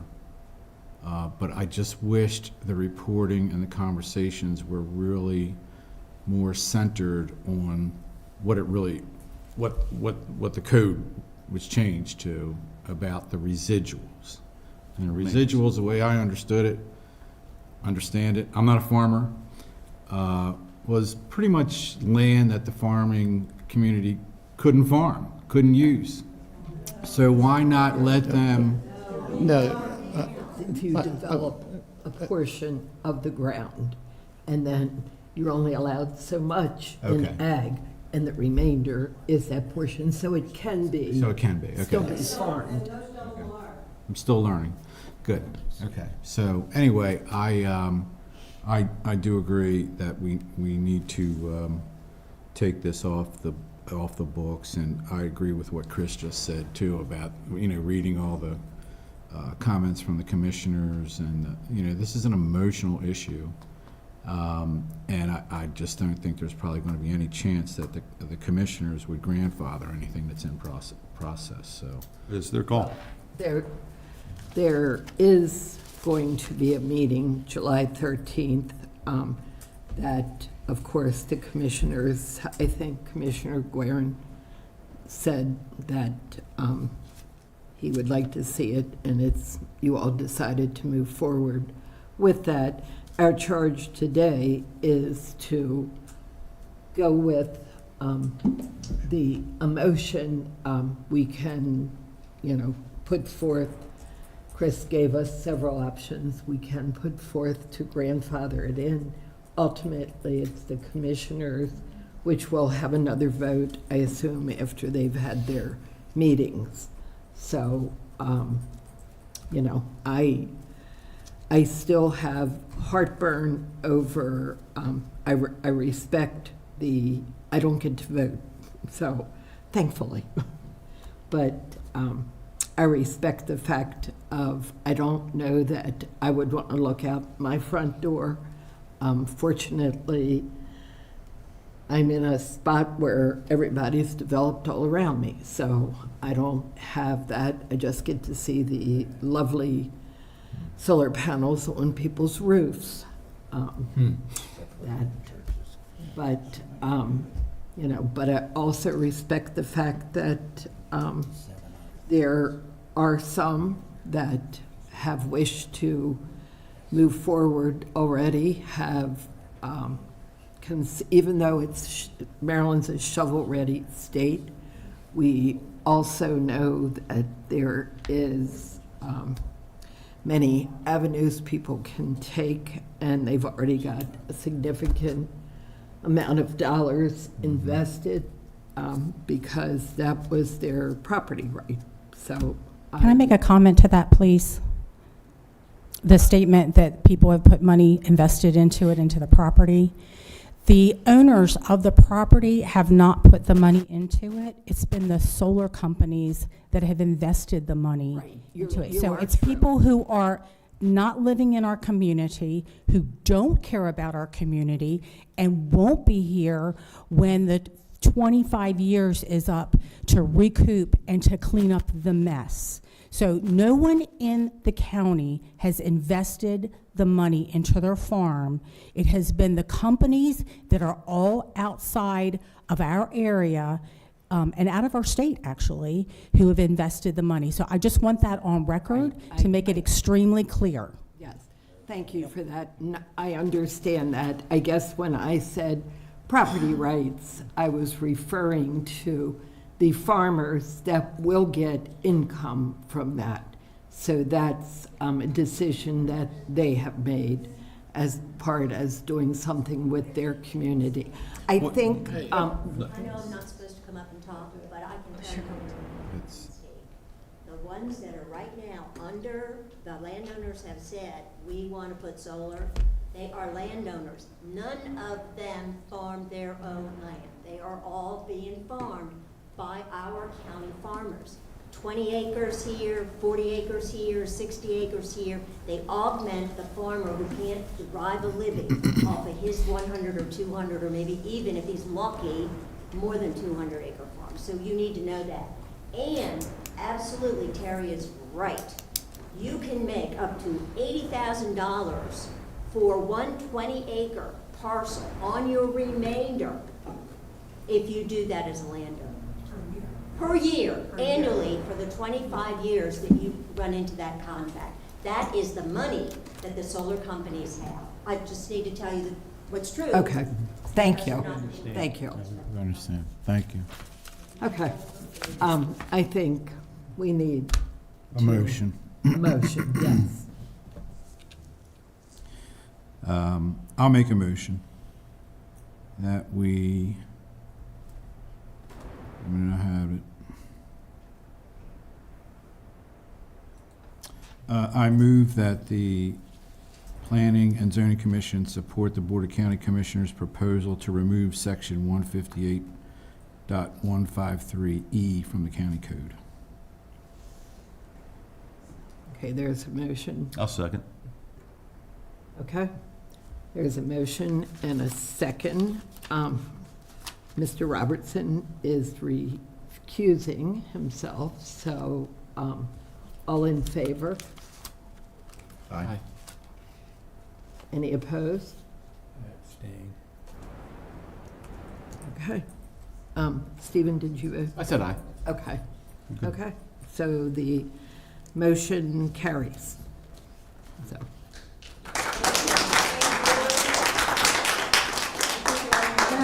All right, so our next meeting will be Tuesday, July 18th, here in this room. I will entertain a motion to adjourn. I make a motion, we adjourn. Second. All in favor? Aye. That's unanimous.